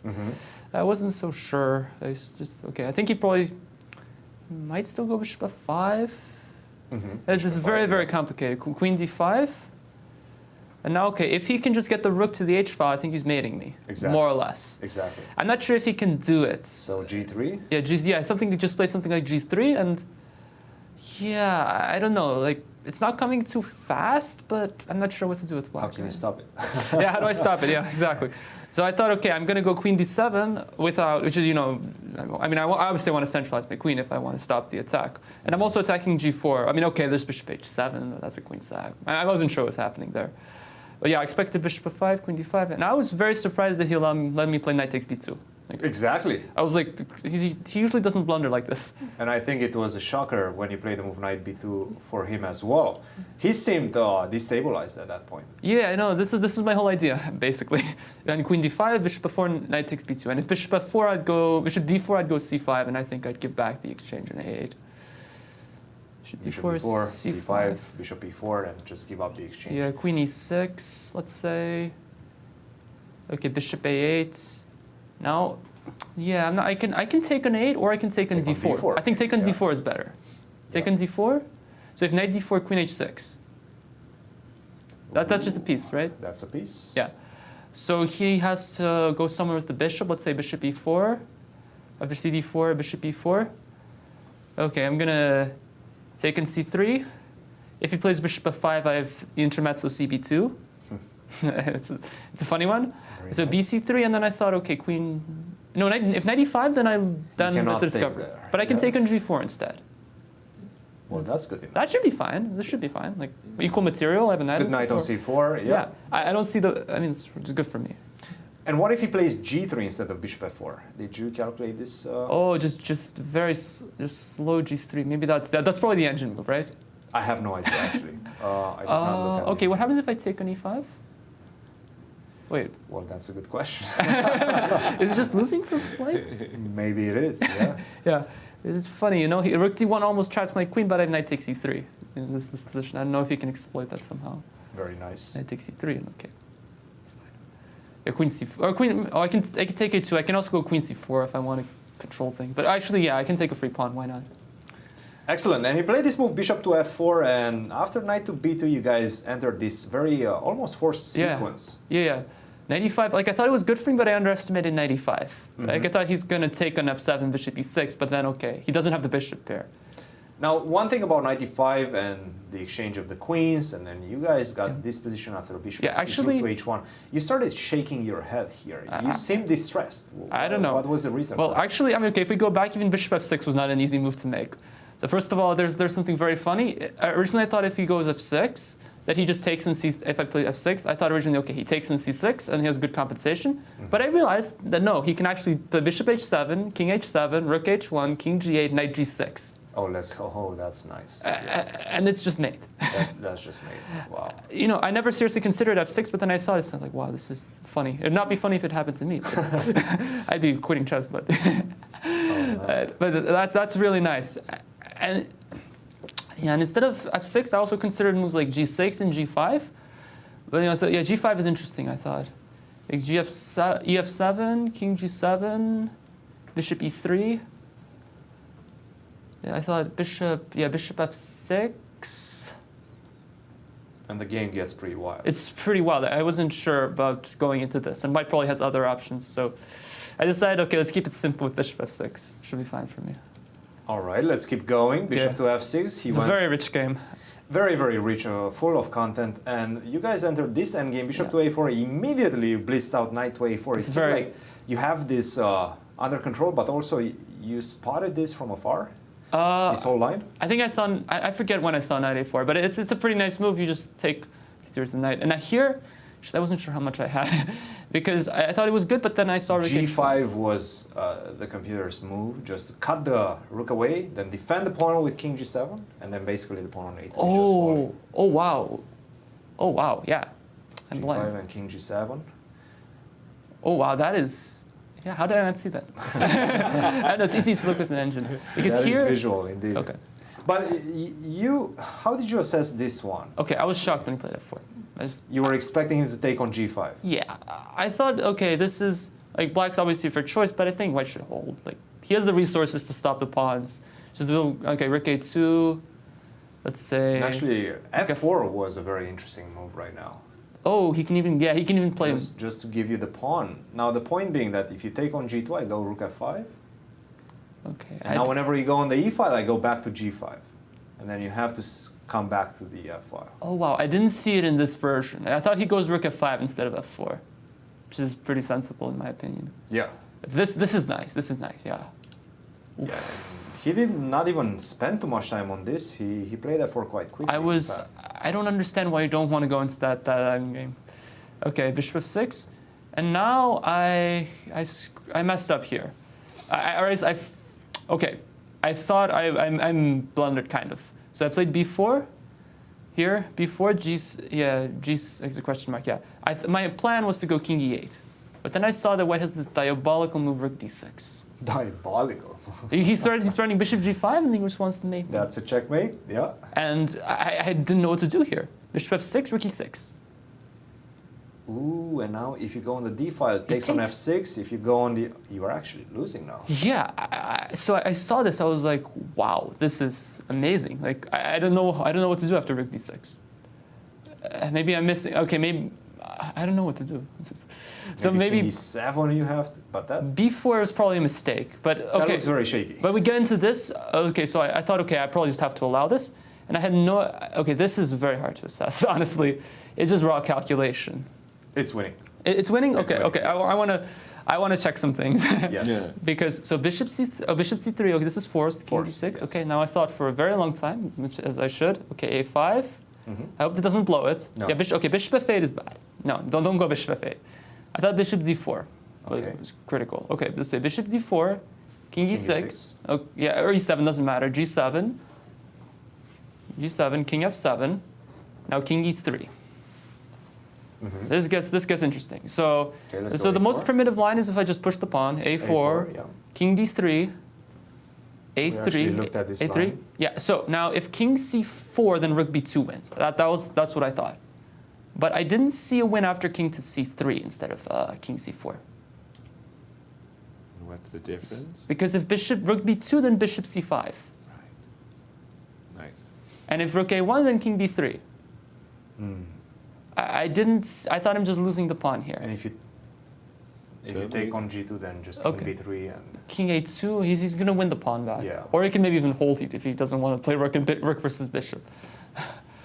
So this is this is crazy stuff. So instead, I decided that I'm going to play rook c2 instead of. Wait, actually, are you checking with table bases? Table base, yeah. We were looking at table base. Okay. Was this the position that? No, I wasn't. I didn't think I could afford to take on g2, but okay. You can. Oh, I can. Afford to take on. Yes. Okay. So a4. Let's I was take a look at this one. Yeah. a3. a3. But somehow in our analysis, this pawn was already gone, right? Yeah. King c3. King c3. This is already a draw. This is a draw. Yes. So you actually started with rook takes g2. Okay. No, I didn't say rook g2. I thought I'm gonna play rook c2 instead of a4. I want to check rook c2 here.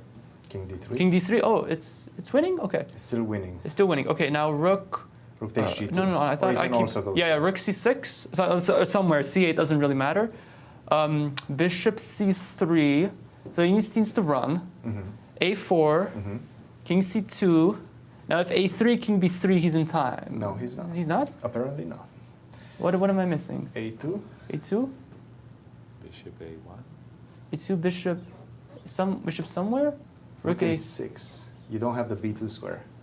So you're just gonna run out of moves. So I could have. So yeah, this is probably what happens when you calculate so deeply. I'm gonna accidentally find a win somewhere. Okay. And is a3 the only winning move? Because I was wondering, this is somewhat similar to the game, if I can play rook b6 here. Got the king rook and to b6 is a draw. Okay, it's a draw. So I probably would have. Okay, by here I probably would have found this idea that a3 actually wins. David, congratulations, back-to-back victories against terrific competitions. Congratulations, you're definitely playing the spoilers role in this one. We'll see you tomorrow. Yeah, thank you. Well done indeed, bravo. Beating the tournament leader who had scored 6.5, pardon me, 5.5 out of 6. He could have had 6.5 if he won, but... Very, very impressive. The game that still is flaring. It's a crazy position. The king moved again. Igor's game with Alexander Shabalov, I mean, he has to be winning, but somehow he still hasn't clinched it yet. That's definitely a game to keep an eye on. But again, I want to bring up the game of Igor and Larry, because Novikov, should Larry win this game, then he will be our clear tournament leader. And this is where I was thinking that, Igor went for the fortress that you were suggesting, Christian, but I do see bishop c6, f6, and g5 on Black's agenda, and maybe he can break the fortress. What does the engine reckon about this position? Yeah, this position actually, it seems like it's getting closer and closer to an objectively winning position for Black. Right. Yes. Another winning position indeed. for Black seems to be Jennifer Yu's game. Wow, let's jump to that one, because that's the big all one. important. Oh, yes. By the way, we just saw the move bishop. It was rook e3. I was wondering, and the rook did capture this pawn on c3. Oh, yes. Jennifer said, I'll take that. And bishop to d4, we've caught up with the players now. When we left it, I think we just really left it after h3 and rook e3. So not too many moves have been played here, Dorsa, and the players are getting close to time trouble. This was it. No more time control for the players. True. But I mean, Black, I don't know if time is going to be that huge of a factor in this game. Black is just attacking and eating pawns and doing everything that's what make you happy. Yeah, exactly. Also, by the way, centralized. Oh my God, that bishop is monster. Yes. Yeah. No, it's okay. Also, bishop d4 does set up a kind of a discovered Yes. I wasn't going to say smothered. Smothered? A discovered Nice. attack against the rook on A1. Things definitely going Jennifer's way here, Christian, but how big an advantage does she have? Winning advantage, guys. Winning advantage right now. Now, the question is, can you take on f6 and go into this endgame? Probably not. This is looking like a very sad endgame. You have one weakness, two weaknesses on f5. Your pieces are not very active, not playing an active role right now. It's not looking good. And if you try to defend the pawn on g3 with your rook, the pawn on a4 is going to be falling. The bishop is not ready to get back to the defense of that pawn. You're in trouble right now. So you cannot go into that endgame. That's the decision that she's trying to make right now. So Will she go for that? Queen f4? Or back? queen to f4. But now I can just simply go rook to c2. Oish, that does hurt. How do we continue right now? Because Queen queen to d5 is a check. big threat. For example, if you go rook to d1, try to set up this pin, queen to d5, or queen to a8, and the game is over. Nice. So you cannot do that. That's a big problem. You have to stay on. You have to stay close to this But where do you diagonal, go? right? And also have this bishop g2 come at Maybe any bishop point. f6 check? Sorry, bishop takes knight, queen takes Right, this maybe is- something. This, but was. I don't think you can keep the queens on the board Yeah. with queen to f4. Now I actually go bishop It's e5, just and so it's even dangerous. worse. It's worse. Yes. Right? Your bishop is not doing anything. You're actually getting checkmated on this side. It's not looking good, guys, for our tournament leader, Sophie Maybe Morris-Suzuki. no Fabiano. Might not be able to pull a Fabiano. guys. It's very rare. Yeah. It's very rare to Now pull a on Fabiano. the other section, I was going to go to the Carissa Yes, Yip in game for our just a moment. And male juniors, well, in our open juniors, section. yes. Carissa's up a piece, but I think it's going to headed be for a perpetual. Yep. Well, And they're going fast, back and forth, back and forth. yes, but queen h6, right? Queen takes h5, queen h6. Can So I she's still just go? she's a pawn down. Yeah, but the first thing I want to think about is just, can I eat that c7? I mean, can I set up camp for that pawn? Exactly. Go after some move like queen e5 Or and c5, or or- c5. Yeah. Makes sense. So to queen me. to c5. Go after these guys. If she wins the c-pawn, I have no doubts that this game will be headed towards a draw. And she's reaching for a queen. I mean, she's not going to trade I the think queen queens off. c5 just wins the pawn Where do they immediately, get right? these bad habits? Don't do that. No, seriously, it's really bad. Another very, very, very bad habit. It's not allowed. I think it should just be in the rules as illegal. You cannot come behind me That has and bothered stand me too. I behind agree, me. yeah. You are welcome on your side of the table. That's it. I don't like you eating, but if you're going to eat, you're going to have a coffee, you do it on your side of the table. But when they come and stand behind you, that's distracting. I have to say, if it's not in my visual feed, it doesn't bother me as much as if instead of sitting, they're standing and they like shake their legs and just like. Bobby Fischer shook his legs. Yeah. Bad form by Bobby. What bugs you, Christian, when your opponents do something that you just say, you know, I think eating is a stop. big one. Eating at the board? Well, not eating snacks, but I've seen players that just bring their whole meal to the board. And then they start eating something that's very smelly. And I really don't like that. No. Loud chewers or gum. Those are also. Yeah, those are terrible. Sammy Reshevsky did that purposefully. And again, don't hover with that and don't hold the pieces. Make your move. Be sure. Just before you put your hand. And actually, a teacher of mine, Jeffrey Parsons, he was an A player, but he loved endgame studies. He said, "Yasser, you're doing it all wrong. I want you to sit on your hands from now on. Until you're ready to play, you've got to sit on your hands." And it's very uncomfortable sitting on your hands. So I learned not to do that, you know, not to.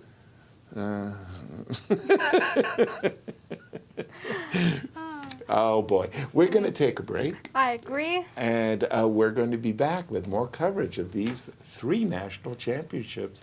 See you on the other side. And you're back.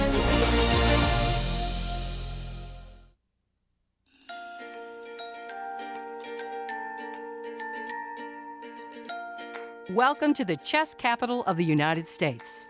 The St. Louis Chess Campus, in the heart of the vibrant Central West End, has established itself as a premier global destination for chess and is comprised of 2 unique nonprofit institutions. The Chess Club and Scholastic Center of St. Louis is recognized as the top chess facility in the world and plays host to all major tournaments, including the U.S. Chess Championships and the Sinkfield Cup, one of the strongest chess tournaments globally. Tournaments are broadcast online to more than 150 countries, led by an expert commentary team of grandmasters. The Chess Club is an educational organization committed to promoting the game of chess, with a specific focus on bringing the benefits of chess to children throughout the St. Louis area. Research shows children who play chess exhibit improved analytical skills and increased confidence. The Chess Club is highly engaged with the local community, bringing scholastic chess programs to more than 100 schools, providing hundreds of classes each week. Directly across the street from the Chess Club is the World Chess Hall of Fame. This one-of-a-kind cultural institution invites visitors to experience chess in imaginative ways and is home to the U.S. and World Chess Halls of Fame. Cutting-edge exhibitions feature rare, historic chess artifacts paired with world-class art. Innovative programming explores the intersection of chess, art, and culture. Visitors can enjoy interactive programs designed around the exhibitions and monthly music in the galleries. The World Chess Hall of Fame is nothing you expect and everything you love. 3 different galleries and a premier gift shop highlight the culture, history, and creativity behind the game. Come visit, play chess, leave enriched. To learn more about the St. Louis Chess Campus, visit stlchesscampus.org.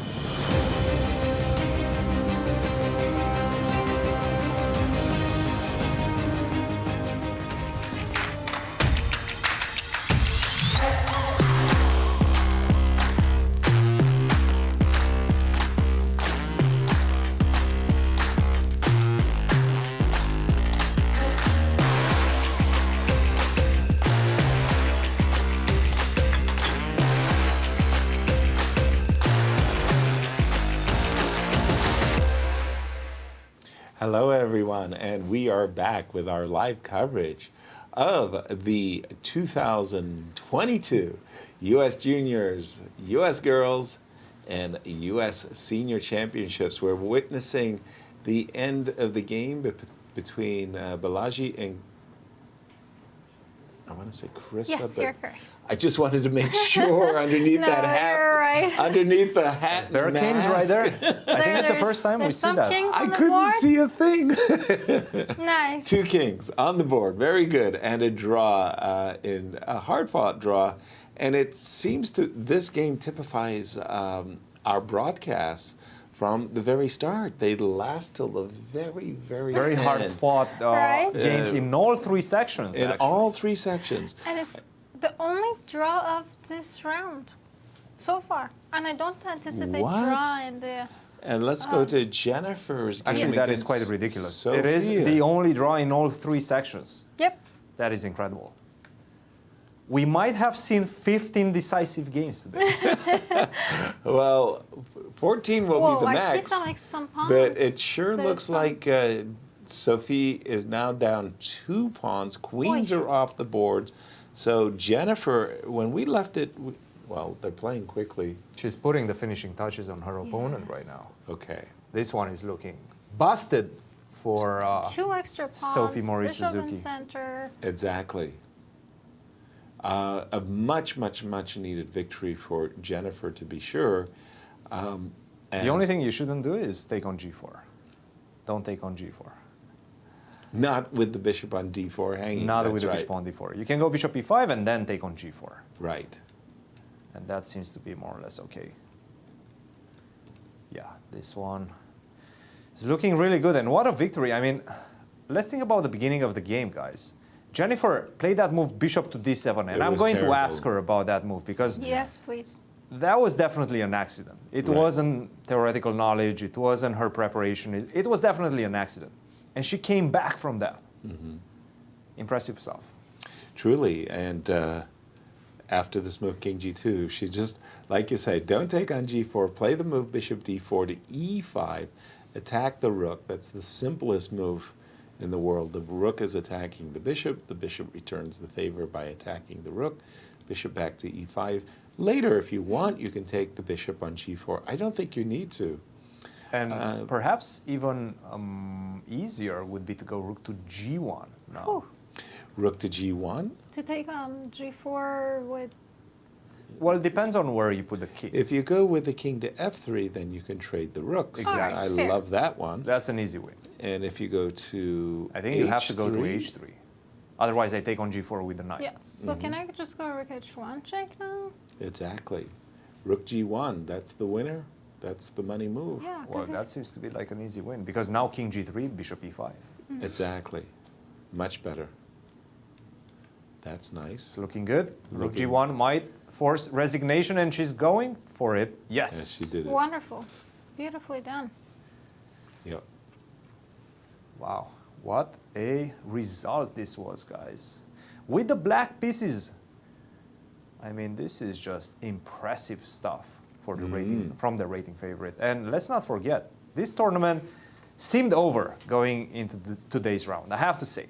Right? Morris-Suzuki, 2 points 2 points ahead of her nearest competitors with only 3 rounds to go.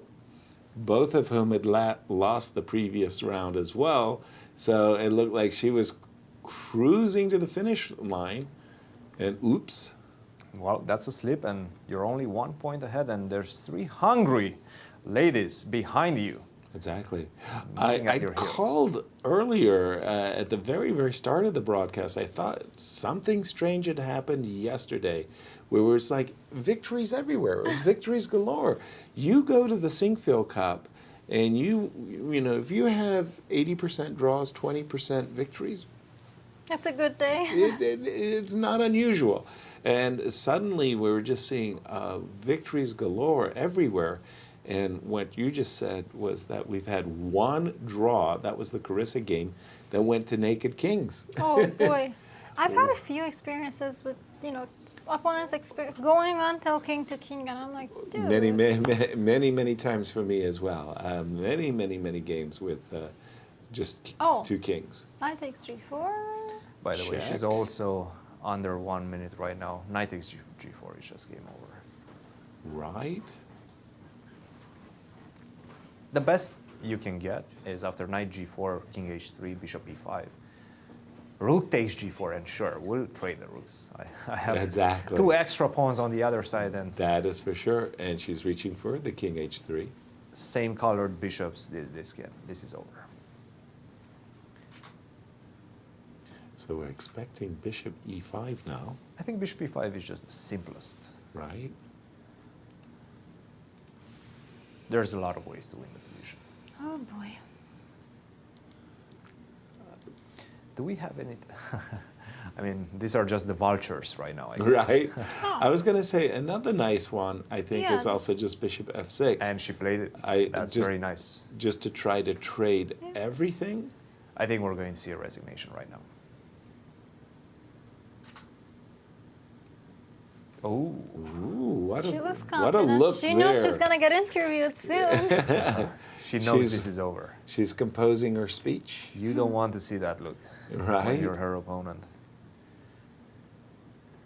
And this is what Nigel Short actually does. Whenever the game is close to being done, he gets his bottle of water, takes a sip, and just pretty much signals to the opponent that this is over. This is done. And Gary, tell us His a bit watch. of those stories. Yeah, Yasser. no, Gary had a habit.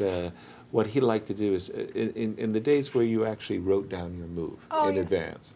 Today, you can't write down your next move, which I always thought was kind of surprising. And there is the handshake. He would take off his watch to start the game, and he put his watch over his score sheet as he wrote down his move. He put his watch over it. And then when he thought the game was over, he put his watch on and was like, okay, let's go. It's all done. And after the move bishop f6, we just saw the handshake. And that opens up a lot of possibilities. Sophie Dorsa? is still 1 point Absolutely, ahead, but no there are question. 3 people with 5 points chasing after her. Wow. 3 So- people with 5? Yeah, Wow. Jennifer, Thalia, and Rochelle. Exactly. Rochelle, Whew. thanks to her King's Things Indian are win. getting heated. Right. Okay, so... We're off with the legends. And not only in that section, guys, but I was also a- in the legends section. Exactly, Dorsa. Very nicely pointed out. And let's take a look at what Larry's doing. Maybe you guys Larry can- picked up the pawn on g2. That's a for big him. success. And he did play exactly that whole sequence with bishop c6, f6, and Igor saying, I can't hold, I can't just sit here and wait with my king, because this king is going to walk its way over to the b pawn closer. And so he jettisoned Yasser, no. he jettisoned the g2 pawn, and we have this position, and it looks like another one of those where the knight was sitting on c3 a moment ago, holding out the Flip them king away. from a d5. I wanted to say, yeah, but now the knight's on f2, but this is it. This is the wrong color. So you can't just play h4 and h3 and win the knight because you've got the wrong color bishop. But king to e5 just put white in Suzwan. King to d2, king to d4. Yep. And I'm making progress. I'm getting to the b4 pawn. Ooh. That game is will my be over target. soon as No well. question. If you can play king d4, king takes b4, you wrap up the game, no problem. He's And done it. He's going for it, guys. What a victory this would be for Larry. Yeah, that would give him clear first by half a point. Yes. King e1 on the board. Half a point compared to Akopian. As well as? I don't think there's any as wells because there's no as well. Because Gurevich Dlugy lost. and Gurevich both lost. Right. So, and Shabalov, who was half a point behind them, is not winning. What? Shabalov was half a point behind them, but he's not winning. He's not winning. He's losing. I Shabalov is heard losing now also. winning, and I was like, what? Now, how did Shabalov turn that around? No. Okay, Shabalov is king still losing. d2. Don't we just trundle over towards the B pawn now. King At some point, C4? you will have to go H4, right? Well, why? Why not? Because H4, take on B4, and then just go for the knight. Leave the king to attend the pawn, the A pawn, and just go for the knight. Yeah. Don't play H3 and allow the knight to get sacrificed. Right. But just keep the pawn on H4. The bishop is nicely placed on G2. I mean, this is just seems like it's a very technical, easily technical win. Exactly. And again, as you were saying, would be huge for Larry, as he would take a half a point lead, and clear second would be Vladimir Akopian. A lot of developments. Would you like to take a look at Shabalov's game, or you want to stay on Sure, this one? not at all. I think that game's actually pretty Whoa. done. And whoa, we got a visual in the game between Shabalov and Igor. After the move, rook takes f2, bishop takes f2. This pawn on e5, this pawn on f6, I want to say, looks like it's invulnerable. I mean, it's defended by the knight on g4. It's defended by the pawn on e5. And Igor said, wait a minute, I can take that. And he did. And it was like, what? How did he lose the pawn? Queen takes f6. Obviously, the pawn is pinned. True. As well as the knight. All right. So was Queen he the takes other A. pawn? Deal? So they traded pawns. But why? And Christian has Jennifer with him. Let's go for it. Thank you, guys. We are indeed with the lady of the hour, Jennifer. Congratulations. Yesterday, a difficult loss, but this is what champions do. They bounce back even stronger. How does that feel? I mean, I guess it feels good, but I don't know. I don't think I played that great today, to be honest. And yesterday was just so bad, so I'm just, my results here, I don't think are that great, but yeah. How did you try psychologically to get back in the competition after yesterday's loss? Because that must have felt like a dagger. I always get over losses pretty quickly, because, I mean, I feel like there's no use in just kind of thinking, oh, what if I did this, what if I did this, because you can't change anymore. So, like going into this game, I honestly didn't really think about it that much. I just kind of played it like normal. Especially since I mean, I'm like, yeah, I felt like my chances were pretty bad after yesterday, so I was just like, I'll just take this normally. So let's talk about this game, because you played this move bishop to d7. Was that your preparation? You played it super quick. Yeah, well, I'm pretty sure this is what I'm supposed to do. So I had no idea really what she was going to play. Oh, it was knight d7, then bishop d7. Yeah, that's right. That is definitely right. I did something, I was like, this is not right at all. But I haven't looked at this in a long time. I usually don't play this. This is just something I prepared like once, like for a year ago, that never actually happened. And I like looked at it before, but yeah, I wasn't sure what she was going to do in the opening. So I honestly didn't really prepare too much, because I mean, she like plays everything, and she's been doing pretty well in the opening, so I was just going to play something normal, except for this one. I just wanted to change it up a little, but yeah, bishop d7.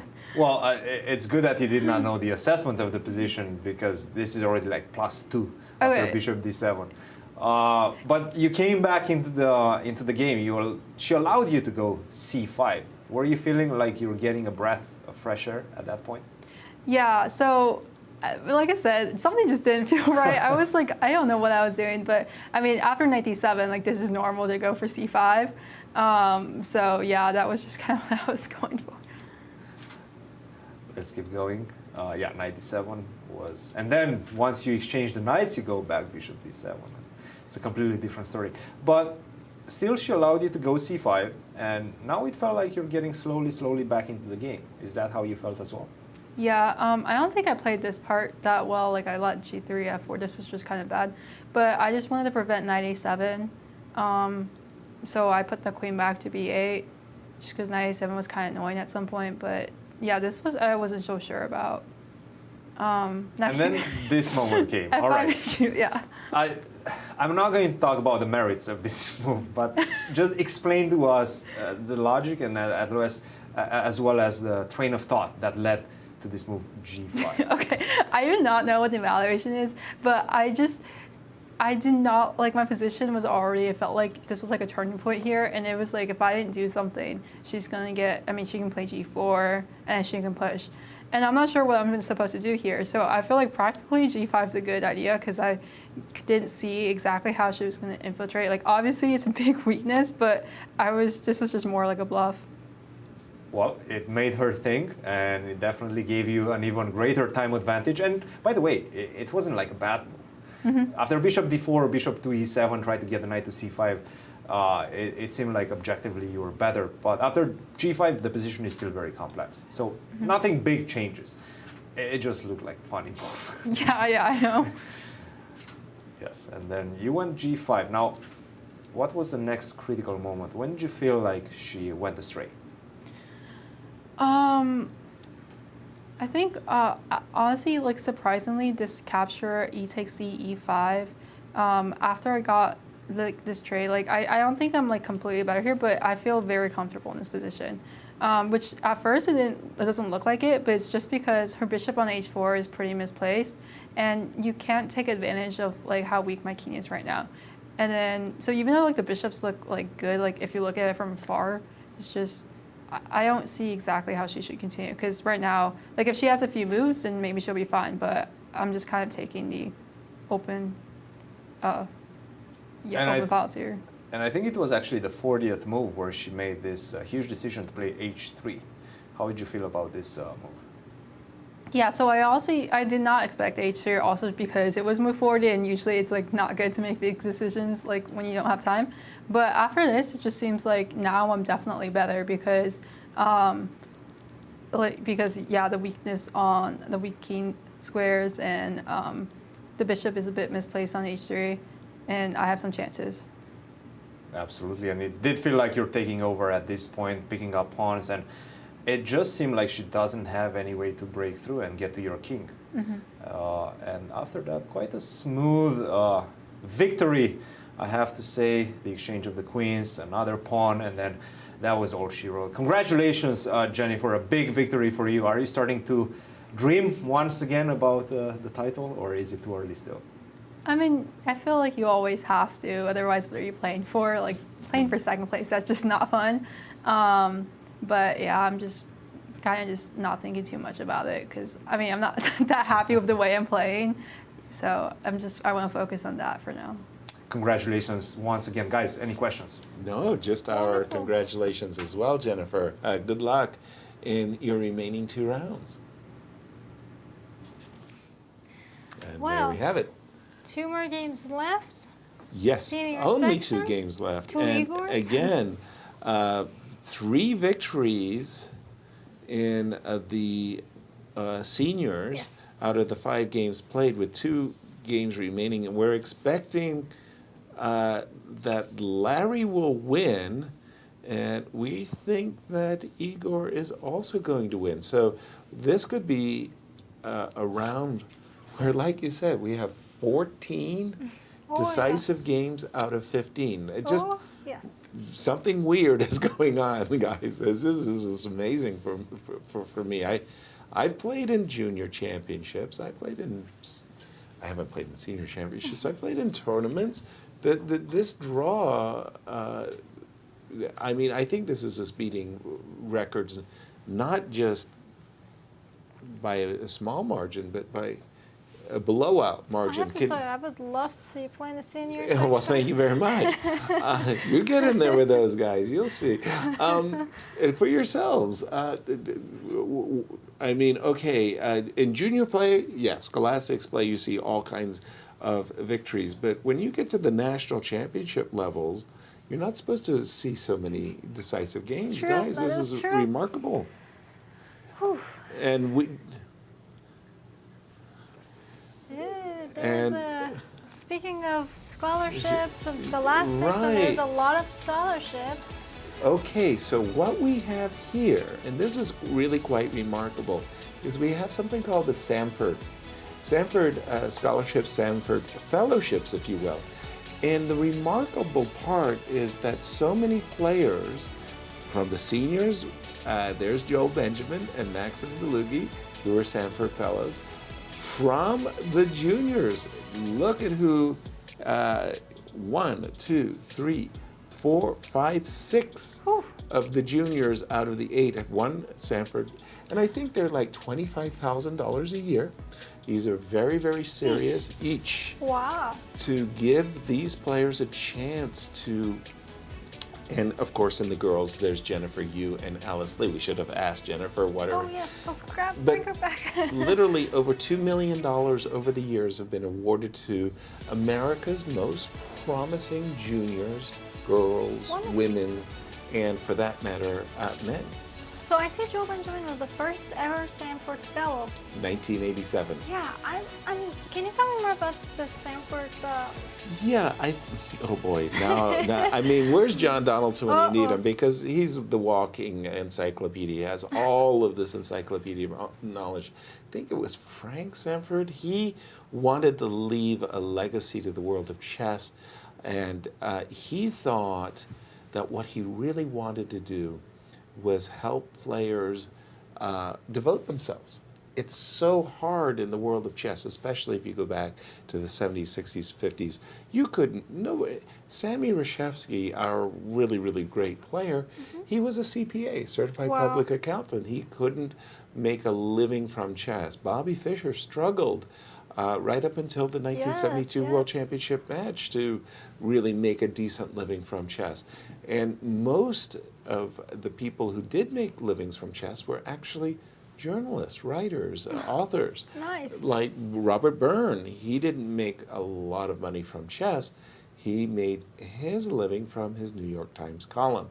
So Sanford said, look, I'm going to give you guys a scholarship that you, and I believe it's for 2 years, so it's like $50,000. Wonderful. So if you want to take time away from school, if you want to take a break, if you will. So it's more of like a sponsorship style. A little bit. Something. That makes sense. Yeah. Yeah, think of it as a sponsorship, and that will work very, very well. Larry just played the move A5. Personally, I would have taken the pawn on G4 right away. I wonder why. I mean, just why not? You know, but I think Larry must be calculating the move A4. And knight takes H3 and A3. And he's thinking, no, but bishop takes G4 is the lazy man's approach.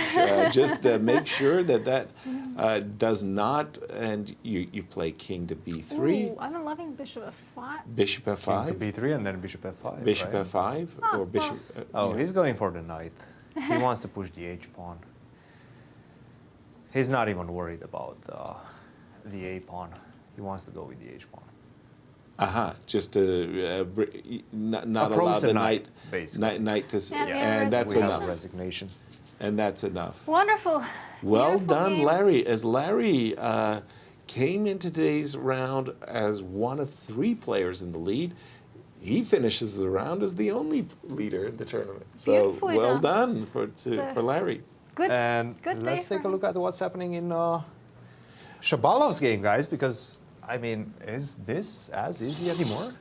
Wait. I'm not sure what's going on. And just to finish the thought, the Sanford continues to this very day, giving scholarships to the very, very best of the best. And there's committees to discuss. And really, it's a who's who. I remember Patrick Wolf. We've already mentioned Joel Benjamin, but really, really, if you look at the fellowships, boy, there's been the best. It's great, and that really helped change the fortunes for many, many, many players. Why is this a problem? Isn't the knight coming to D? Oh, I mean, there's always the Queen E8 move. Yes. Yeah. Oh, I think there's always this perpetual on tap, and I don't see you having any time to do knight to D2. Excuse me. King goes back to G2. I mean, I have a feeling This would be a remarkable save. We might just see Queen G6 followed by Queen to F5 and just some sort of a perpetual right now. Whoa. But black's a pawn up. Why would he accede so quickly? And do what with that pawn? I That's have the no question. idea. Because I am giving you some very serious checks that are going to lead to a perpetual very soon. Next Right. move, if you allow me. Once you don't give a check, I will find the check, either A8 or E8 or... If I go back and I go Queen G6 check, King H8, King H3, and then Knight D2. Maybe Queen are the you- other way check. Let's give you a check on A8. Or 8 or A6. A6. I'm not sure where do I want it. Let's go to A8, sure. Okay. Now the problem, I guess, is that I Queen can't. A4. I can't avoid the checks, huh? You can go on the dark squares, but then I'm the a bishop is little- coming. I'm a little bit afraid of this guy. Then the bishop is coming, yeah. Okay, well, let's just see it, Take right? the All right. plunge. All right, let's go. Bishop It's H4. It's like sometimes, you know, do you remember the ice bucket challenge? Oh yes, that was so bad. Ooh, that was I did bad. not like this. No, I took the plunge. I had two guys, Ben Feingold and Aviv Friedman. They both had these two ice buckets. Oh. My God, was that a wake up? It's actually really dangerous, like doing I didn't super know. ice. No, it's dangerous because it could. I mean, if your temperature's hot and then you get Right. ice, you Yeah. could have a heart attack. Exactly. So, I think it's that's not actually a- how Paul Morphy died. Oy. Is he took a cold bath during a very, very hot day, and this extreme change of body temperature caused a heart attack. Really? Yeah. Oh, so those plunges. Wow, you're not joking. You really No, are they not are. joking. It can be dangerous. I was And actually going to buy one of those like ice plunges just to do ice baths. So you're saying that they're actually dangerous? Well, It could be. Look into it. I'm not a biologist. I'm not Yeah. But by the way, Igor said, no draw for you. I respect the perpetual check ideas. I'll go knight b3, not to d2. I'll go knight b3 to a5. And I'll try to bring this minor piece over to help protect my king. Instead of Dorsa, jump in. What? where is that queen going?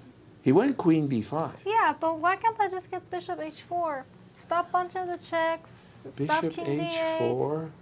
I think the whole idea that black is trying to do is set up knight to c6, king to d7. Exactly how he's supposed to do that, I don't know. He actually went a different route. He played knight to b7. So your bishop h4, okay, I don't know. Queen b5, knight to b7.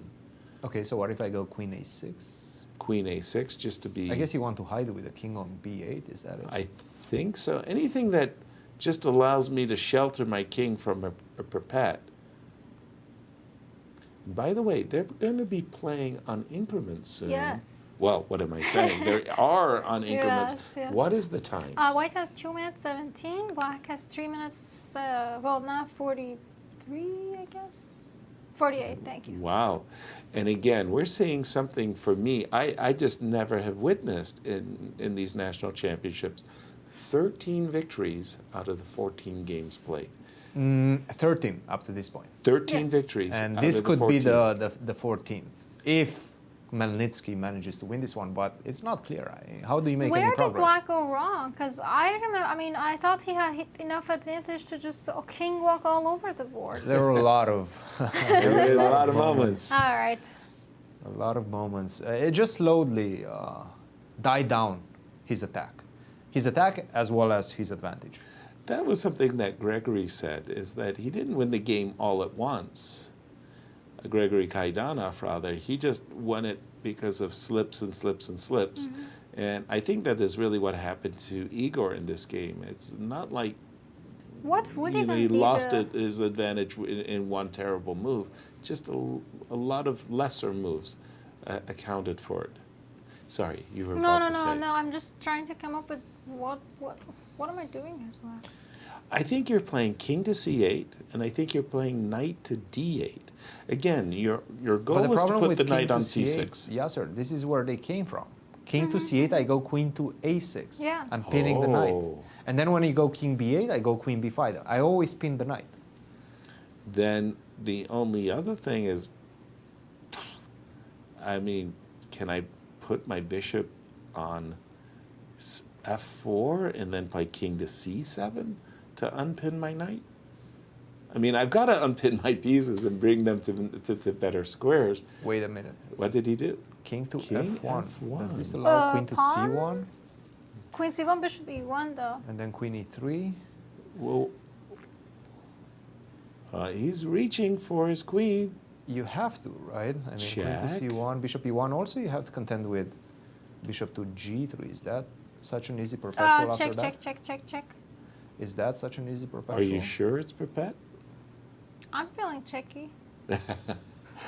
Okay, so imagine I bishop to actually don't see the e1, but perpetual, I'm not guys. sure I see the perpetual. You tell me. King So a7? I go, you go check, right? I go, if you go bishop e1, bishop g3, and you go check, and I go king c7, how do you feel checky? How do you feel?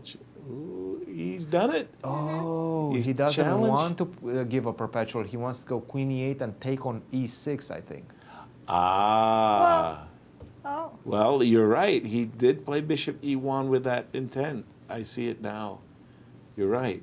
And Queen he to did. e3. Igor did not allow queen takes e6. He went, instead of bishop g3, queen to e3. That makes a lot of sense. Now can we go checky? Give me a bishop. Ooh, now can you go check?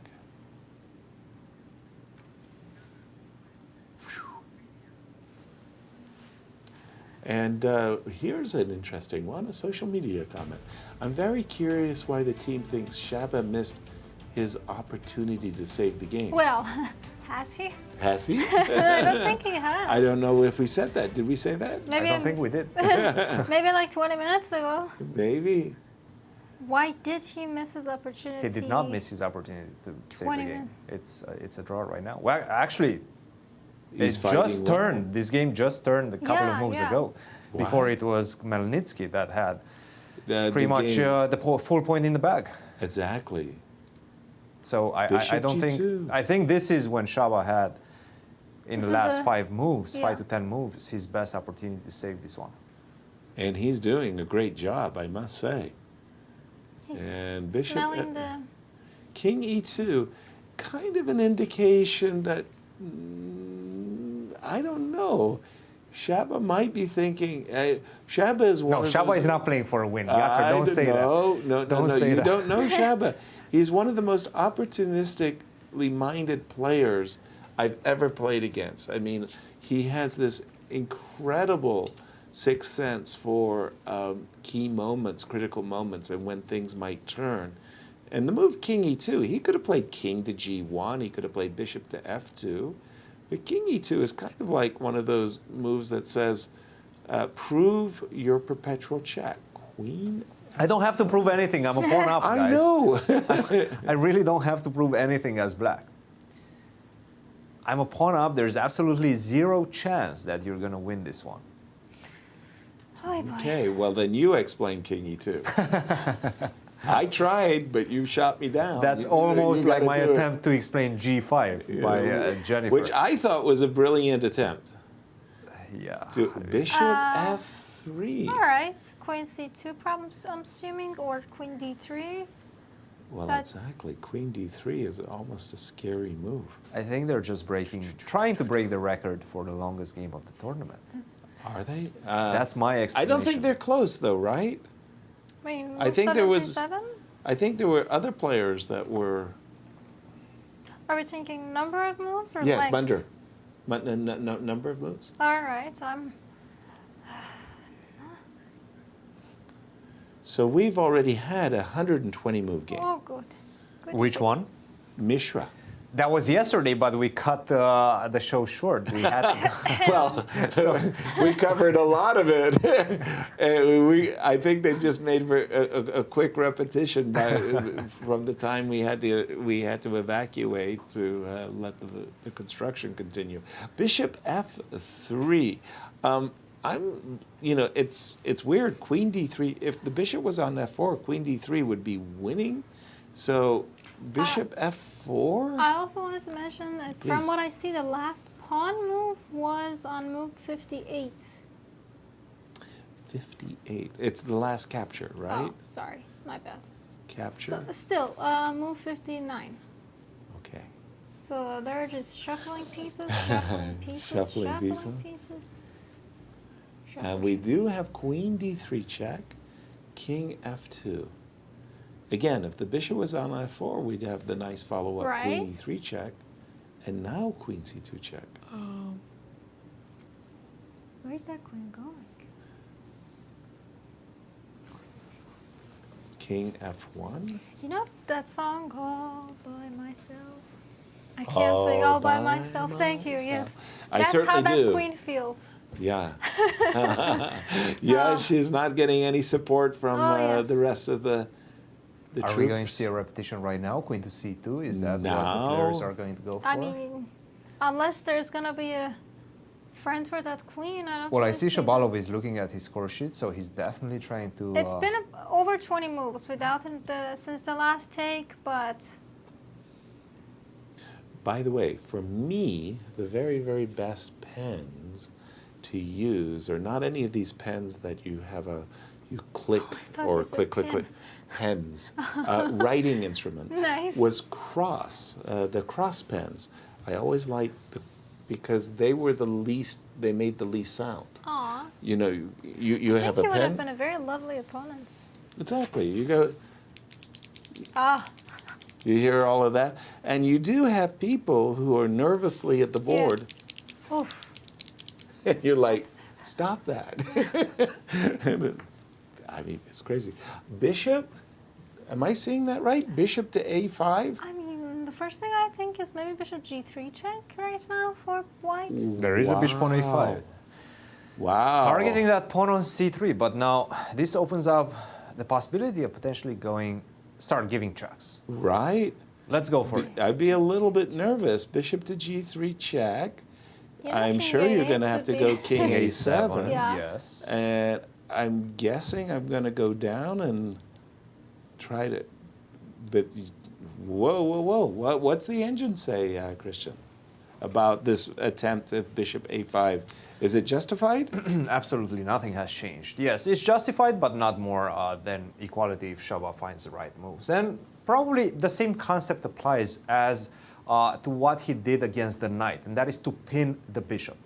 Now the bishop is the piece that is attacking, so I might as well go queen to e8, you go Yes. king to a7, and now I pin the bishop with queen to a4. Alright. The same concept, just eliminate and defend against the action of the attacking piece. And he's about to go for it. He's doing your favorite thing.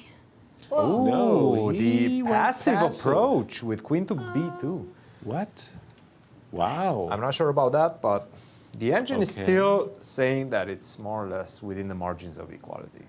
Queen to b2, just defending. Okay, he's also pinning the knight. But now, okay, I've been thumping the table for some time. Magically put the knight from b7 to c6, and I really like black's chances. So queen to d3. Now you want to put the knight magically from where?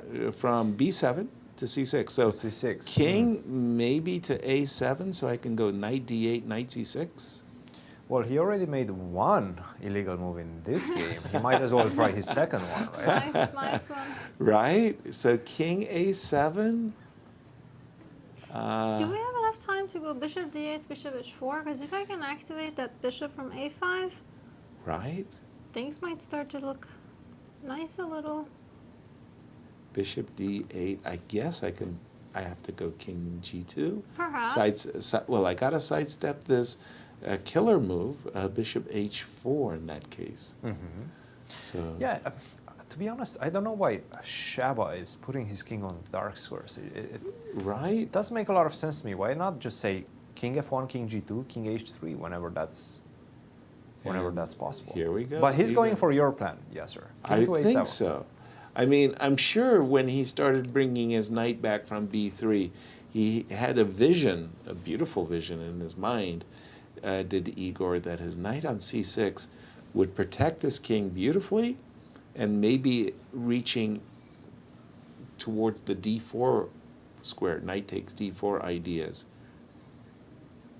And we have a very interested observer, Igor Novikov, looking at all the boards.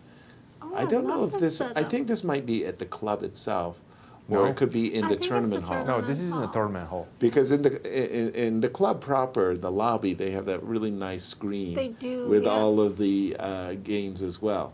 And whoa, Queen E2? I mean, Queen to E2, offering the trade. But wait a minute. Queen, bishop What takes if I take on C3, C3? Queen takes queen, bishop takes E1 check, king takes, you take the queen back on D3, king D2. I don't know about that endgame. Is that endgame that easy? Bishop takes C3. Queen D3, bishop takes E1, you take, we exchange that. But then 2 versus 1 with an active knight. He's not happy about that. Igor declined. I would have thought a little bit harder about that ending. Maybe it's a draw, but bishop takes c3, queen takes d3, bishop takes e1. 2 versus 1? Nah, it must be a draw. Must be a draw. He played queen f5. Let's go. Igor wants to play. He certainly does. Queen And to again, F5. I won't go so far as to call it a threat. I would call it a beneficial reorganization, which fulfills the requirements of the position. Put the knight on c6 and You then like that, figure yes, out. sir. Yes. Well, because I read it so often, it almost became a standing joke, like a meme, you know. Fulfill the requirements of the position. At some point, you might even consider playing E5, right? By the way, queen a2 stops that reorganization. Mother king. It's wow. always about the pin. Just pin the bishop, pin the knight, pin King one of B6. black's pieces with your queen. Right. Give the queen a job. Queen b2 check on the Oh, board. let's go the other way for the fun of it. Let's go king c7. How about king c6? I'll take it. Kind of doing the same thing, but maybe, I don't know. Keeping up the, I was going to say keeping the option of bishop d8. I liked your idea, Dorsa, of bishop to d8 and bringing the bishop around to h4. And Christian said, why is Shabalov putting his king on a dark square where it's Fair. vulnerable? And it's a very good question. Why would you do that? King to c6 is on the board. You'd want it on a light square where your bishop could nicely protect it, you know. King c6. Okay, keeping open the possibility of bishop d8. What's the engine eval? Nothing has changed. What is your, as a human player, thinking that your winning potential as black might be? Would you say, I would win this 1 out of 10 games? I would win it I think it's 3? I think what I would try, I wouldn't say that. I would say it really depends on how would my opponents play it, and the way White is playing it is just kind of impossible Steady? to win it. Yeah, I think the trend definitely favors Shabalov. Yeah. And this Now, is if you what I asked me would that be. question 30 moves ago, Okay, well, I mean, I think time is going to be a huge factor in this game. It hasn't been so far. The players have been playing pretty brisk. But that's the pace. thing, right? Yasser, Right. how do you change the character of the position in any way, any significant shape or form? That's easy. A move e6, e5 in such a position as we have could come, and you can't take on e5 because of bishop b6 check, right? Right. So that's the kind of. If you can time that, then yes. But Right. the problem with e5, always the d5 pawn is very weak, remains very weak. Yes, and in this particular moment, e5 would have been met by bishop takes d5. Oops, no. So Queen what's a4, wrong with e5? Queen a4, Queen a4. I think Queen a4 would have been a problem. Oh, sorry. Queen a3 was played. What's wrong with a5 after queen a4? well, let's play it. I'll put it on my board, of course. e5? Queen a4 check, probably. Queen A4 Let's check give a and check. King C7. What's your next Can check? I queen? I'm hoping that you take, so I will play Bishop B6 check. But how significant is that move? All right, I'll bite. I'll take on E5. Okay, just a second. So should I do the check right away? Oh boy. Oh boy. Now I can't do the lazy man's chess variation. What check are you trying to go for? Bishop E6? Yeah, I want to get the bishop on that diagonal, but okay. Let me catch up with the players. But I'm just saying that if I'm black, I'm looking for that kind of an opportunity, as well as rerouting my knight to the C6 square. I really have a feeling that if I can do that, I could succeed in winning this game. And by the way, just to catch up with the players, King D7, King G2. Okay, so Shaba is putting his king on a light square. Good for him. He should have done that long time ago. Ages ago. Okay. All right, so the pawn on C3 is defending. We don't have to worry about that. Now, what black has to do is try to find another configuration. The problem is with Queen B3 is that I still have Queen to C1. Queen to C, oh yes. And it doesn't improve your position at all. Also, I think Queen to A1 just to keep contact with the bishop on A5 so that you cannot involve your knight into the attack. How do you feel about Bishop C7 here? That's Bishop C7, I like Because the Bishop bishop's C7. job on A5 seems That's to an be attempt, done. yes, yes. Bishop to C7. Let's play it. What if I try to go it's from behind, attractive. Queen to F8? Bishop C7, Queen F8. Can I finally, at last, play the move Knight D8 and get to my coveted C6 square? You can definitely get there, yeah. That would be nice. That would be an improvement. All right, so what if I just simply give up some checks right now? Queen G7. Queen to G7. Let's say king back. Queen G2.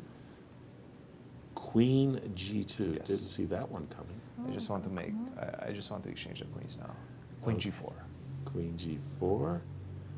And let's go down. No, don't go there. Bishop Don't takes go. D5. Bishop takes D5. Sorry, and Whoops. check. Check. Check first. Yes. Queen, king, king F. Ah, a pause. A pause. And now I'm going to get my knight to C6 at last. Finally, Yay. yeah. No, I mean that's an improvement. It's That's definitely an improvement. Let me refresh my board. I'm sorry for that. No worries. He played Queen D3. King G2. He's staying on the light source. He's listening to us right now. King G2, hard. Yeah, okay, you're right. I really am liking Queen E3, but can we make it work? Queen E3, asking White about his bishop. Queen E3, Queen A1? Looks like White is being stretched. That It he's is. not breaking. Not breaking. That's the thing. There's only one weakness, right, in White's The position. C3 That is the C3 square. Right. Now, Shaba is definitely starting to eye that last move where the structure has changed. Mhm. And just to give you an idea, when that happened last, Okay. it was Dorsa thought it was 57, 58, somewhere in 56, yes. 56. No, never mind. No, captures. Don't Never forget about mind. the captures. I think it was 59. 50, So we're yes, on- 59 is where the party started. So 30 moves in. The party. That's a And nice now we're at description. 89. Okay, that's 30 moves, still 20 moves to go, but I mean, we're getting close. But a nice description for a 50-move ruling. The party started 30 moves ago. Yes. That's when the shuffle dance started. Right? The disco shuffle. All right, so So we again, see we are Shaba still in thinking control. that Bishop C7, playing for that Knight D8 idea, would be Now, Bishop C7, can you start giving checks? Queen to A4, yes, King to C8, King to C8, and then continue giving checks. Bishop to B8. Here he goes. Then He's go doing to it. He's reaching for it. A6. Bishop to D8. That's okay. That's a different. I like this move, especially when the king was on f2. Bishop to d8. So, just to keep our audience informed, the move that we're looking for is 119.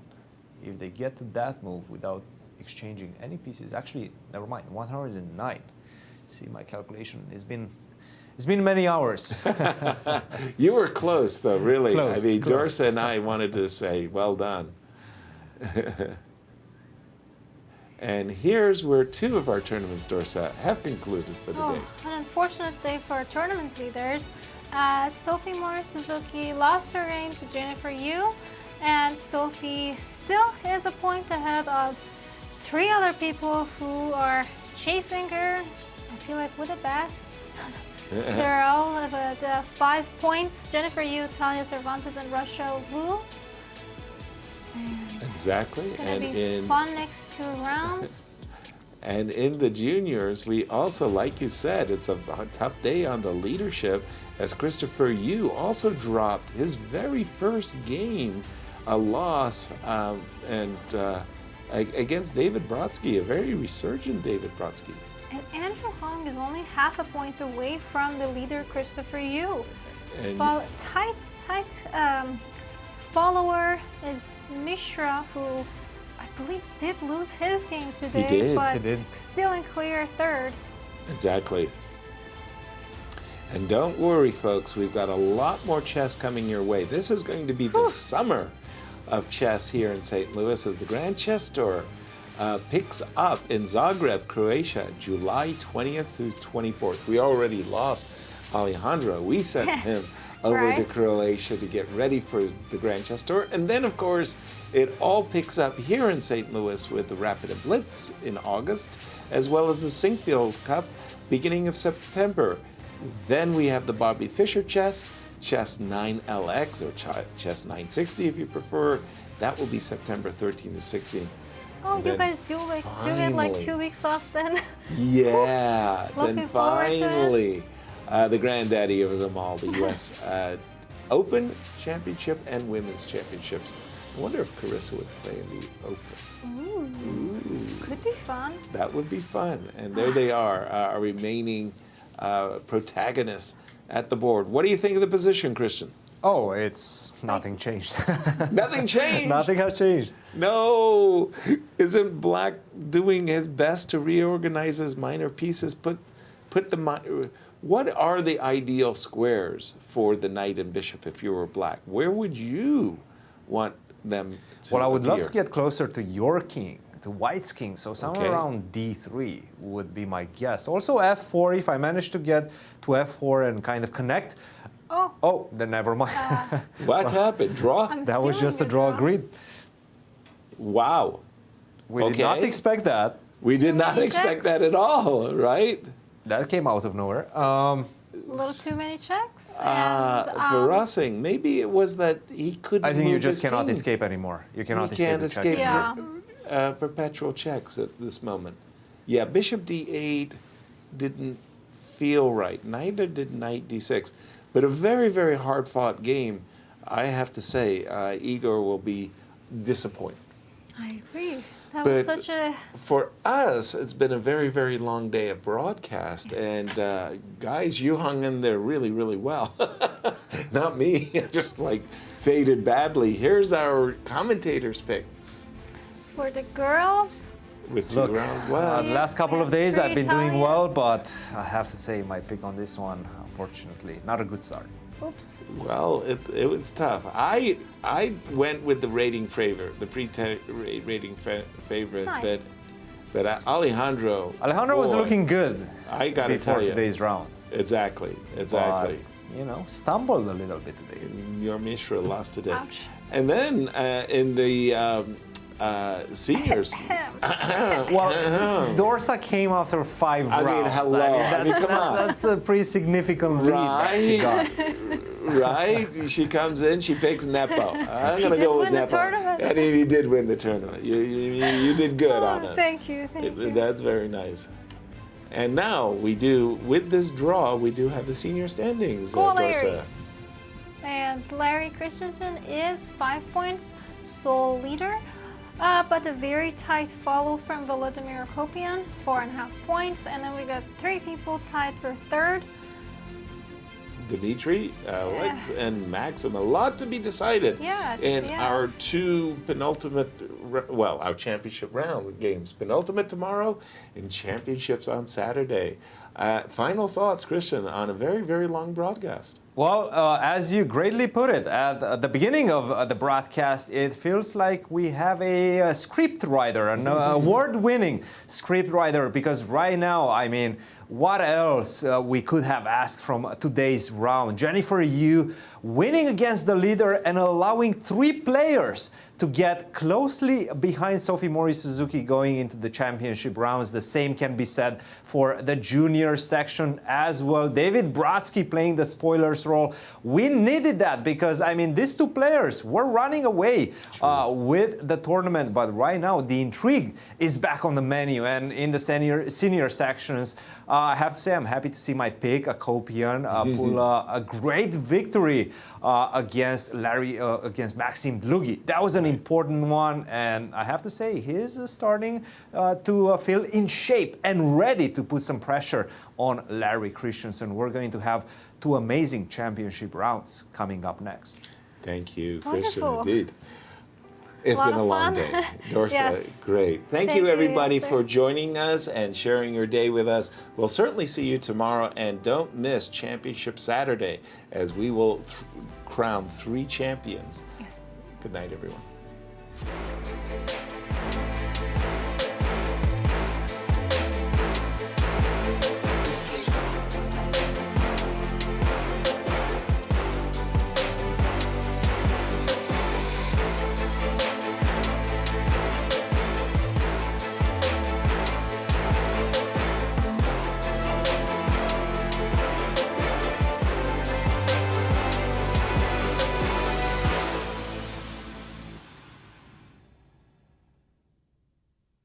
This has been a presentation of the St. Louis Chess Club.